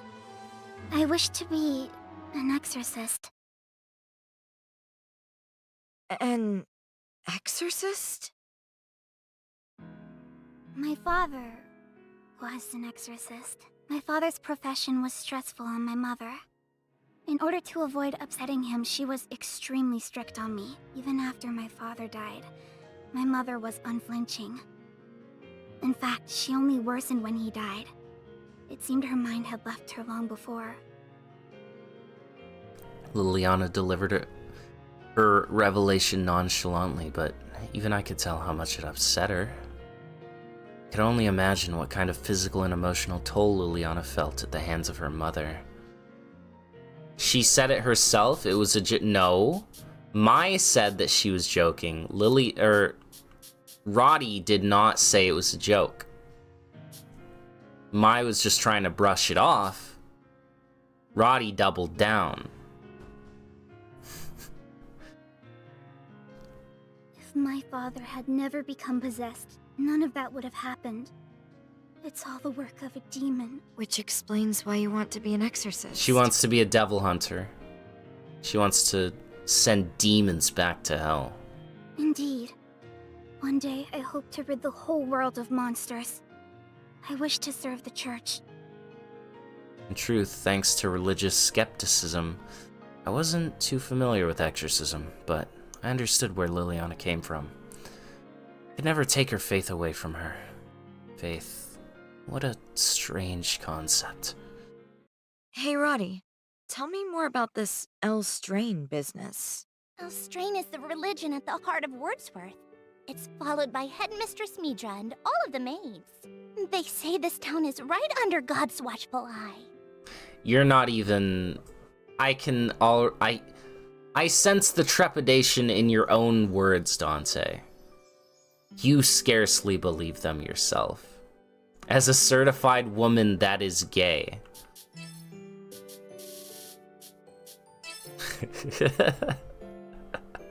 I see.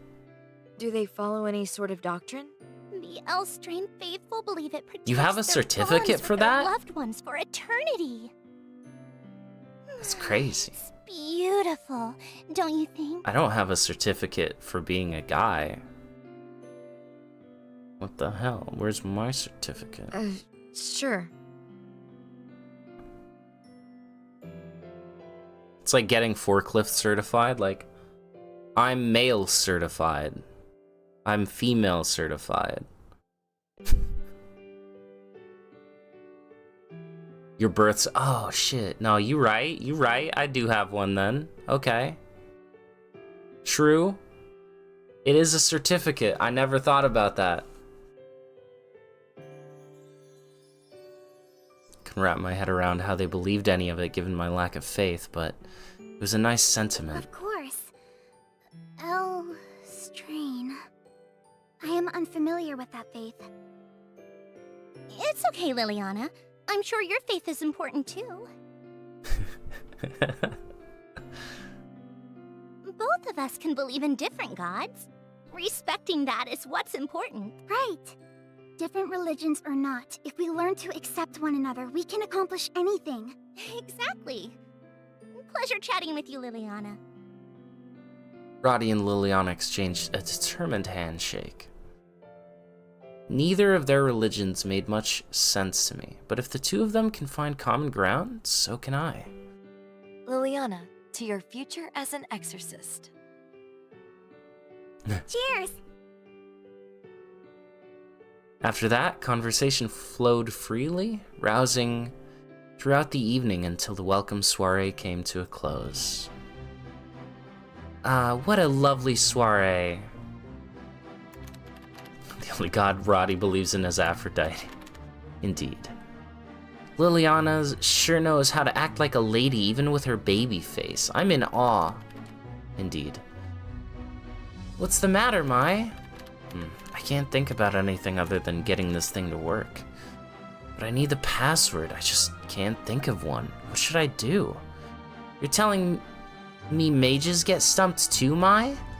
I told you, I'm not a mage. Hey, Iris? What are you doing up so late?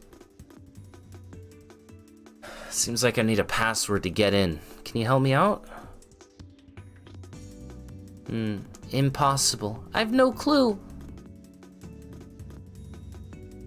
You're useless. All-knowing laptop, my butt. How rude, Mai. That's just heresy. You can't expect me to know something I don't. Oh, but maybe I have one hint?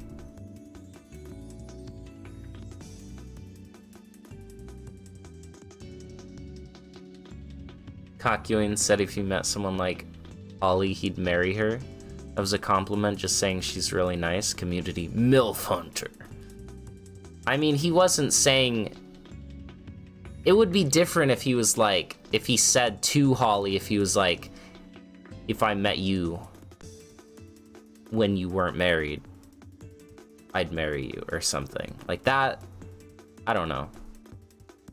If he spoke specifically to her about, like, I would marry you, type of thing. Enacting power as some human to officially state Roddy is a lesbian. Some human has spoken. Roddy is a lesbian. Glory to Elstrain.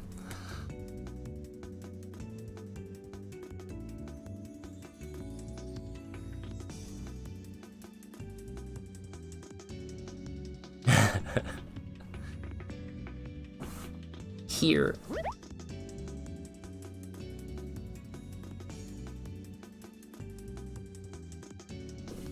Arata left behind this map of Leishuara. Perhaps this could help? Arata? Is this the previous owner's name? With piqued curiosity, I stared long at the map.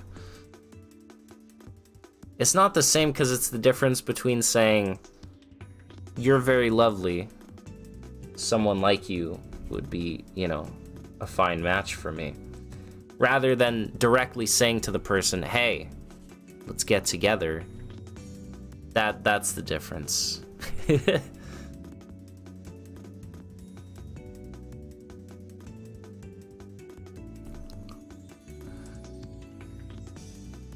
don't know where it leads, but it's something. What did it say? A map of the town sectioned and marked. Okay. So far, my search for Sanae yielded nothing. There was no telling if this hint from Iris was useless, or if it was exactly what I needed.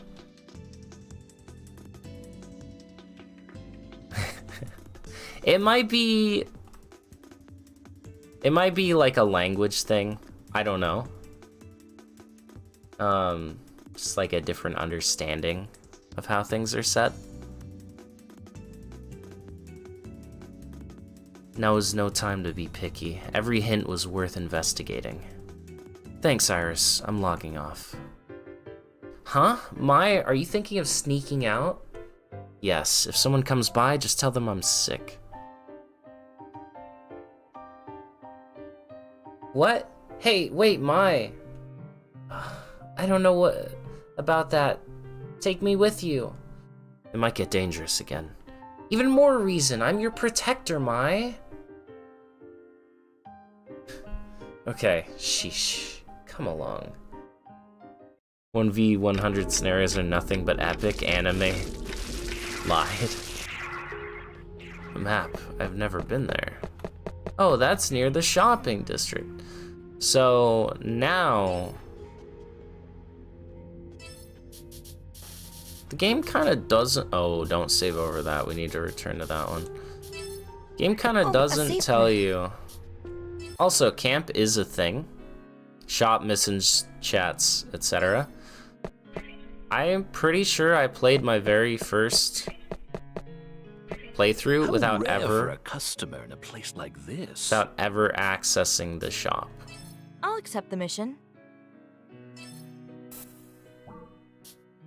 So, Welcome. Buying, are you? welcome.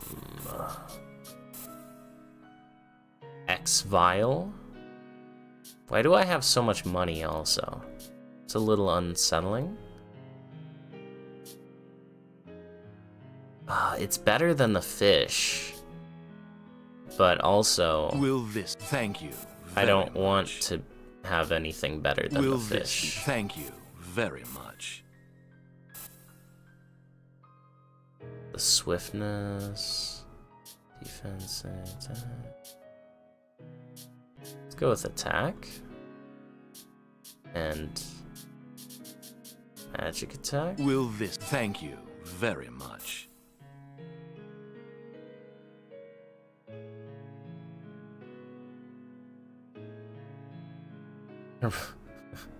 Body language is even more important than what's being said. Lucky for you, the gals here are too deep.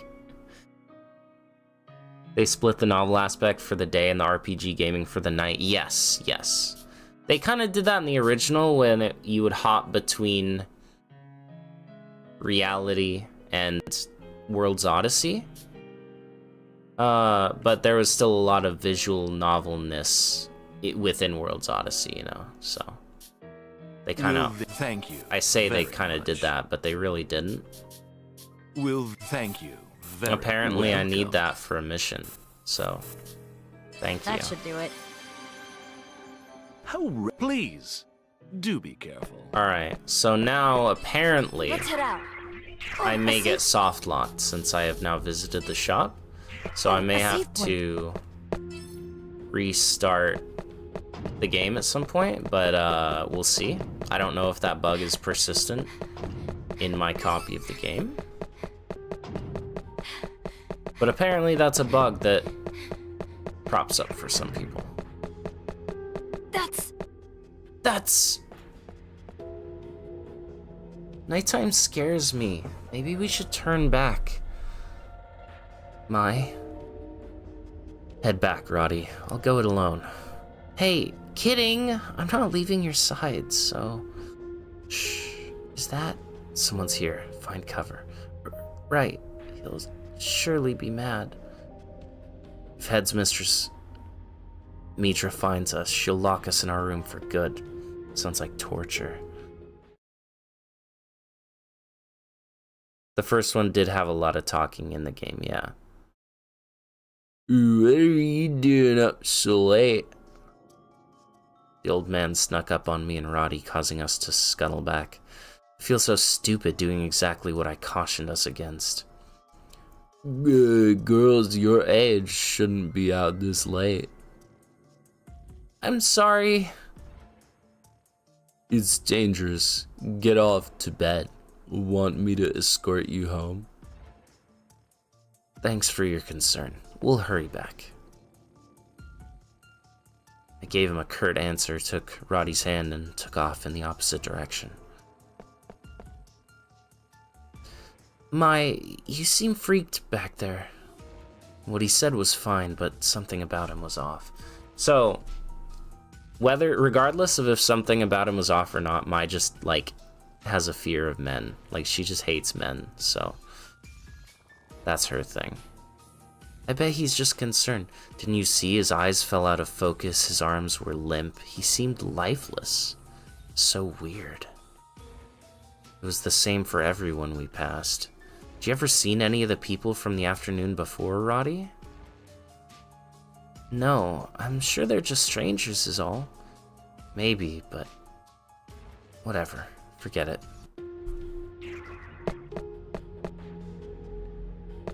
Hold on, there's item over here? Me like treasure. How is it? I can't replace my fish, though. How is it? That's the thing.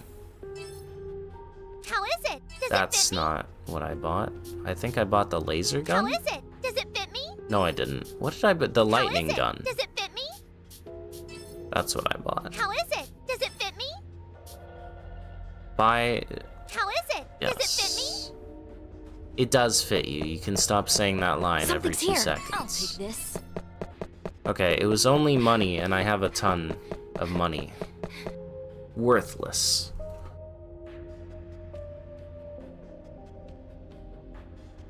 But yeah, it is a lot more neatly organized in terms of that separation between the RPG stuff happens at night when you end the day, and then during the day you have all your visual novel stuff where you're not even forced necessarily to do all of it. So if you notice, a lot of there are like the main scenes, and then all of the like talking to different people throughout the town. That stuff I pick, and I always have the option to just end the day. I think you'll make. So I don't actually ever have to talk to all of them. What? I'll do this. Okay. I'll look at the information. Random parameter up. Okay. We still haven't seen Mai's corruption yet. Let's spy that real quick.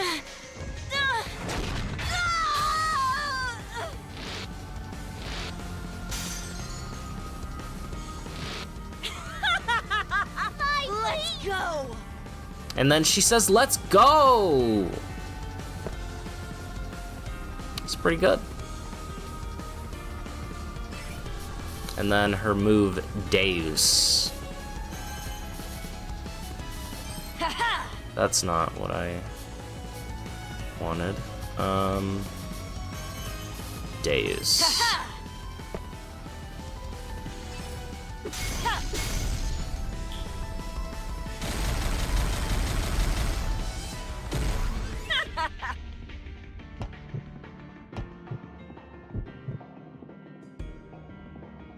Disappear. Her hair color does change. You're in the way. That was easy. Yup, we're invincible when paired together. There's not one straight bone in Roddy's body. Stronger. Van Peeler. Metanarch.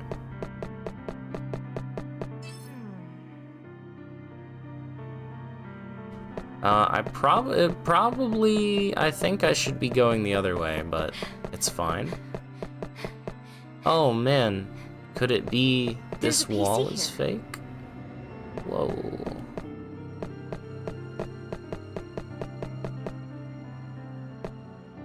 Can't stay awake these days. Something's here. Huh. I'll take this. Sounds like you're pretty sleepy.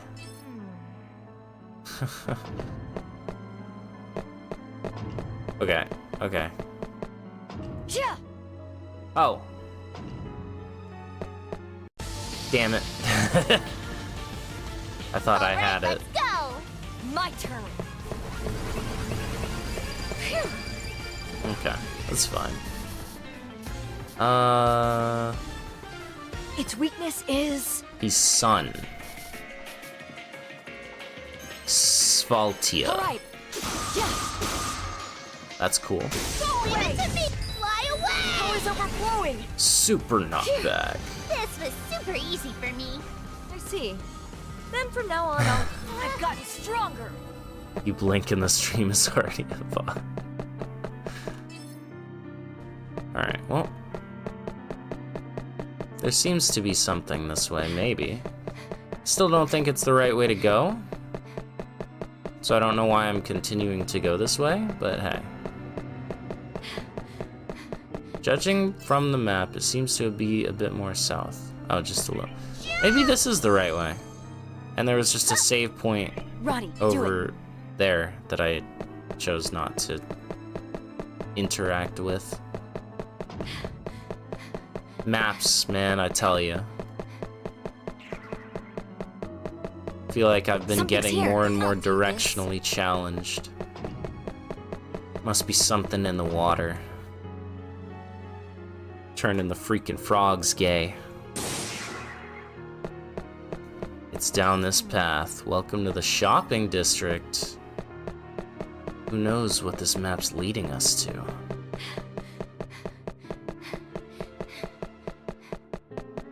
Something Okay, marked treasure on a box. map that Arata left behind. But where is Arata? Why was his PC just sitting in that old printing shop? And what's up with Sheena? Is she here looking for Arata? Pearl hair ornament. Starting battle. My turn.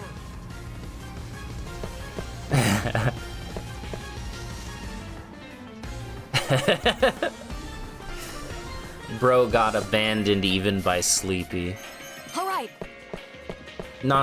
Maybe he just maybe he just fell asleep again. Get out of here.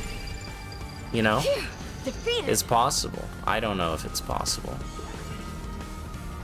During a battle, enemies may inflict status effects. Okay. It's my turn. I don't know what that status effect does. There. What I do know Eat that. is you're getting knockbacked, sir. Eat that. Yeah. Okay, I messed it up actually.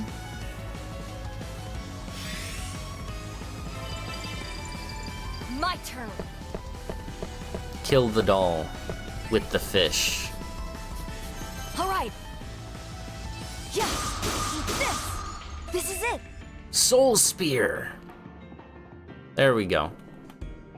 Combine multiple skills together to come up with a new skill. Take this. Go away. Phew. Defeated. Wow. Okay. I'll do my best. Zesty is 2 deaths away from doing Pain plus Oko naked. Oh no. His mental state is deteriorating at a rapid pace. This is the end. I'll do this. It's no good. All right. Fly away. There's a super knockback. This is the end. I got stronger. Okay.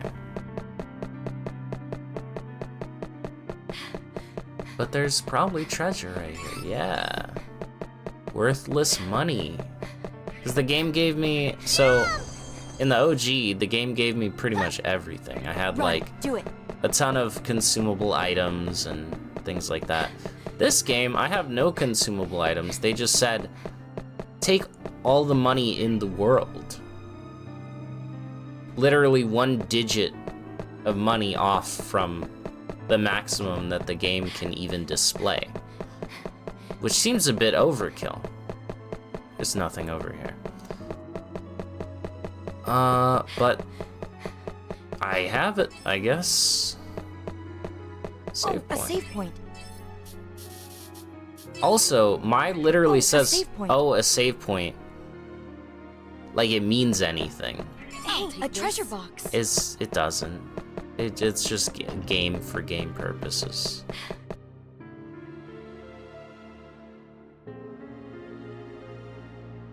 They don't actually talk about save points in the lore of the story.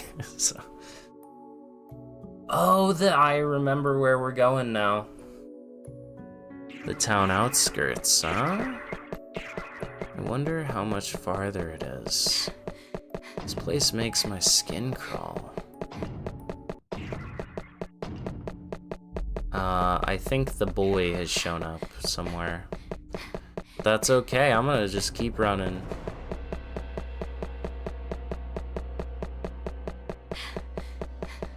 How does she know what a save point is if she thinks this is real? That's what I'm saying, is it's just being gamey. It's not like an actual canon thing that she's like, oh yes, the save point. It's just game being game. It's not like a They don't talk about the save points in the lore, you know what I mean?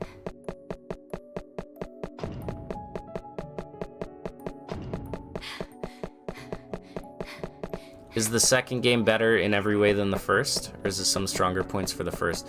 Gameplay-wise, the second game is very fun and improves on a lot of stuff from the first.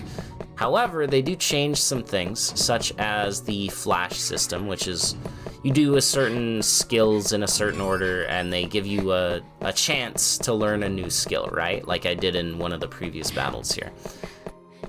That is changed from the original, so you do that in the original, but it tells you when you get a combination, it tells you a little light bulb pops up telling you a chance, like what chance you would have to learn something new. This game does not do that. There is no light bulb, doesn't tell you chances. It just kind of happens seemingly randomly. Apparently in the background, they are set percentages and they don't change based on level. Which in the first game, that's what it was, is the more you leveled up, the more likely you were to learn the kind of higher tier skills. So that's one difference. Another difference is the first game, you can do it base level. It's all strategy, right? Like, you have the leveling up and stats and equipment and all that. But you could theoretically, and it has been done by myself and Goku, do it at base level. This game has no such accessory where you can do anything at a base level. And if you try skipping a lot of encounters, kind of like I did where I was hella under-leveled towards the end of the first game, you're gonna have a really bad time. This game is all about stats, all about inflated numbers and HP.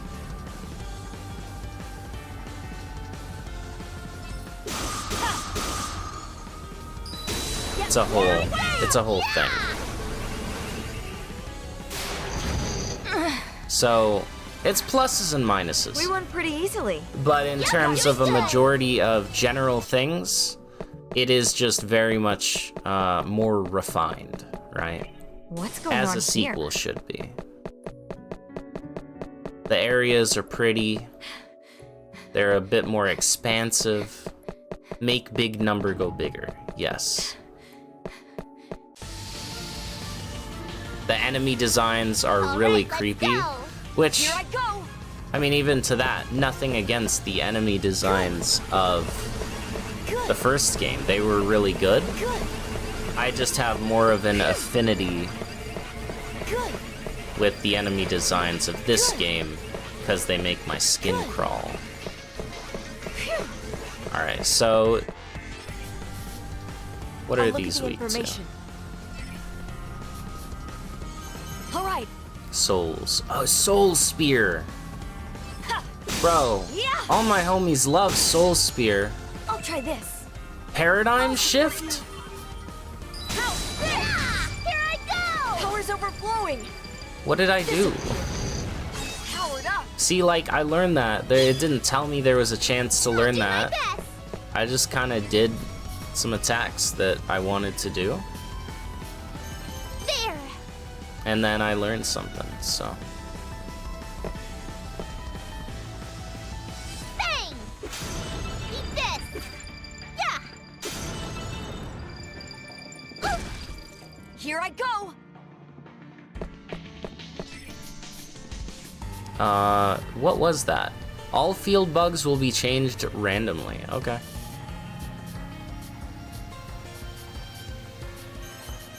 All right. What if I do like one of each? How's that? Geometry. Give it to me! Yeah! I didn't learn anything. We love no explanation for mechanics, exactly. It's a downgrade. They don't moan when they pick up the glowy things like they did in 1. Vizstar Hans and Lunacol Tare. I've never understood. That's the one thing. Box? The naming convention for the skills.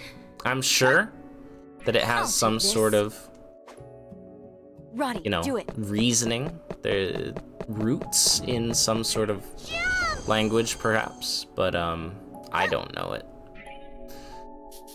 What did I get?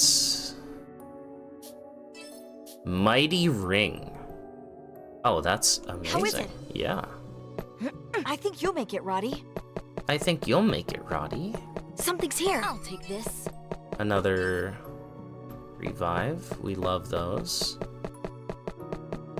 There are also keys that will be hidden in treasure boxes.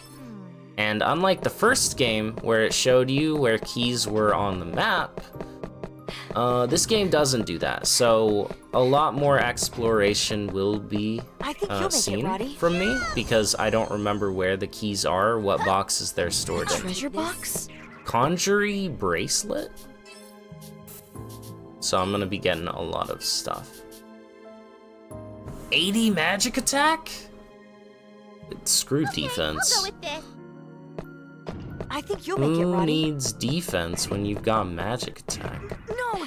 Go away! No! Go away! Alright, down the path. Yeah, I mean, it's, you know... Wait. Wrong way. Oh, I did want to go up. Damn it. I'm not that bad with directions, I promise. DMC never explained JCing until 5, so usually it's a good thing that makes it interesting. Right, but when you're just like... Oh, a save point. Oh, a save point. I don't know. It's a whole, like, it was nice that the first game showed your chance to learn new moves, right? Because it's an RPG. It's about you learn new moves, A treasure box. new cool things. I think you'll make it, Roddy. It's not Something's here. necessarily I'll about take this. mechanical skill, right? It's about learning skills. Like in the game. So, I don't know. What's up, Roddy? This is where they found Vina. Really? Yeah, there's something familiar about this spot. It matches up with what I heard. Hey, can we leave? We shouldn't go any deeper into the forest. Why not? I know it's dangerous, but we've been... We need to run, Mai. So, here's what I was talking about. That, like, bed-looking monster, the sheet with the, like, the things coming out of it. Now we see an evolution of it, where this creepy-ass upside-down face has busted out of the sheet, and you can see kind of its claws. But if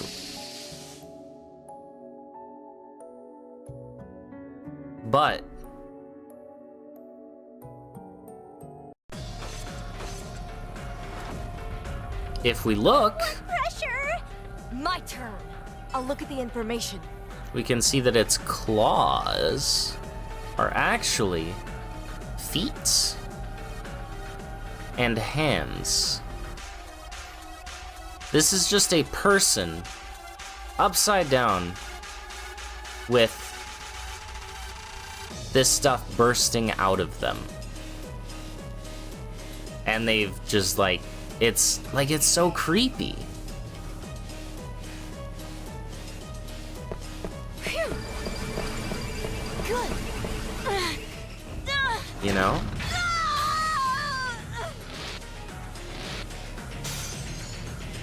I really like Mai's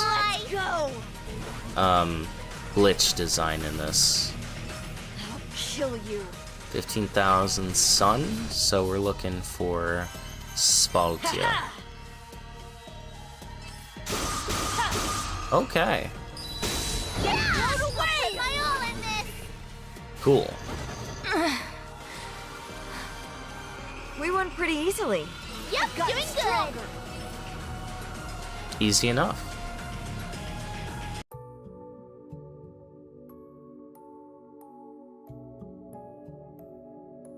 This should be in a scary movie. It's creepy, I know. And there's way more creepy stuff in store. I'm just saying, I really enjoy the enemy design in this one. Like, it's a lot more,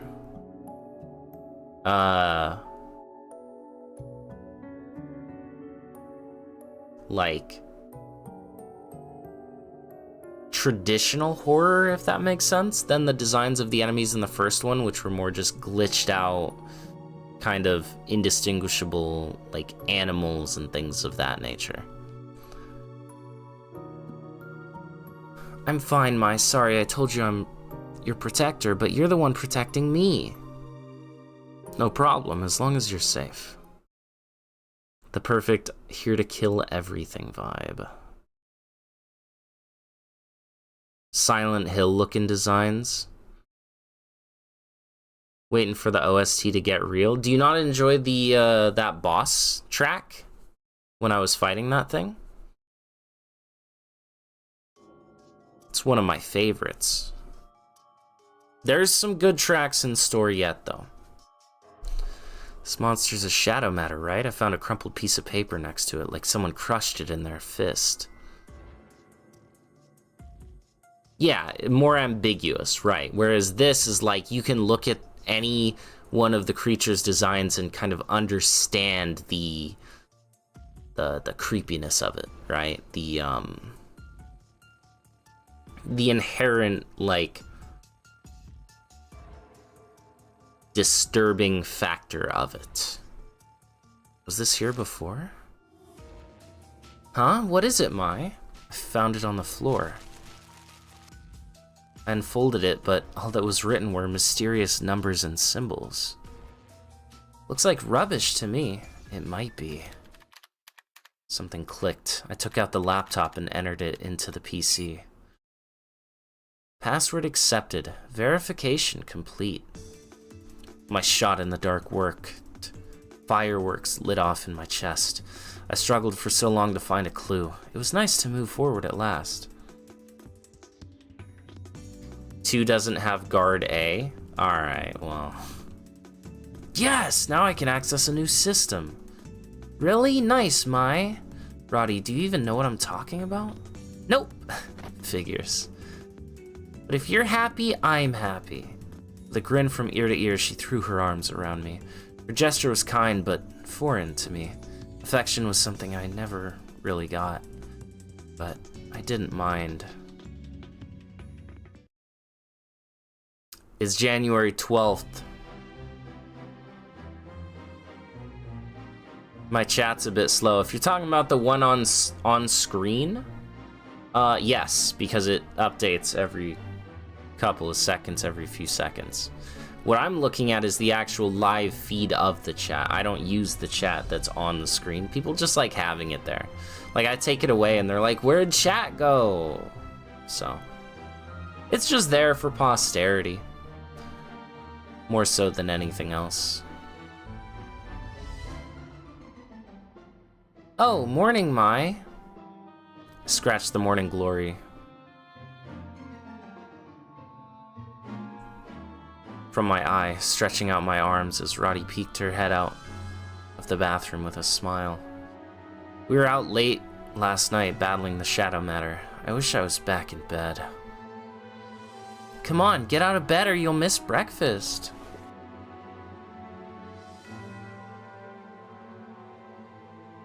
I got halfway into changing my outfit before I succumbed to exhaustion and passed out again. Give a rewind to listen to the boss OST. Most of the time that it's played, it's been very short because the fights haven't lasted too long. You'll hear it more. You'll hear it more later. When some fights start going for longer than 2 seconds. Hey, don't fall asleep. Oh, come on. Oh, come in. My, Roddy, good morning. My? Liliana?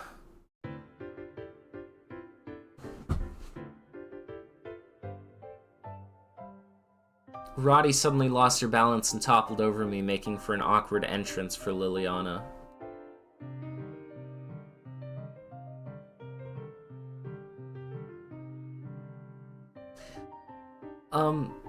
Liliana. My, you're so soft. Roddy started rubbing her cheek on me, the nerve of this girl. Ah, your perfume. Okay, get off me. Ah. Oh, my, you pushed me. I might love you, but not that much. Shoved Roddy to the floor, ignoring her as she pouted haughtily on the ground. I couldn't let Liliana see me, so sloven. Hear the full playlist without any SFX or voice distractions. The music captured your interest in a heartbeat, hell yeah.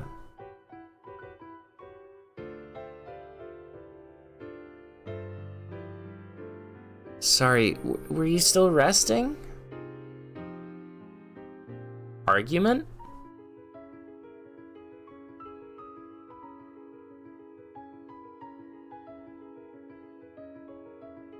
Glad I didn't intrude.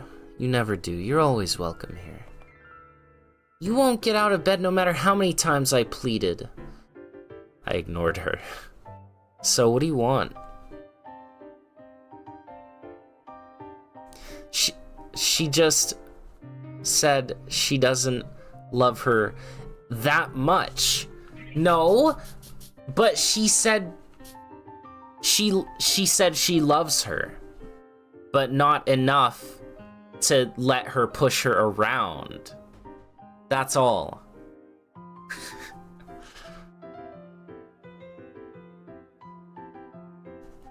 That's all she meant by it. Want us to give you a tour? No, but I noticed you two go from one place to the next rather quickly, so if there's some trouble you were in, I want to help. We're not in any trouble. But during free periods, while others chatter in the room or visit the common area, you both are always on the move. So I'd like to help.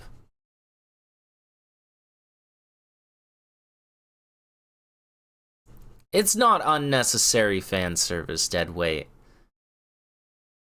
I will go to bat for this one. It's not like this game has fan service everywhere. They're showing you these lewd scenes. Okay. That was a one-off.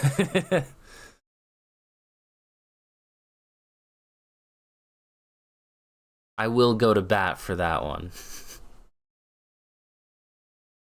What do you say, Mai? There was a hint of worry in Roddy's eyes, but I trusted Liliana. I didn't mind her tagging along. You see, I have a little sister named Sanae who's missing. Missing? My answer came unexpectedly to Liliana, who stood there for a moment quietly. It's no different than a straight couple being clingy. Yeah. It's like if you were playing a visual novel and, like, dude kissed a chick and they just showed the scene and that's it. Nothing unnecessary about it. It's just...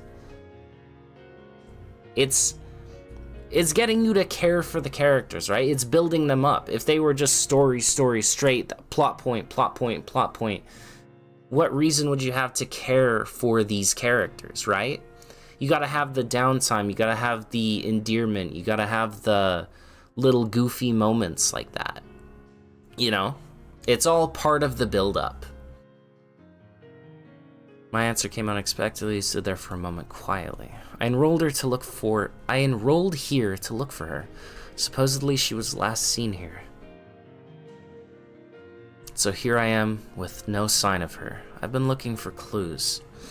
Sorry if that's a lot at once, Liliana. I know there's nothing you can do. Forget I said anything. Mai, I want to help. Liliana rushed to clasp my hand, her eyes teary. Wait, seriously?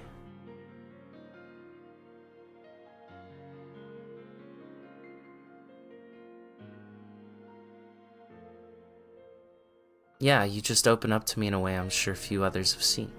Absolutely, you can care for a character without fan service. But it's not like there's been an overtly huge amount of fan service. You know? You just throw like one or two things in there, some cute CGs, they're in like cuddling in bed, whatever, you know? It's just... And that one was a more goofy one.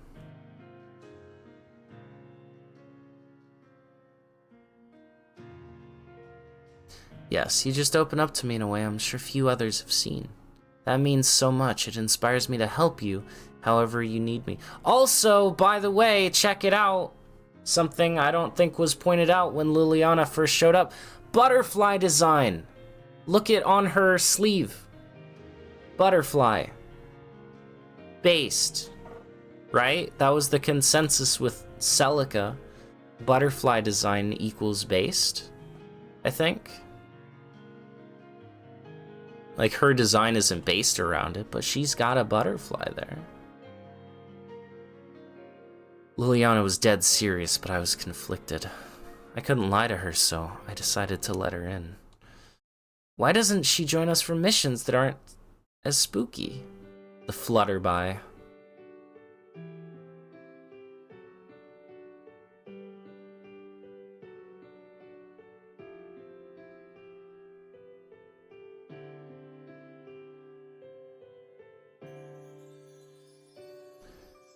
Roddy's warm smile endeared me to her. It was one of her best qualities. Butterfly design, hell yeah, woohoo! Your favorite fan service moment was with her dad at the start of the game. It's true, you know, in some circles that could be considered fan service as well. Not wrong. But nobody complains about that. In fact, based on what people were saying about from the last game, people wanted to see more of that.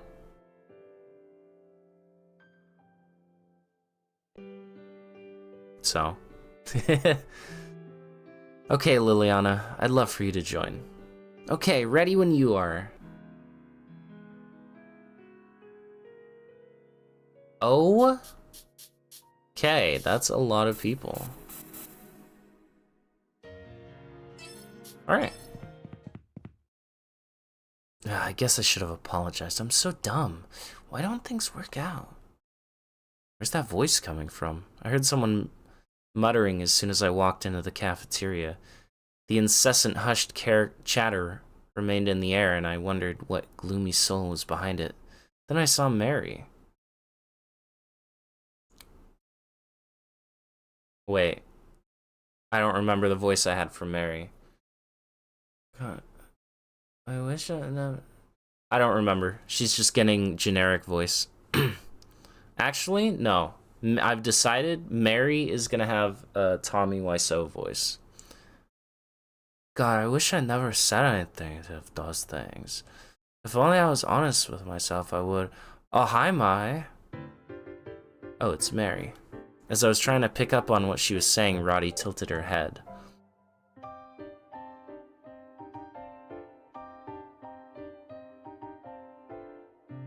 That's true, Dante, that's true. Mary was Christopher Walken? I don't believe that. She's starting to worry me. Should we go see what's wrong? No, I don't think we should. She's having a moment by herself. What kind of moment? Roddy seemed confused. She's taking a moment to reflect on a failure and considering what she should have done better. She's learning. Whispering in a raspy voice? I thought that was someone else. What? That sounds odd. Why do you know about that, Mai? A lot of people back home do that. My last stream was 11 hours long. Incorrect. My last stream was what, like 6 hours? If you're talking about my last Death End stream, it's because I had to finish it. I was too close to the end.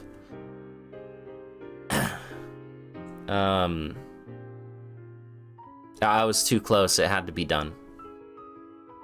I thought it would. I didn't think it would take that long, and then it took longer. So, but, you know, it was like doubling down. 99% of gamblers quit before they hit it big. You know what I mean? It's like, I thought I was close to the end.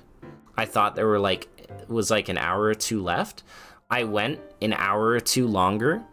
By that point, there was maybe, I thought, an hour or two left. Can't quit now. Kept going. Then, there was still maybe like an hour or two left.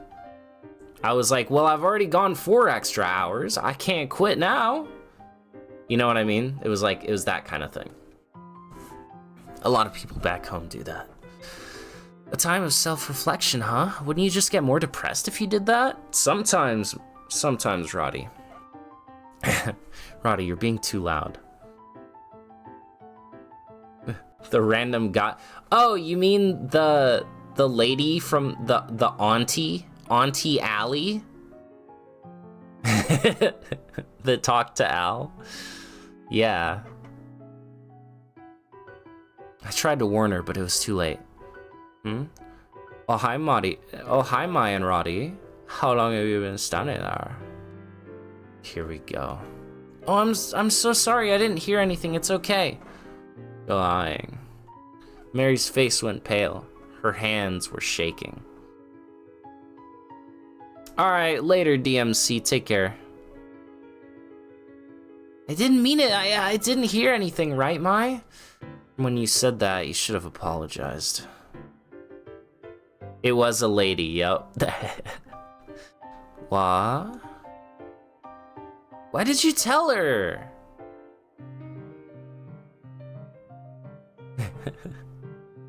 It's more embarrassing when you try to pretend that we didn't. I look over at Mary and her pale face began to turn bright red. You better keep what I was talking about a secret, okay? You think she'll be okay? I think so. Wouldn't you rather see a little color in her face instead of her looking like a ghost? What kind of logic is that?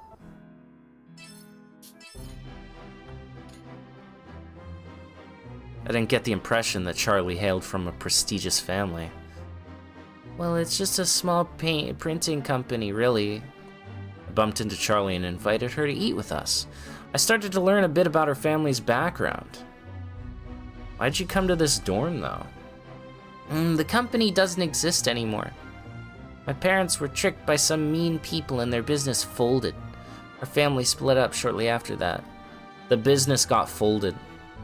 That must have been really hard. Liliana stopped eating. Her eyes were sad. It was a huge adjustment coming here. There's so many weirdos. But at the end of the day, everyone here's so cute and good and sweet, so I really do enjoy it here. You're a little weirdo too, you know. Ha ha ha. Anyway, why are you here, Mai? I have to answer too? As usual, you're straight and to the point. I didn't expect to be asked that right now. I could feel a bitter look form on my face. Charlie seriously knows how to dish out such direct questions. She's merciless. When the printing press folds, that's right. The printing press doesn't fold, it got folded. We're friends now, Mai. I just want to know more about the person behind this brooding, pretty face of yours. I guess I don't mind.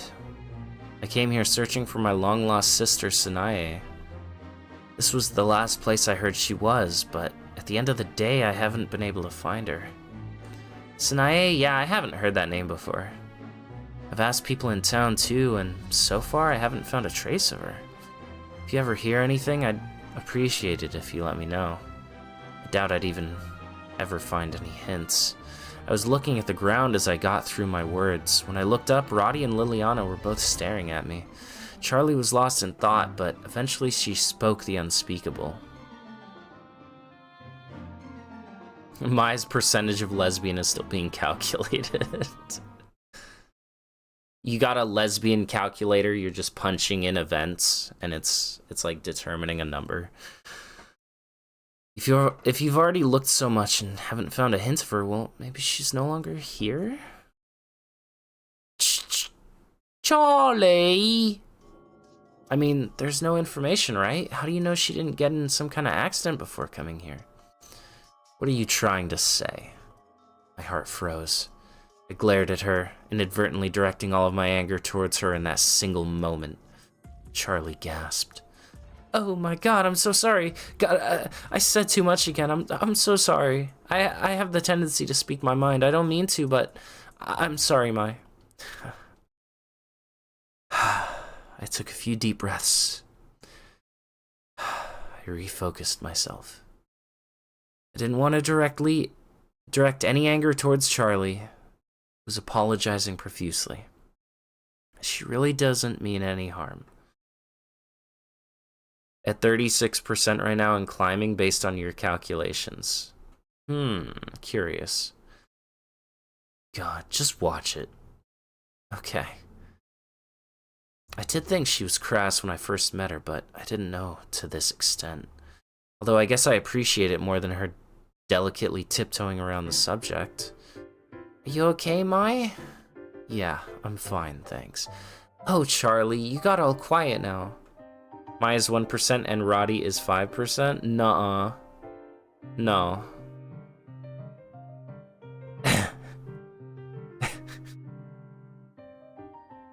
I looked at Charlie. To my surprise, she seemed very sad about it.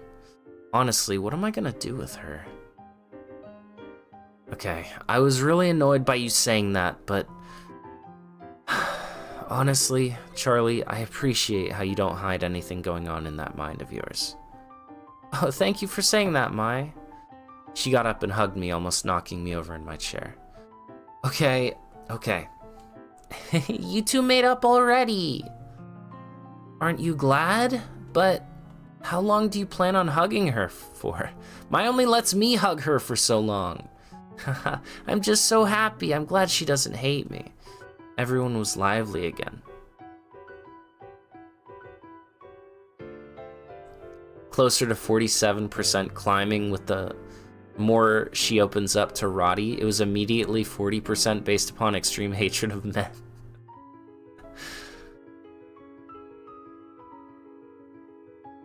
I felt relieved, but then quickly turned my attention to my meal. I don't care, but I'm gonna leave you behind if you don't hurry and eat. Oh.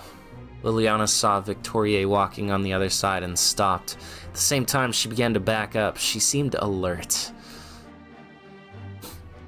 It's rare to see you alone, Victoria. Good afternoon. Yes, good afternoon to you.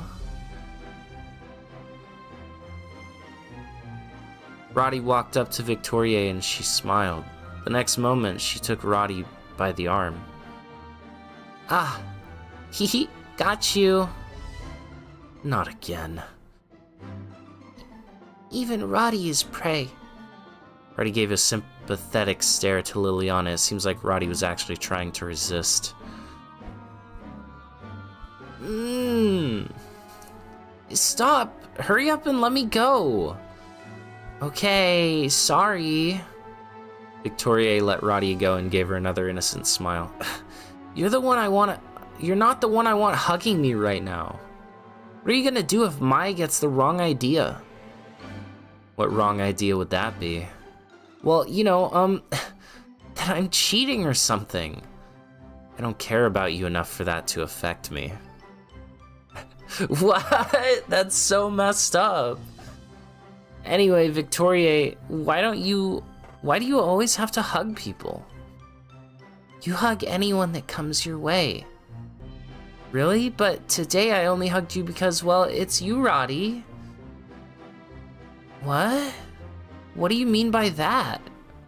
It's been decided that I'm leaving the dorms next year.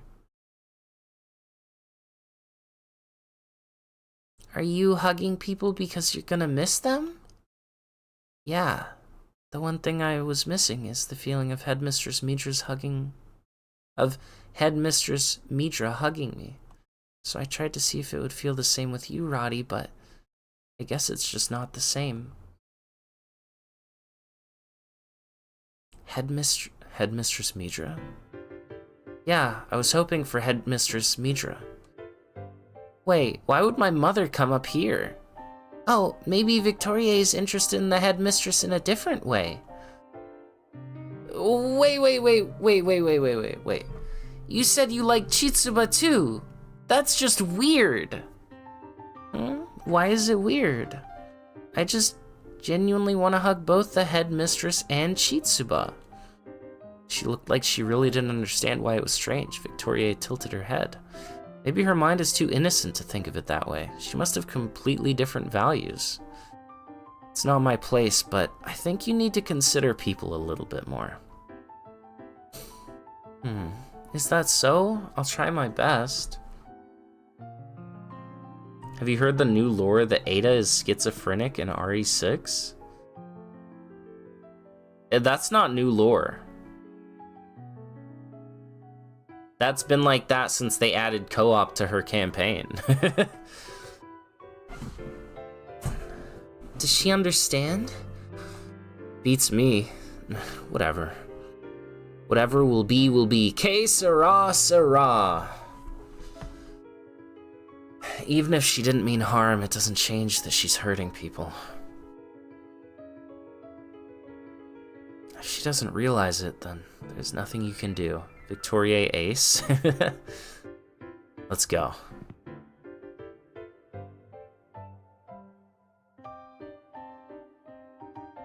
Okay, Roddy, look alive. Let's go. God, hey, wait, you two. Wait, so what does that mean? Does she have a crush on my mother? What am I supposed to do with that?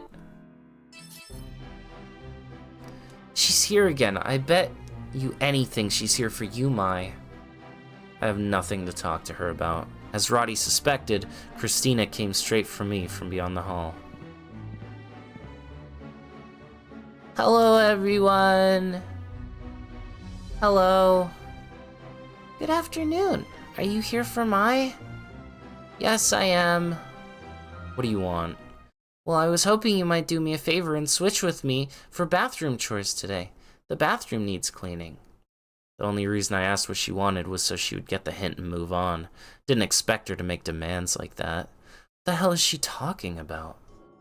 No. Huh?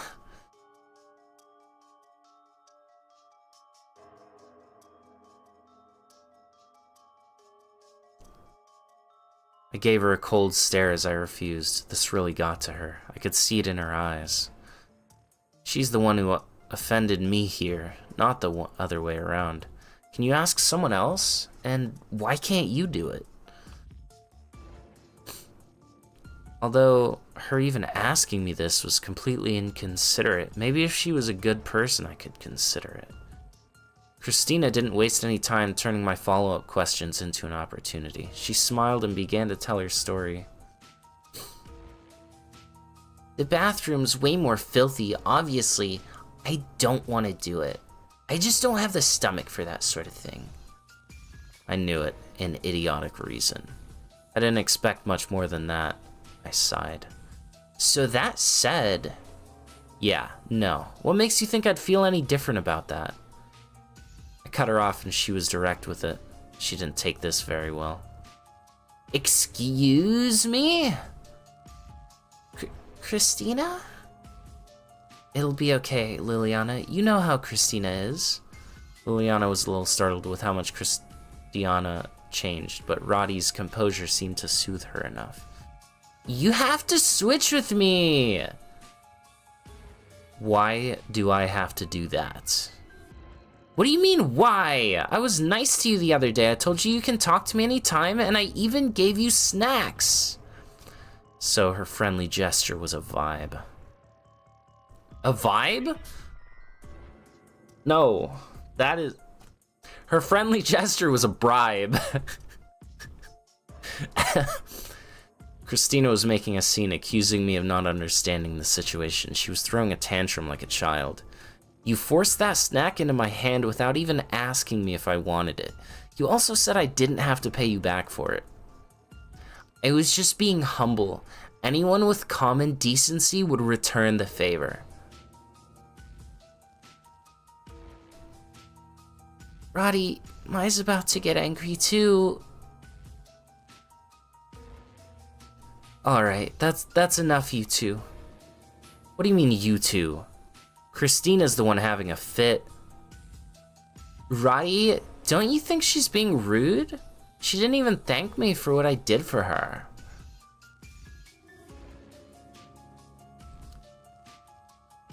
Now, let's calm down. Roddy stepped in and diffused Christina's pushy requests. Rude or not, it's your responsibility in the first place. I don't think this is a good reason for you to switch chores like that. I appreciate your sound logic. Christina's face warped into something angry. Roddy's inability to go along with her little tantrum was the catalyst, I'm sure of it. If I knew you were gonna do this to me, I would have never given you those snacks. Gosh. She stomped off. I always thought Christina was a good person. I didn't know she could get that scary. Scary? She's like a tiny dog yapping at someone through a window. Another dog! The some human comparisons continue. This one is a tiny dog yapping through a window. That's what Christina is. Although I agree that she lost her good person credentials today. I looked over at Roddy. So the part about her being a bad girl didn't pan out, but she's definitely a character. Oh, the part about her not being a bad girl didn't pan out. But she's definitely a character. Don't be so mean. I mean, we know how she can be deep down, but she usually makes up for it. I think there's something adorable about that. I'd hardly call it adorable. Is that what people do? Roddy can be a real weirdo sometimes. Christina is a chihuahua.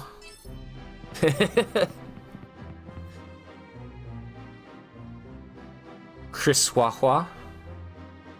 Now I need to see Chris Redfield's face on a chihuahua since I said Chris Wawa. Damn. I hear someone running. You're not allowed to run in the hallway. Maybe I can tell Mother and have her put up a warning sign. Oh? Could it be... Roddy looked down the hallway. Pie! The student running about looked rather familiar. Oh, it's the dumb girl. Hello! I sighed and rolled my eyes, but it didn't seem to affect Paula at all. Yeah, forgotten, hell yeah. Why are you in such a hurry?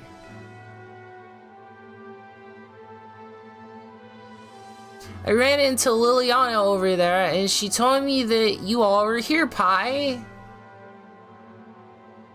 My, no matter how much you like Mai, you shouldn't be running down the hall. As Paula heard Roddy's warning, she gave a careless smile and nodded her head. Pizza? That's what you meant by free pizza. Domino's moment. Hell yeah. Pizza on the way. Aren't you glad, Mai? No matter how scary you look, she hasn't cried. It'd be easier if she thought I was scary. I haven't met anyone like her. No matter what I tell her, she won't back off. It's starting to get annoying. And she has my name wrong. I like you, Pi. My name isn't Pi, it's Mai. If you like me, remember my name, alright? Okay, you got it. Hey, Pi, we have really nice weather today. Didn't you just say that you got it? She has a tendency to respond without really knowing what's going on. Either that or Pi has just become her new nickname for you. Every time Roddy brings me an analysis, I get a headache when I think about how stupid this person is. Hey, Pi, what are you doing now? If you're bored, talk to me. I'll just ignore her. It's just annoying for her to keep getting it this wrong. I don't have to put up with this. She can do whatever she wants. Look, there's a cute flower blooming outside. Hey, Pie! I'm leaving her with Roddy and going back to my room.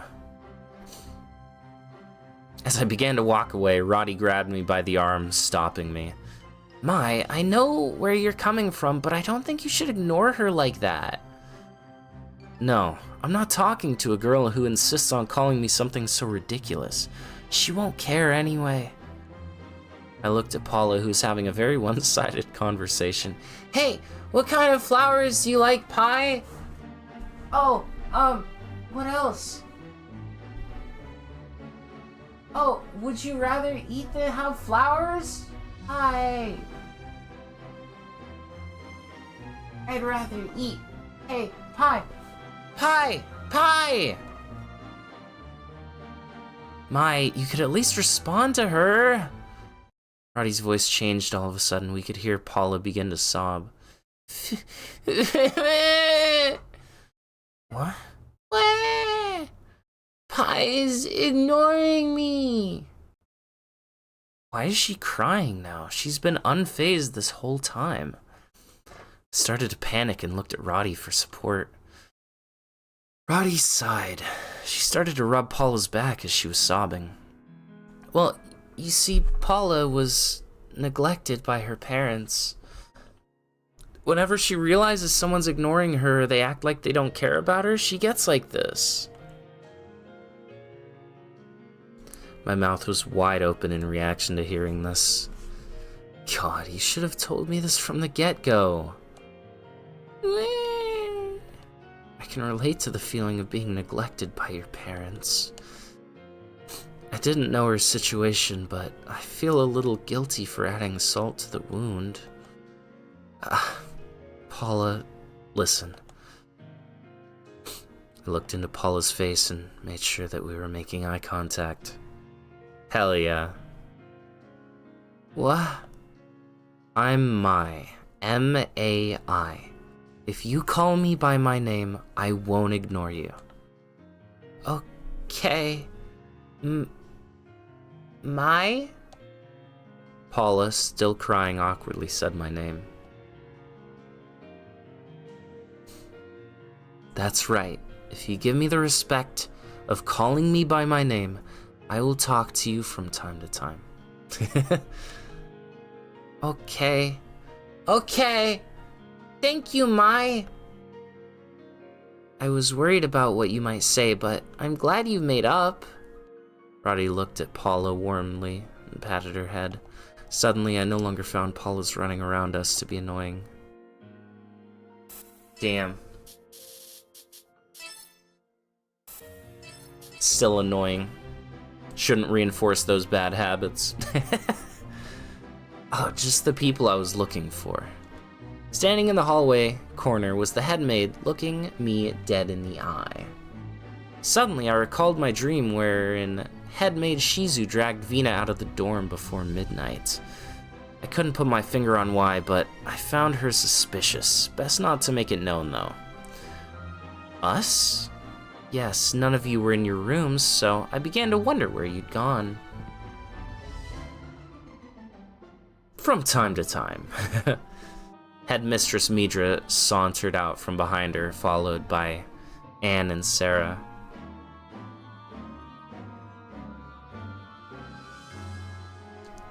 Liliana, do you have a moment? Sure, what is it? We're taking you, Anne, and Sarah to the church to meet the bishop. Right now? Yes, fetch your things at once. Hold on, why are you sending them to the church? More often than not, the younger someone is, the more open their heart is to accepting the gospel of Elstraine. Simply memorizing words in a scripture will not do. One must abide by the faith as it is written. If you say so. I had no faith. I couldn't fathom indoctrinating someone so impressionable into a religion. A classroom has its limits. True education requires greater thought. Therefore, I think it would be best for them to stay at the church for a few days to study.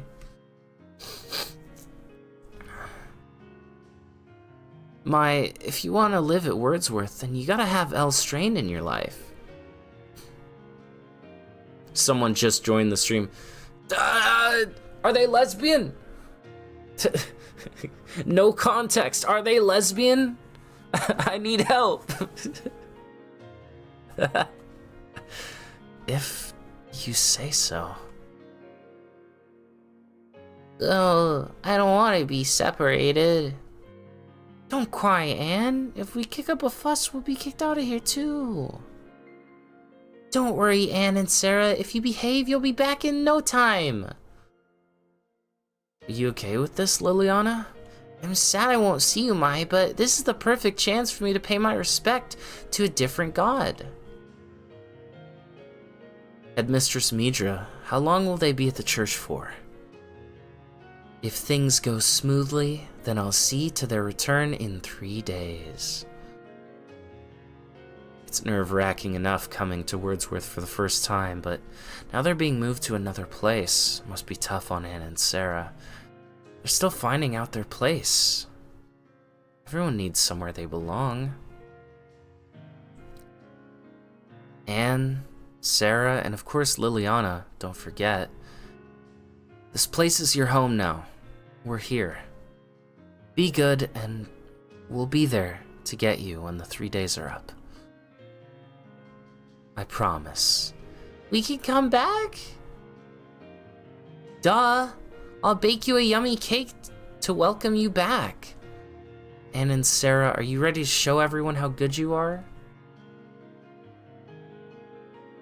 Yeah!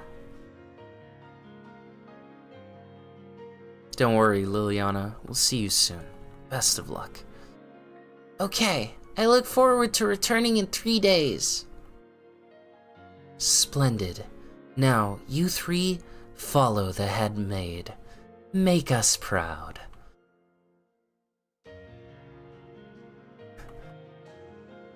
Okay, follow me, ladies. Anne and Sarah clasped their hands together, following after Shizu through the church toward the church. Liliana looked back at us, bowed, then went after them. She's so strong. My, Roddy, this may be bittersweet for you, but take a moment to recognize their growth. Yes, Headmistress Midra.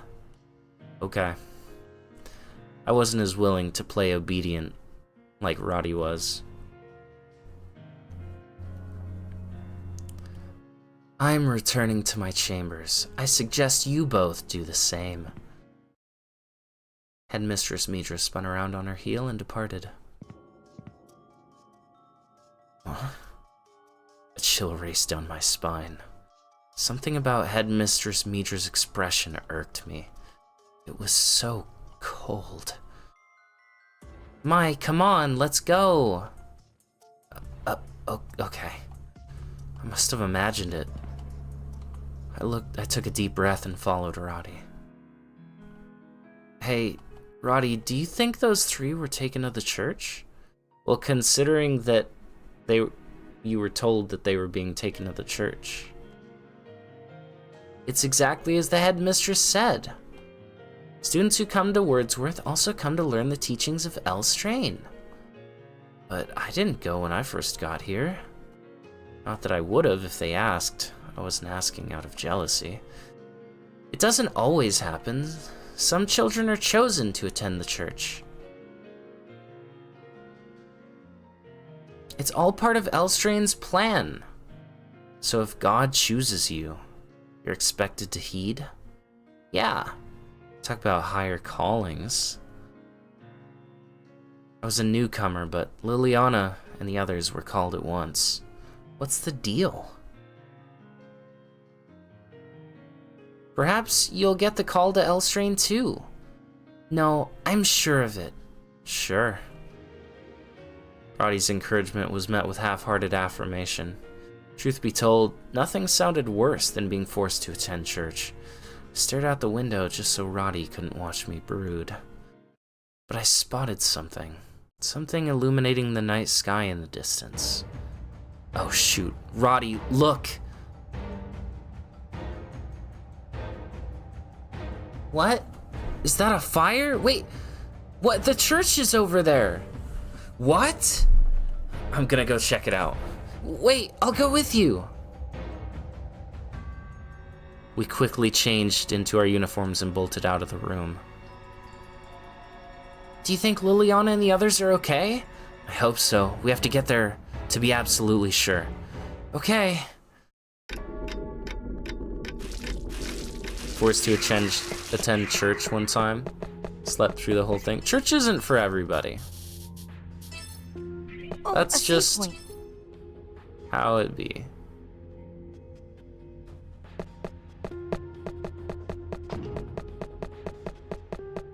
And that's all I will say on that. Something's here. There's a PC here.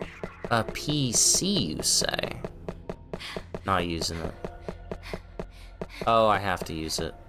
Oh wait, no, I don't have to use it. What am I talking about? I have to go this way though.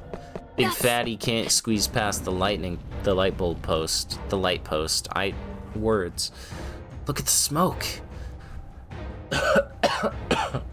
This house is empty. Seems like it. Where's the fire coming from? An abandoned home next to the church had caught ablaze.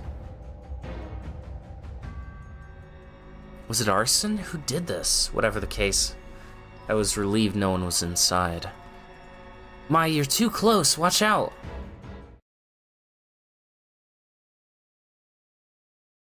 One of your aunts was offended on an institutional level that you weren't forced to attend every week since you were born and dragged you along? I see. It's fine. The fire's dying down. Doesn't seem like it'll spread. Alright, later, Goku. True, at least the church and the other houses are safe. It's weird, though. You'd think there'd be people out if there's a big fire. Maybe they're all asleep? Or maybe they got scared to move. Don't be stupid. There's no way they're all out sleeping. No one's even putting the fire out. The lack of response to a crisis like this conjured dread in me. Something about this place was terribly off. Well, at least the church is okay. That's a relief. The church. Liliana, Anne, and Sarah were still inside. Despite the blazing fire next door, the church was unnaturally quiet. Wait a minute, Roddy. Does something seem off? How do you mean? Look, the door is wide open. It's pitch black. And the window, what's with that? Let's check inside. My stomach turned as we set foot inside. No one's here. Maybe they already evacuated? That was my first thought, but if people evacuated, we would have bumped into someone by now.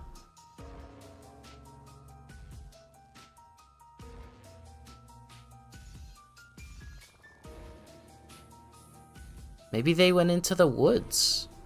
I hope so. But look, the window. What's wrong? Do these look like scratch marks to you? Now that you mention it, I don't like the look of this. We need to find Liliana fast. Mai? Liliana, where are you? Here. Oh, Mai! Mai! Thank goodness, Liliana. Liliana raced towards me with teary eyes, and I caught her with a warm embrace. You must have been so scared. You're safe now. Oh, I just knew you would come for me. What happened? We were performing our nightly prayer when the monster appeared. I was terrified, so I hid, but Anne and Sarah panicked and ran out. The monsters took them. They went into the forest. Damn. If only I told them to hide with me. Don't blame yourself, Liliana. That's right, there's a chance the monsters would have gone into the church to snatch you all. I felt desperate. I did nothing to help them. I only saved myself. Roddy, I want to save them. Of course, we'll find Anne and Sarah. Don't worry. You said they were taken into the forest? Wait, I'm coming with you guys. No, it's too dangerous, Liliana. Yeah, good luck. You got lucky. Stay hidden. Someone will come for you. Please, let me accompany you. Don't leave me. I promise never to flee or hide on my own. Liliana gripped my hem with a shaky hand. She shook remorsefully, but she's a kid. Hiding's understandable, and I'm glad she did. But I sensed her resolve to find her friends. Fine, come along. Well, I'll feel better knowing you're where I can see you. Thank you so much. Promise me one thing. Don't ever leave our side. Okay. Let's go, you two. Liliana, which way were Anne and Sarah taken?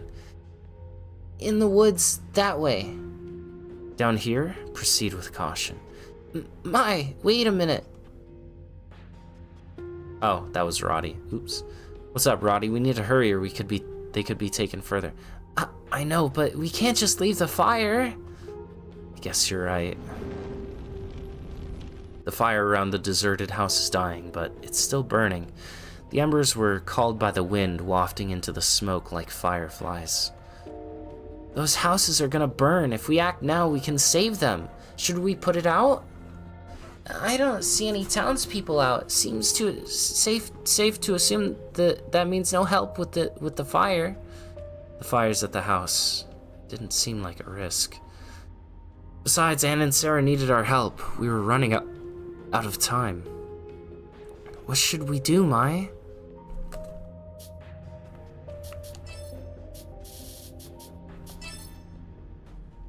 All right.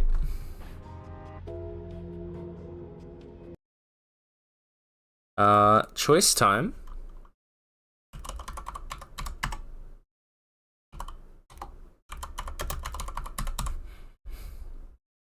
Spread or no spread?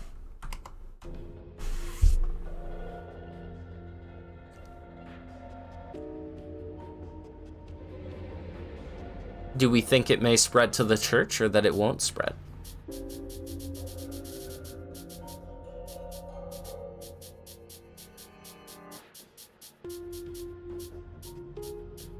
We love spread.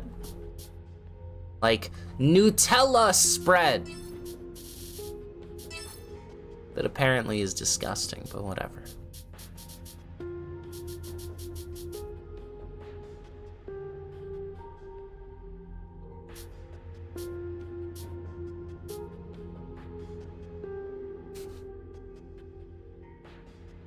No, they've shown Anne and Sarah. They have faces. They're not just faceless characters who are here to get a case of the Mondays, no. All right, it's looking like it may spread to the church.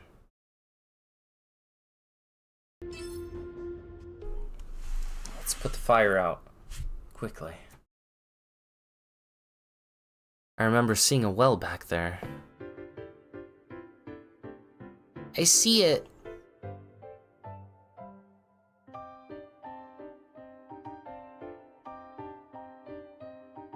Don't worry, Liliana, the bucket's heavy. I'll carry the water. Mai, could you pour the water on the fire?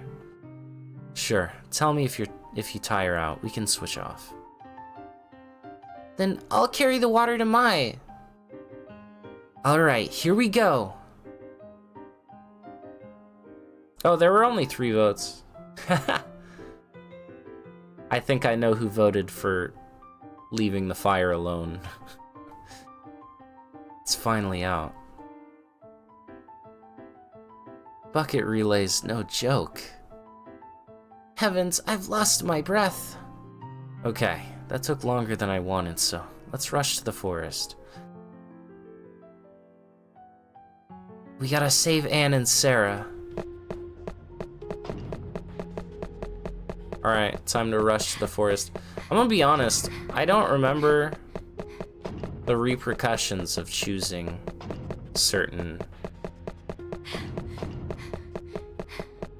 things. Well, some humans said, let the fire burn. So I assume they picked not spread. The option that was saying, it probably won't spread. We should leave it alone. The shadow matter. This isn't good. Sir. Sir?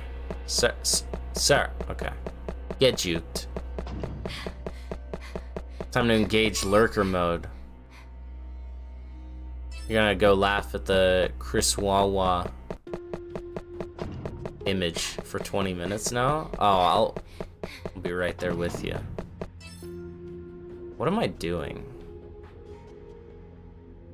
I guess I'm going back to the outskirts, right? So, just gotta run all the way back to town. Or to the outskirts of town. Roddy, do it. So, I think actually, I don't think I avoided a save point. I think what I did is I ignored a fast travel point, because those exist as well. But should be fine. He never escapes lurker mode. Sir? Sir. Sir. This is most unfortunate, sir.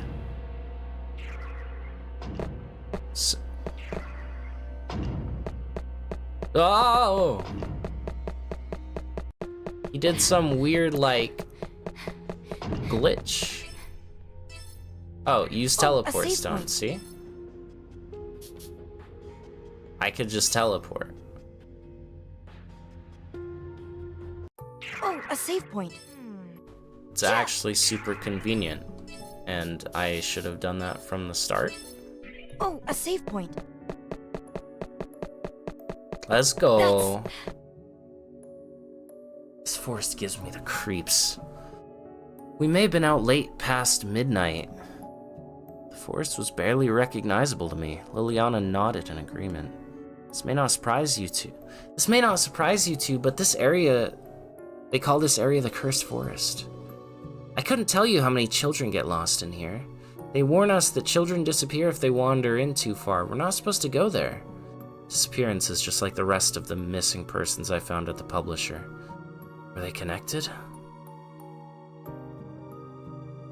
Black and white, the closer he gets, yeah, he has this aura about him. I bet Vina disappeared because she strayed too far. Right, you mentioned before they found her around here, right? Yup, we gotta be careful. Vina's fate all but sealed the deal. Since Liliana's with us, we had to be extra careful. Let's find Anne and Sarah and head back immediately after. But we don't even know where to start. If we keep wasting time, we won't find them. What do we do? I thought of a place. Really? I heard the staff talking about it. Supposedly, there's an old building deep in the woods. Well, there's a rumor that a child-snatching witch lives in there. Oh, so no disappearances, just abductions. No, Mai. It started long before she holed up in that place. Disappearances are normal here. Whether the witch is real or not, they're happening. Like Vina. Right. But Anne and Sarah were abducted by monsters. But both cases involve them being taken. I'm willing to bet our best option is to check out that building. Mai, I can't think of a better plan. Roddy's right. That would be a good place to start. Duly noted. Wait, Liliana, you can see the monsters too? Yes. Did I fail to mention? Yes, did I fail to mention? She can see shadow matter too! Oh, you call them shadow matter? Intriguing. Oh! Okay, I've also suddenly remembered the repercussions of the options. Well, I have this! A bat with nails? So what? I might have played it cool, but I've never seen anything like it before. Now I can do my part in the fray! Oh, no, don't be silly. That looks too dangerous for you to wield. Yeah, maybe you should let Roddy hold on to that for you.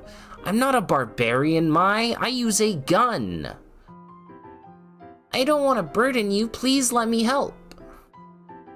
Okay, I trust you to look after yourself with that thing. I could see how much finding them meant to Liliana. I couldn't let her down.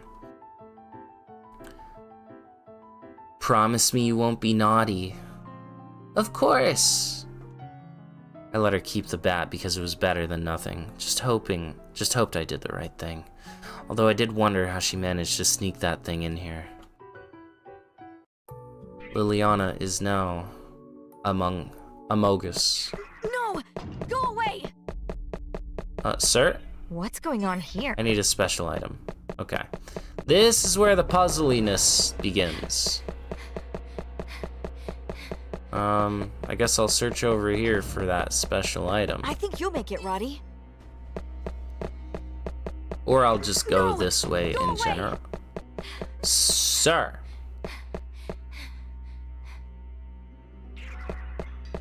Sir. Thank you, sir. He can't get me up here though, dummy. Big old box? big old dum-dum. Try and get me now. What are you gonna do? You can't. That's right. I have the high ground, Shadow Matter. You snuck in a hatchet, you have no right to talk. That's true. I feel like a bat with nails is even more conspicuous though. But yeah, I see your point. What's going on here? Alright. That should be everything I need, I want to say. I don't think I require much else. Event flag. Enderman teleports to high ground. He's not an Enderman. He's a lameman. I don't think I can do anything about this. This is tough for me too. What's wrong, Roddy? I found this dropped ball to the side here, but maybe Liliana can break the wall if she hits this with her bat? I understand. I'll give it a try. Cursed ball. I think Liliana can handle this. Yeah. Okay. Wow, I broke it! The ball disappeared, but as long as I have one, I'll be able to destroy those walls with my power. Cool. Time to find Curse Ball for the next wall, and also a key. So yeah, there's a ton of stuff that they want you to look for and find to progress. Similar to the first game, but again, doesn't mark it on the map. It just kinda is lying around and encourages exploration, which isn't a bad thing. The Shadow Matter. This isn't good. So I think the key for this door is wait. Oh no, it does show the key. I'm a big dummy. It does show the key on the map. Never mind. Curse ball. Never mind, I'm just dumb. Now, for these things it shows, but for the actual, keys, like this key right here, for example, Mountain Area Key C, doesn't show up. I love this game. It is very cool, Forgotten. What's going on here? It's fantastic. Oh, a save point. Now, I'm pretty sure I've already saved over that, but I'm gonna do a another save save just because. That's... It has really good Found music. it. I'm sure this is it, Mai. The building I told you about. It's creepy. There has to be a witch around. Look sharp. There seems to be no one out this late. Liliana, don't stray. Come here. Let's avoid unwanted attention. I shimmied up to the window. I heard something. It sounded like someone was inside. Let's take a look. You definitely Then we should, strategize. Forgotten. You definitely should. Very, very good story. I love it to bits. Right.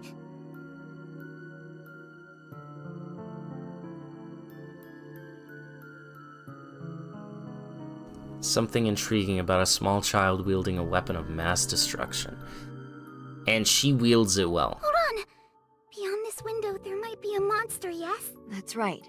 Which is why we should hurry. Sure, but if there's a monster over there, I don't want to look. It's just, yeah, exactly. It's like Zeta says. Great game, just not a ton of people talk or know about it. It's fine, Liliana. I'll look. Stay put. It does deserve more attention. Wait! Just give me a moment. It has a blushing material. Is that what that emote is supposed to represent? What's the plan, Mai? Liliana wouldn't have lasted by herself. She'd gone through enough already. It would be cruel to abandon her at this point. After all, monsters crept around every corner. The last thing you want to be around here is isolated. Frustrated me that I even entertained the thought. But we were in dire circumstances. We had no idea where Anne and Sarah were, and the more we waited, the worse things could get. Should I wait for Liliana a moment, or...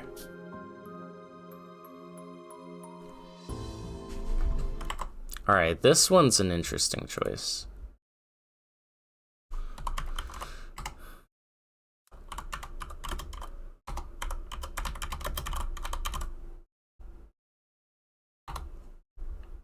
What do we do, chat?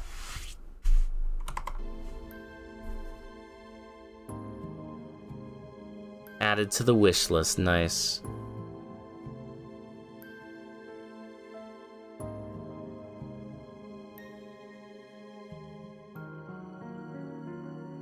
Yeah, I mean, and even Goku. He was a big Neptunia fan. I don't know if he had never heard of Death End before, but he had never played it until I was like, hey, you should play it. And then he played it. Wow. Leave Liliana behind?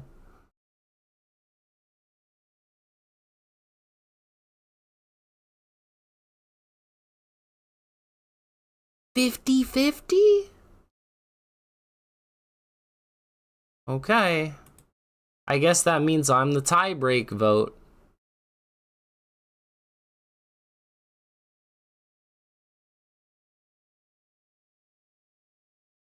You can see how far behind the stream is based on when the poll appears and you hear key clicks. True.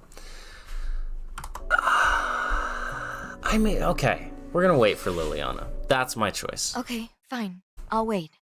Sorry for rushing you, Liliana. That's all right. Thank you. All three of us took a seat on the shed, resting our backs against it. When my arms brushed against Liliana's, I felt a shiver. I grabbed her close to me. It's okay, Liliana. That's right. You have us. Roddy clasped her hands around Liliana's shaky hands. I was startled by a faint noise, and all of a sudden my legs felt wobbly.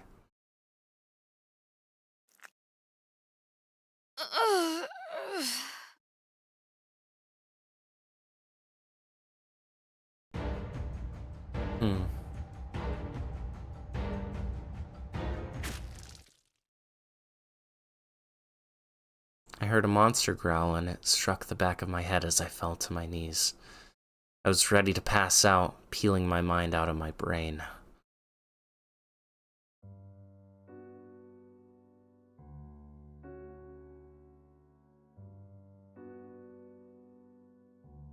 So they added this quality of life feature that when you pick the wrong choice, you can just go straight back to your last choice. That did go from 0 to 100 very quickly. We're leaving Liliana behind. Wait, on second thought, I'm going to check the shed. Sorry, Liliana, but I'm worried about Anne and Sarah. I understand. I'm concerned for them too. Forgive me. I'll do my best. There you go, Liliana. Hang in there. Listen up. Keep quiet. Got it? No, that is the wrong one. I chose the wrong one. Yeah, I know. Roddy and I peered into the window slyly. What is that?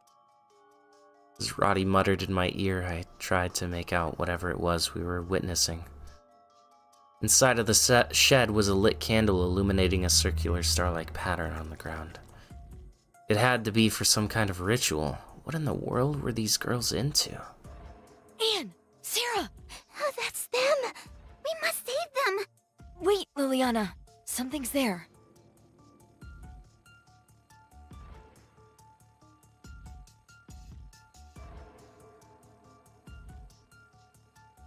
Then I realized something sitting next to Sarah. Snatched Anne and Sarah! It resembled a fully naked older man, though something about it was clearly off, like a zombie from a horror film. Its eyes drifted out of focus, drool dripped from its open mouth, and a weird hole with a face appeared where its belly was. Goliath?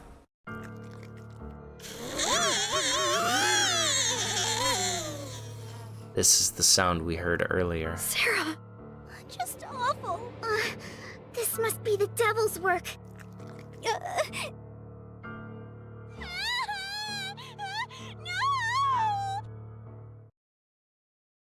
Anne's scream snapped me back to reality. Guys, we need to save her! Okay.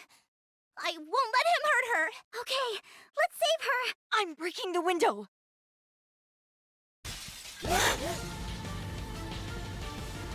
Look here, ugly! The shadow matter tossed Anne aside and burst out of the shed. You're not getting away! Let's go!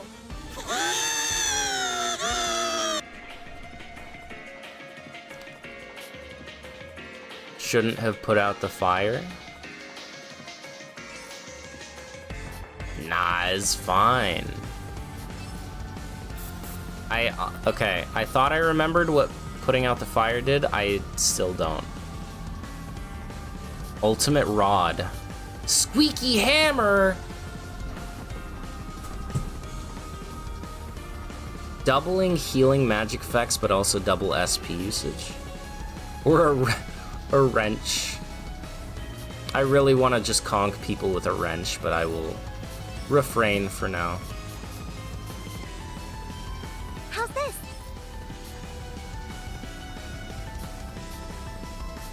I'll use this. I shall refrain. Wait, does this have a...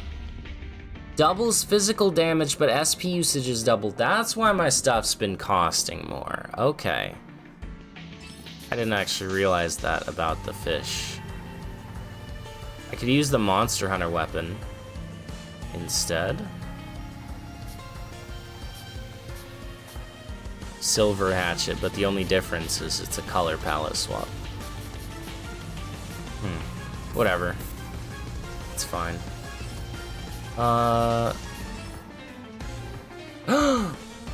It's pink! I'll use this. Liliana's a gangster, it's true.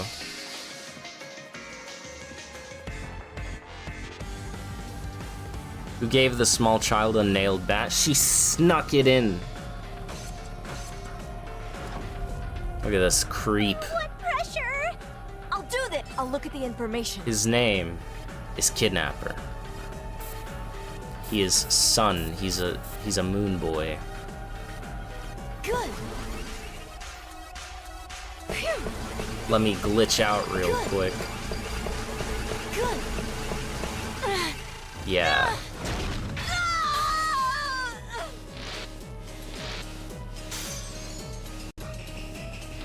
Oh, we gotta see... Let's go. We gotta see Liliana's glitch.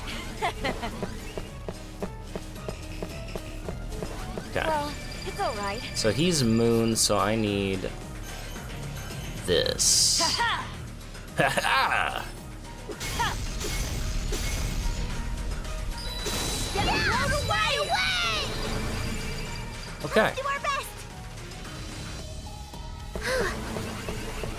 It's Forgotten's cousin. An advantage! Give me the glitch. There we go.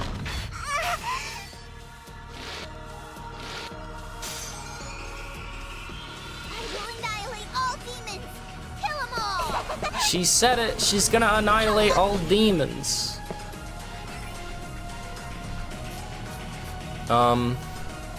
Effective against Moon. But also, I want to see her thing. Chronometro. There. Damn you, demons!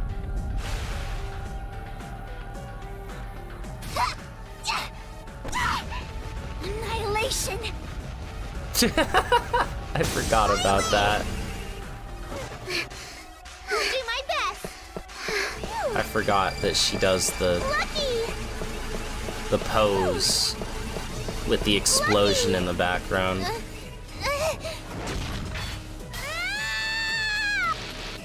Roddy, please take care of it! Woohoo!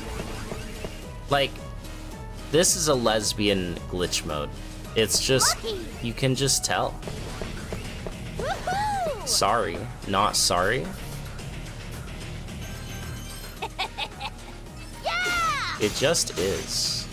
Swing! Swing! Ow. I'll kill you! Excuse you, Well, but that's it's all very right. rude. Ha-ha! Die! Get blown away! How's that? This is Okay. good. So, unlike the first game where glitch mode was like something you pretty much never wanted to do, Lucky. you did for the stats, but you wanted to get out of it ASAP. Because Advantage. it was at 80%, and then you would die if you ever reached 100%, and oftentimes if an enemy hit you, it could raise your glitch status by like 10 to 40% or something crazy, right? Depending on the enemy. Whereas in this, you gain the stat buffs and stuff, but you lose 10% glitch mode per turn, and you don't die if you reach 100. So, Be gone from me! Gone! Absorbing! you just kind of want to chill. Powered up! Here we go! That swing, the little shirt. Did you see her her special move? Woohoo! It's really good.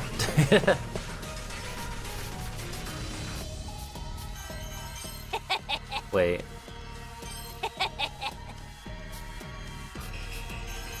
This needs to be a line. Boom! Good. Bang!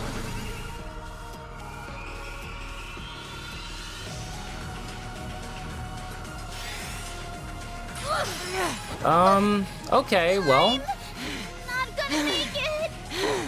you just got back. Alright, alright. I will show you.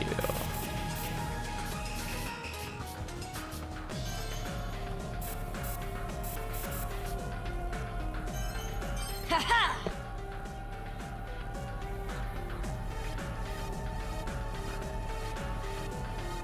This! Ew, thanks! Recovery! Thanks! Recovery! Thanks! Cool. Oh? Oh, defense down? Huge.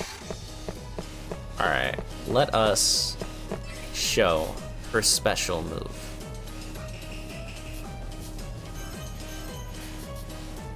Chronometro. Here I go! Demons! Demons! Demons! Demons! Fly away! Here I go! That's it. She just does the peace pose thing with explosions in the background. You know. I'll kill Did you. he just...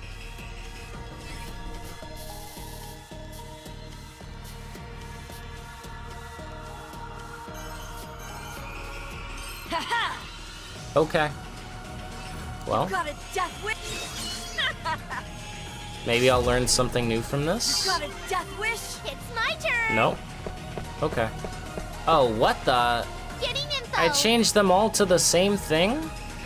Recover SP? Okay. Lucky. Sure.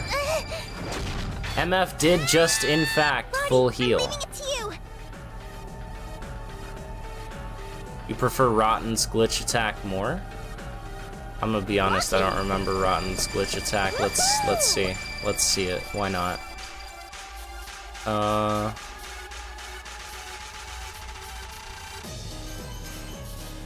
Vampira. Recover all allies' HP? You know what? It'll be useful. Boom! This is my full power.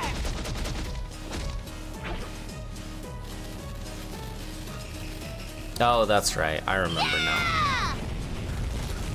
This will finish it. Unleash the lesbian. It's my turn. Okay. Now, Retrieving information. he is defense downed, but attack upped. That's not good. Lucky. She steps on the enemy and shoots him. Yep. I remember now. I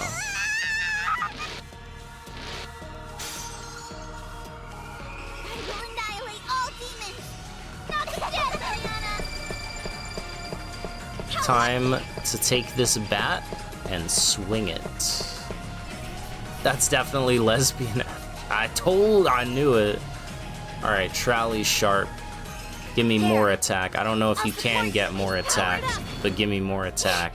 You can. You absolutely can get more attack. Gone from me. Die. Absorbing. Cool. Oh, and... Oh my god! Kill you. Did he... Well, it's all right. Oh my god! Confirming. He just...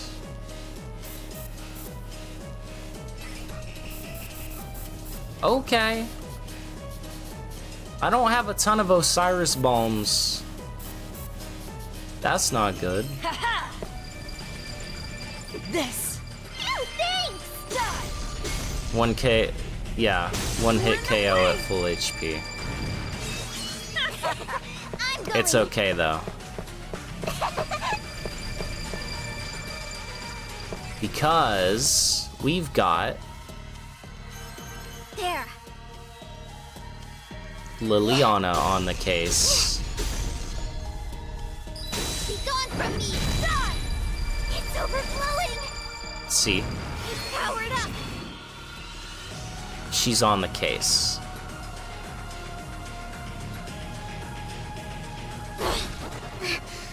I can't go on. I'll kill you. And she's gone. Okay, I guess she's not on the case anymore. Can someone translate Melly for me? Please? I don't feel like trying to decipher it at the moment. This. I'll try again. Another hit. I'll return this. It's Please? my turn. Please? Phew. I need more. I need more. Phew. Roddy, I'm leaving it to you. All allies HP. Absorb HP. Destroy bugs.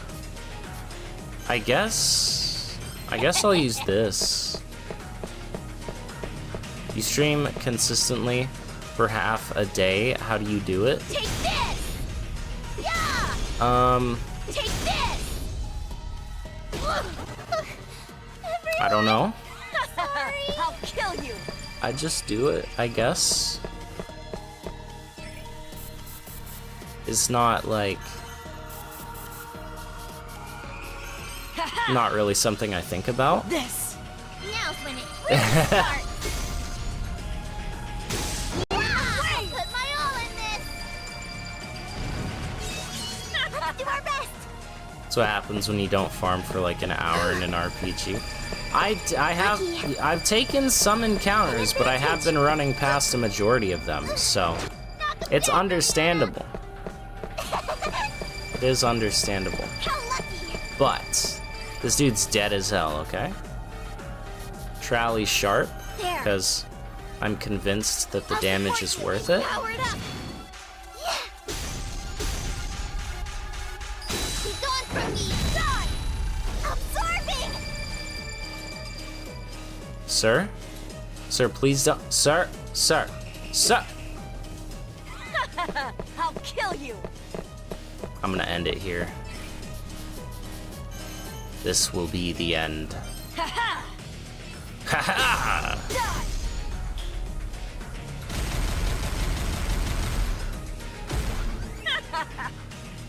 Oh, that's right. She gains invincible.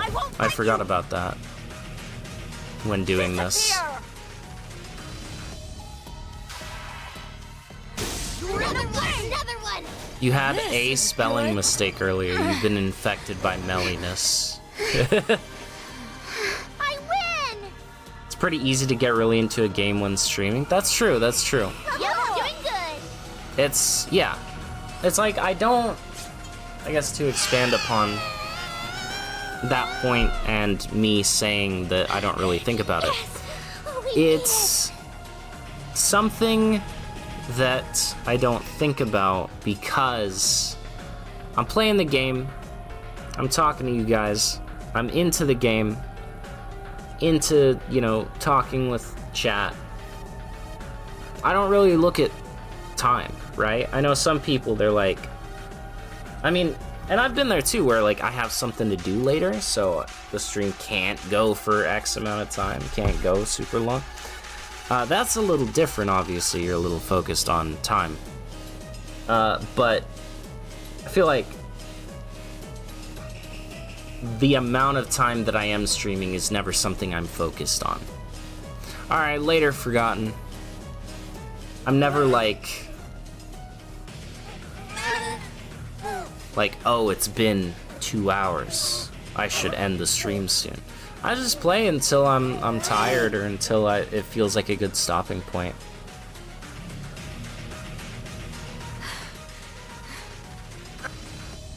For some reason, the monster screamed out at me. What's with this thing? It's different from other shadow matter. It shot a spiteful glare at me, then stopped moving. Sarah! I did put out the building fire, yes. Anguish warped her gentle face. Her placid eyes shot wide. She was dead. I wiped tears, which were just beginning to trickle. Her face was still warm. We didn't make it in time. No! This is what I thought. Hang in there! Anne! I'm sorry! No more crying! Only laughter! You're safe now! Please, Anne, get a hold of yourself! I'm strong! I won't cry! Just forgive me! No! That's 2 less side event lines we're gonna see this run, damn. Not you too, Anne! That's okay. It's all my fault! It's all because I hid! No! Liliana, that's not true. You did nothing wrong. But if I didn't hide, we might have been able to save them! Yeah, so fun fact.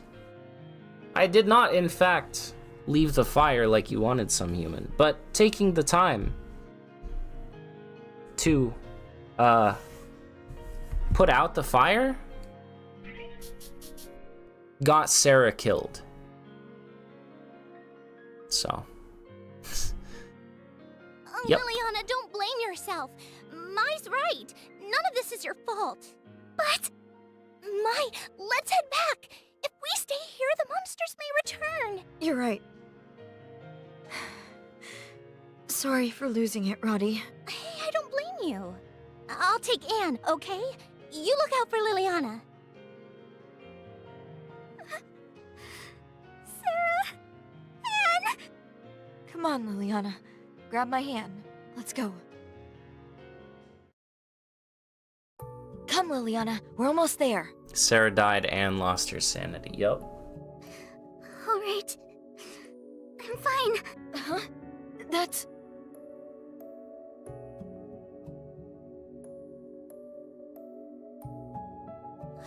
Mother!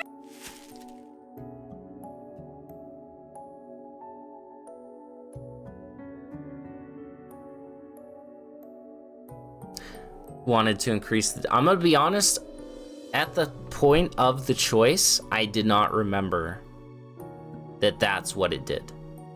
As I began playing more and I got closer to the cabin, I remembered.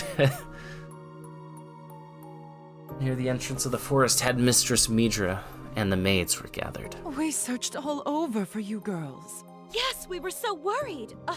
Where did you run off to? There was a fire. No one was at the church. Where's Sarah? Isn't she with you? Death count 4. We handed Anne over to the maids and told Headmistress Midra what happened. I see. How terrible.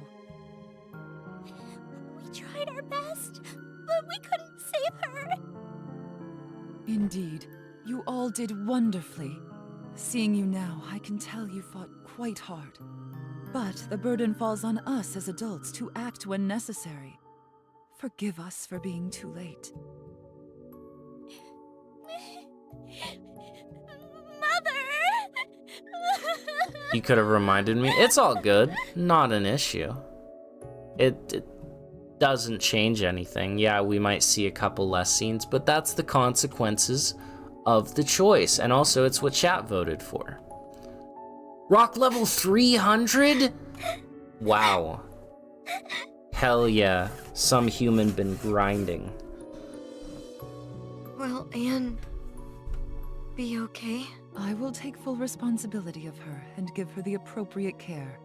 Don't you worry. Did I save the girl in the end? We saved one girl. The other girl, she got a case of the Mondays. It's unfortunate. Okay. Well done, everyone. Roddy, Mai, and Liliana. You three deserve a good night's rest. She's right. You've had a long night. Go on to your rooms. Okay. She'll be okay, right? I muttered that, but I don't know why. I felt like I could never see Anne again.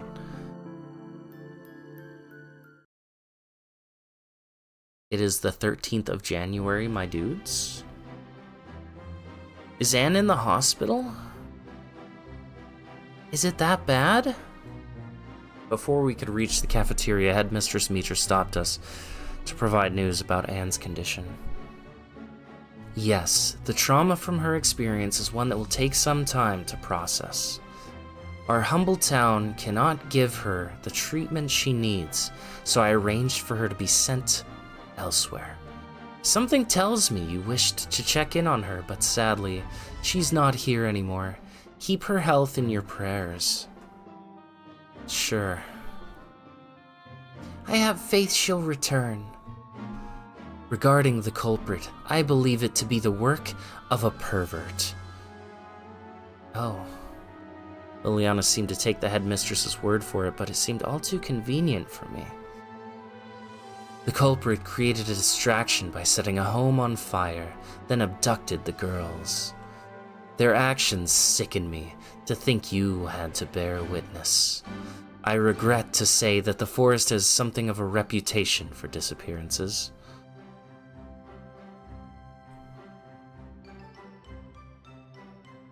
Also, I'm glad work is over, Raiden. Welcome to the stream. Red flag right there. Cover up again. Which means abductions like this happens somewhat often. Is that right? Correct. First it was the mysterious disappearances, and then we had to deal with the kidnapper. But I knew what I saw wasn't a pervert. It was a monster. The monster could have been a pervert. You don't know its preferences, Mai. Come on. Headmistress Mitra just can't admit it. A friend of yours borrowed a lot of money from you, like a lot, and you're very pissed? If you're pissed about it, why did you let them borrow the money? In any case, children should not wander unaccompanied in the forest. Let's not let's not talk about it then. It's fine, Raiden. I'm sure you'll get your money back soon. Hopefully. Therefore, I forbid you from going there again.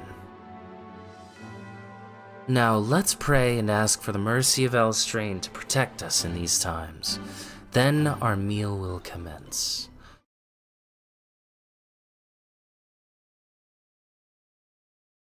No, Headmistress Mitra. It was a monster. That's right, it held a knife and a spoon in a funny way. Roddy, it had a scythe. What are you two talking about? Nobody knows what's happening. Roddy and I pleaded our cases to the headmistress that it was a monster. Need I remind you, we are the ones who attended to the crime scene. There was no sign of any monster you speak of. Hey! Some human gifted a membership? Issa, welcome to the Enigmas. Waiting for the sound to play. Sometimes it plays right away, sometimes it takes like 5 minutes. It's really weird. 5 minutes is an exaggeration, but thank you, Some Human. Thank you for the membership. Thank you so much. There was no sign of any monster you speak of. What? You lie. Please believe us. It was really there. We all saw it. Ah, dear children, it seems you've built up a story in your heads. The headmistress insisted that our fear warped our recollection. Extremely common Some Human W, positivity time. Absolutely. Huge W. Thank you so much. The headmistress insisted that our fear warped our recollection. That perverts are monsters to us. No! It's waiting to see if Some Human wants to gift more. Who's gonna gift more? Try as we might, we couldn't convince her. I saw what I saw. It was definitely a monster. I snapped out of it, realizing I hadn't touched my food. I eyed a piece of bread and quickly shoved it in my mouth. Okay, but like, do you want to work though? It's just not. That's just chat. Whoa, Mai's hungry. I guess it doesn't want to announce it. It's had to do too much work recently, so it said it's taken the day off. It's taken the week off.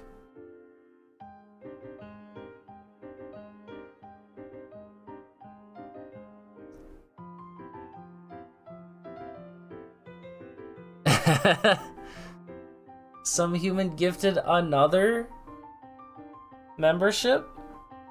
CE Awesome. Welcome to the Enigmas. Thank you so much, Some Human.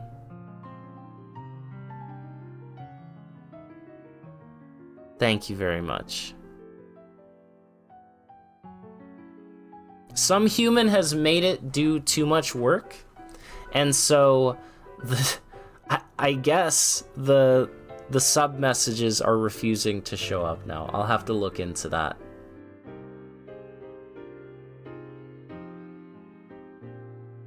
Wait, this isn't the famous action game Devil May Cry. First message in chat, and then bam, you get a gift sub. You won the gotcha, CE Awesome. Thank you so much. Thank you, Some Human. Roddy, I'd take advantage too. Yeah, no room for mistakes.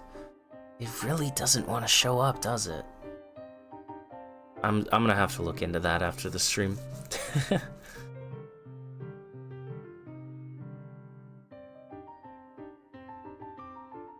The text-to-speech.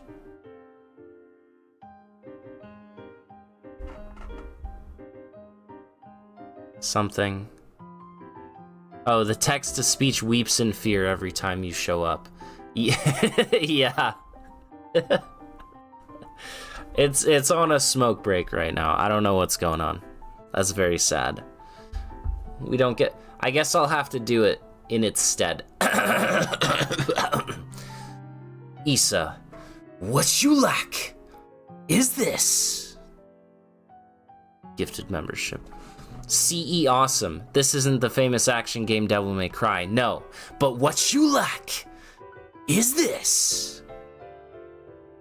Gifted membership. There you go. I wonder how Liliana was doing.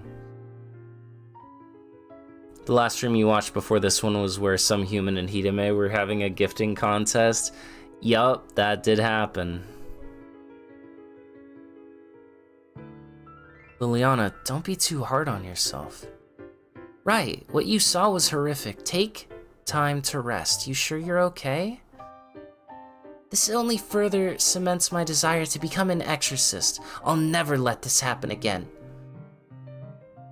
Liliana, you're brave. I patted Liliana's head to comfort her.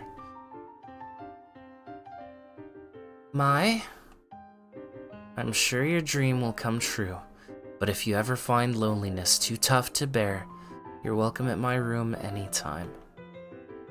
Really? Yes, really.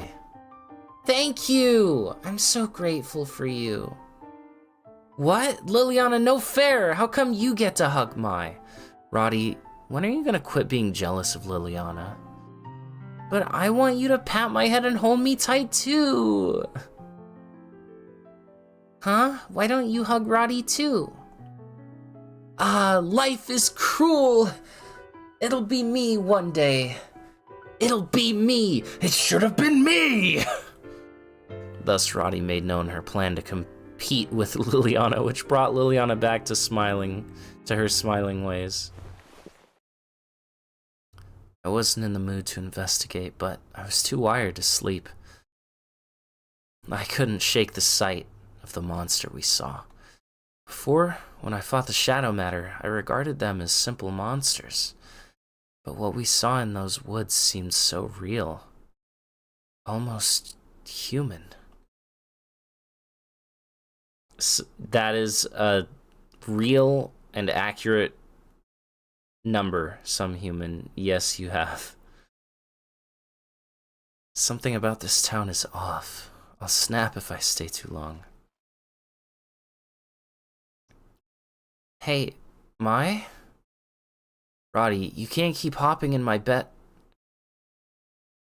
I cut myself off, realizing how distressed Roddy seemed.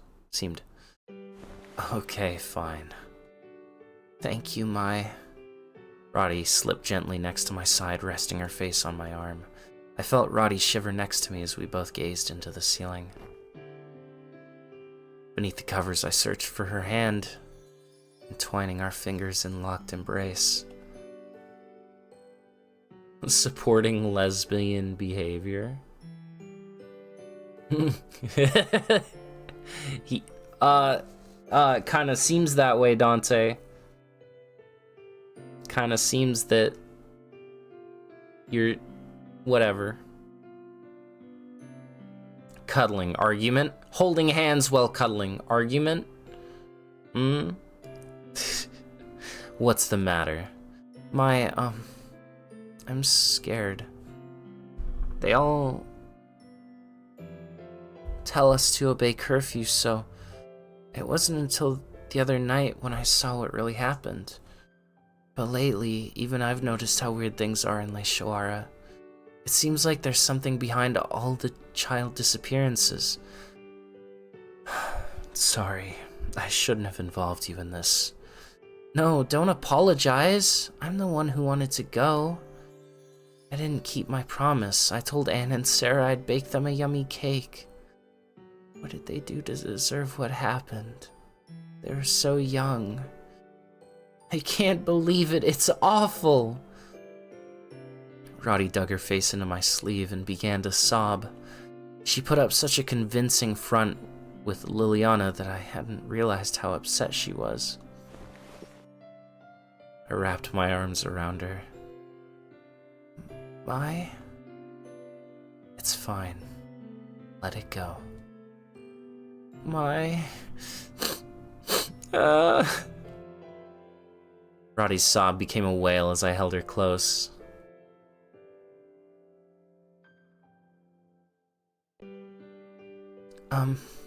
Mai? What? Well, this is between you and me. Remember when we got back to the entrance near the woods? Just then,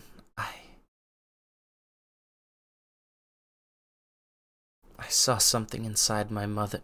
I mean, in Headmistress Midra's pocket. I saw Anne and Sarah's ribbons. Are you sure? Yes, I think... No, I'm sure of it. Headmistress Midra put them straight into her pocket. I'm starting to think I don't really know my mother. Mai, would you ever hide anything from me? In Roddy's desperate gaze, I saw her trust in her mother begin to shatter. Don't give me the puppy dog eyes. Of course not.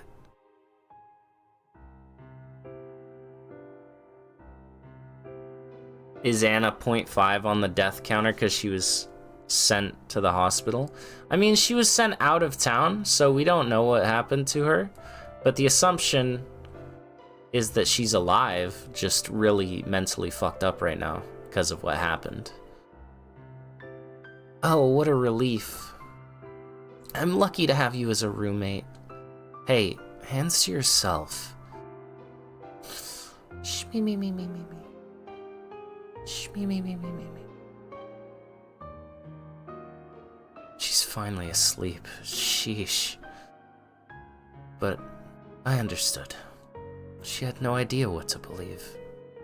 This room was a safe place for us both. She wasn't the only lucky one. I was happy to have Roddy for a roommate too.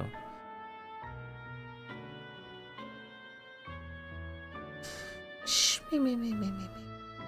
Shh, me. Oh, Mai. Shh, me. So we're not supposed to do that. Shh, me. What's going on in your head? It's been a long time, sister. Okay. This is another one we're gonna come back to later. Don't worry about that. So we're just gonna skip that real quick. It is the 22nd of June.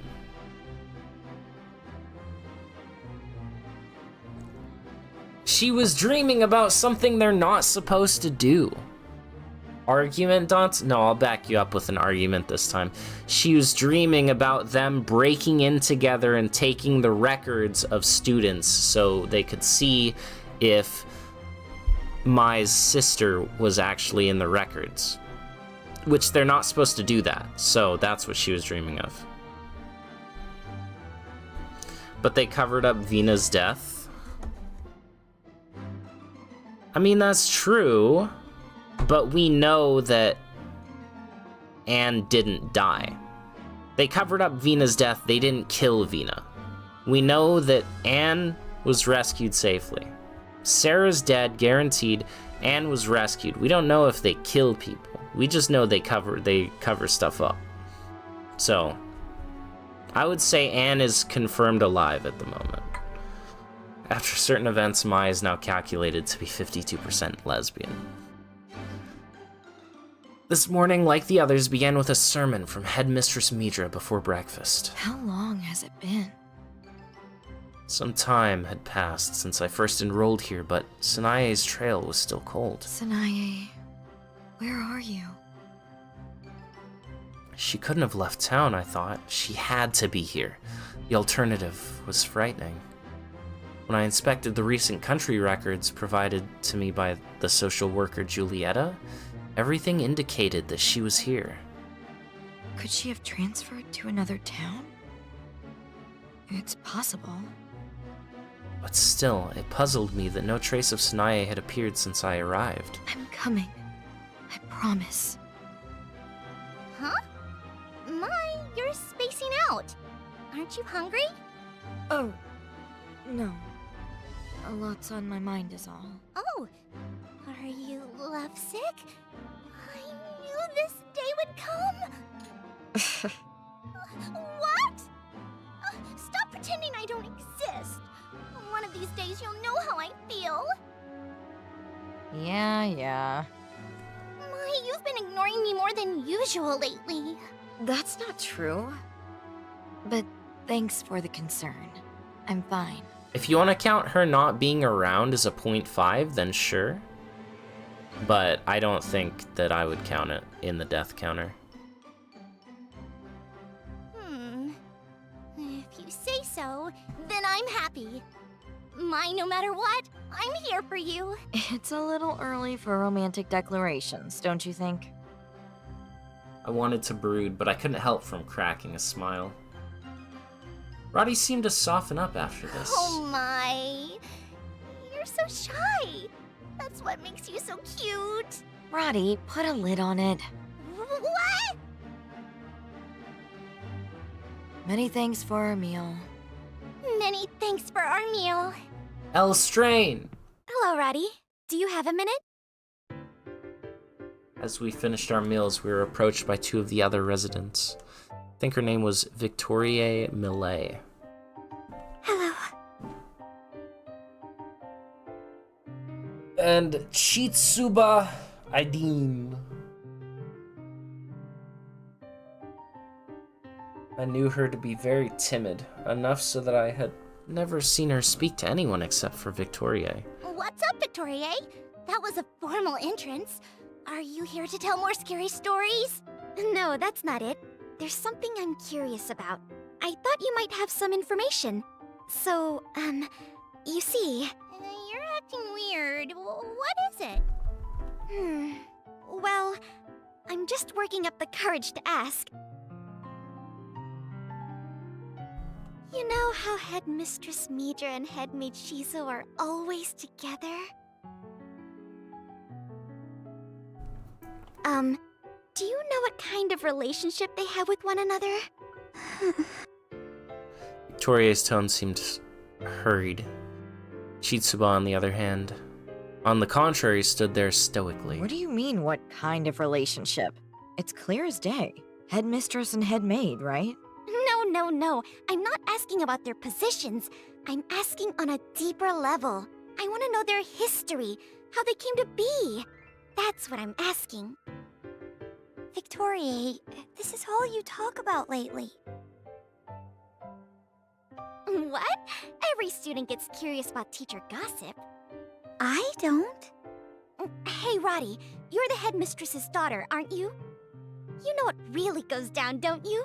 Please, tell me. Like, how far have they gone? Victoria? Victoria's crassness struck a nerve with Chitsuba, who chided her friend. Roddy curled her lips from discomfort, pausing for a moment before responding. Well, just because she's my mother doesn't mean I'm her diary. Oh, now that I think about it, the headmaid, Shizu, used to be a student here. My, I had no idea. So...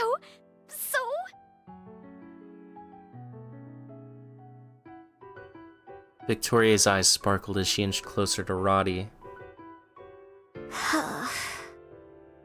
Oh, so the headmaid went here too? Yup, Shizu's always been a hard worker, which is why my mother relies on her so much. When Shizu was about to graduate, my mother offered her the position. She's worked with my mother ever since. That's all I know. Does that answer your question? You managed to spawn in 2 shadow matters? That ain't right. My, oh my! I had no idea! How precious! We love a success story, one with a touch of romance to boot. We love a success story, that's true. How precious! How beautiful! Don't you all agree? Huh? Sure, it's a nice story, but it doesn't move me. Goodness, have you no heart? Mai's a cool girl. That's what makes her so awesome. Huh?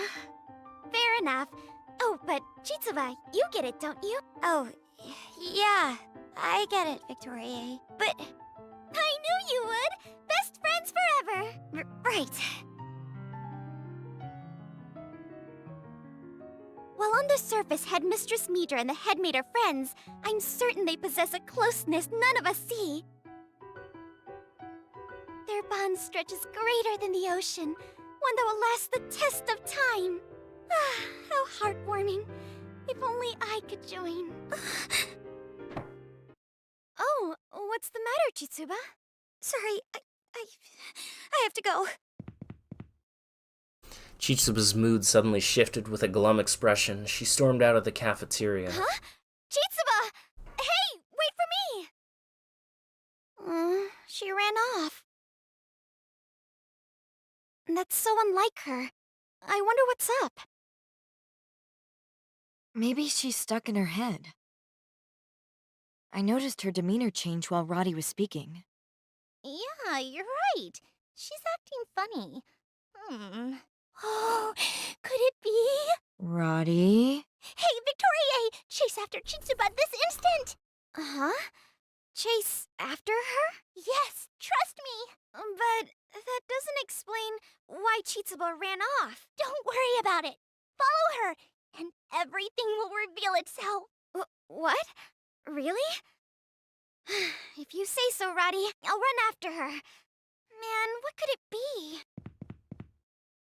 Victoria trotted away in the direction of where Chitsuba had ran off. Oh, splendid! Love is in the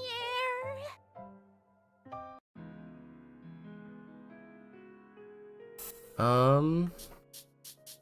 Alright, well, we shall stop here for the time being.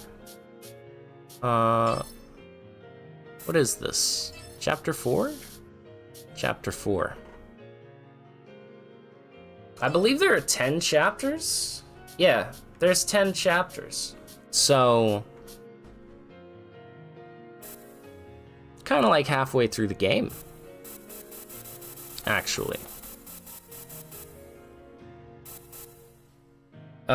It's been fun. Hopefully you guys have enjoyed as well. There will be more next week to continue the story.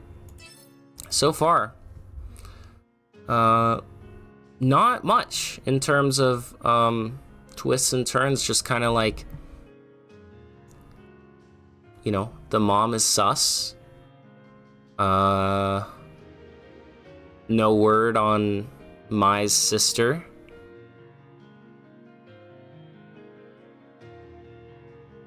Just a lot of weird, creepy stuff happening.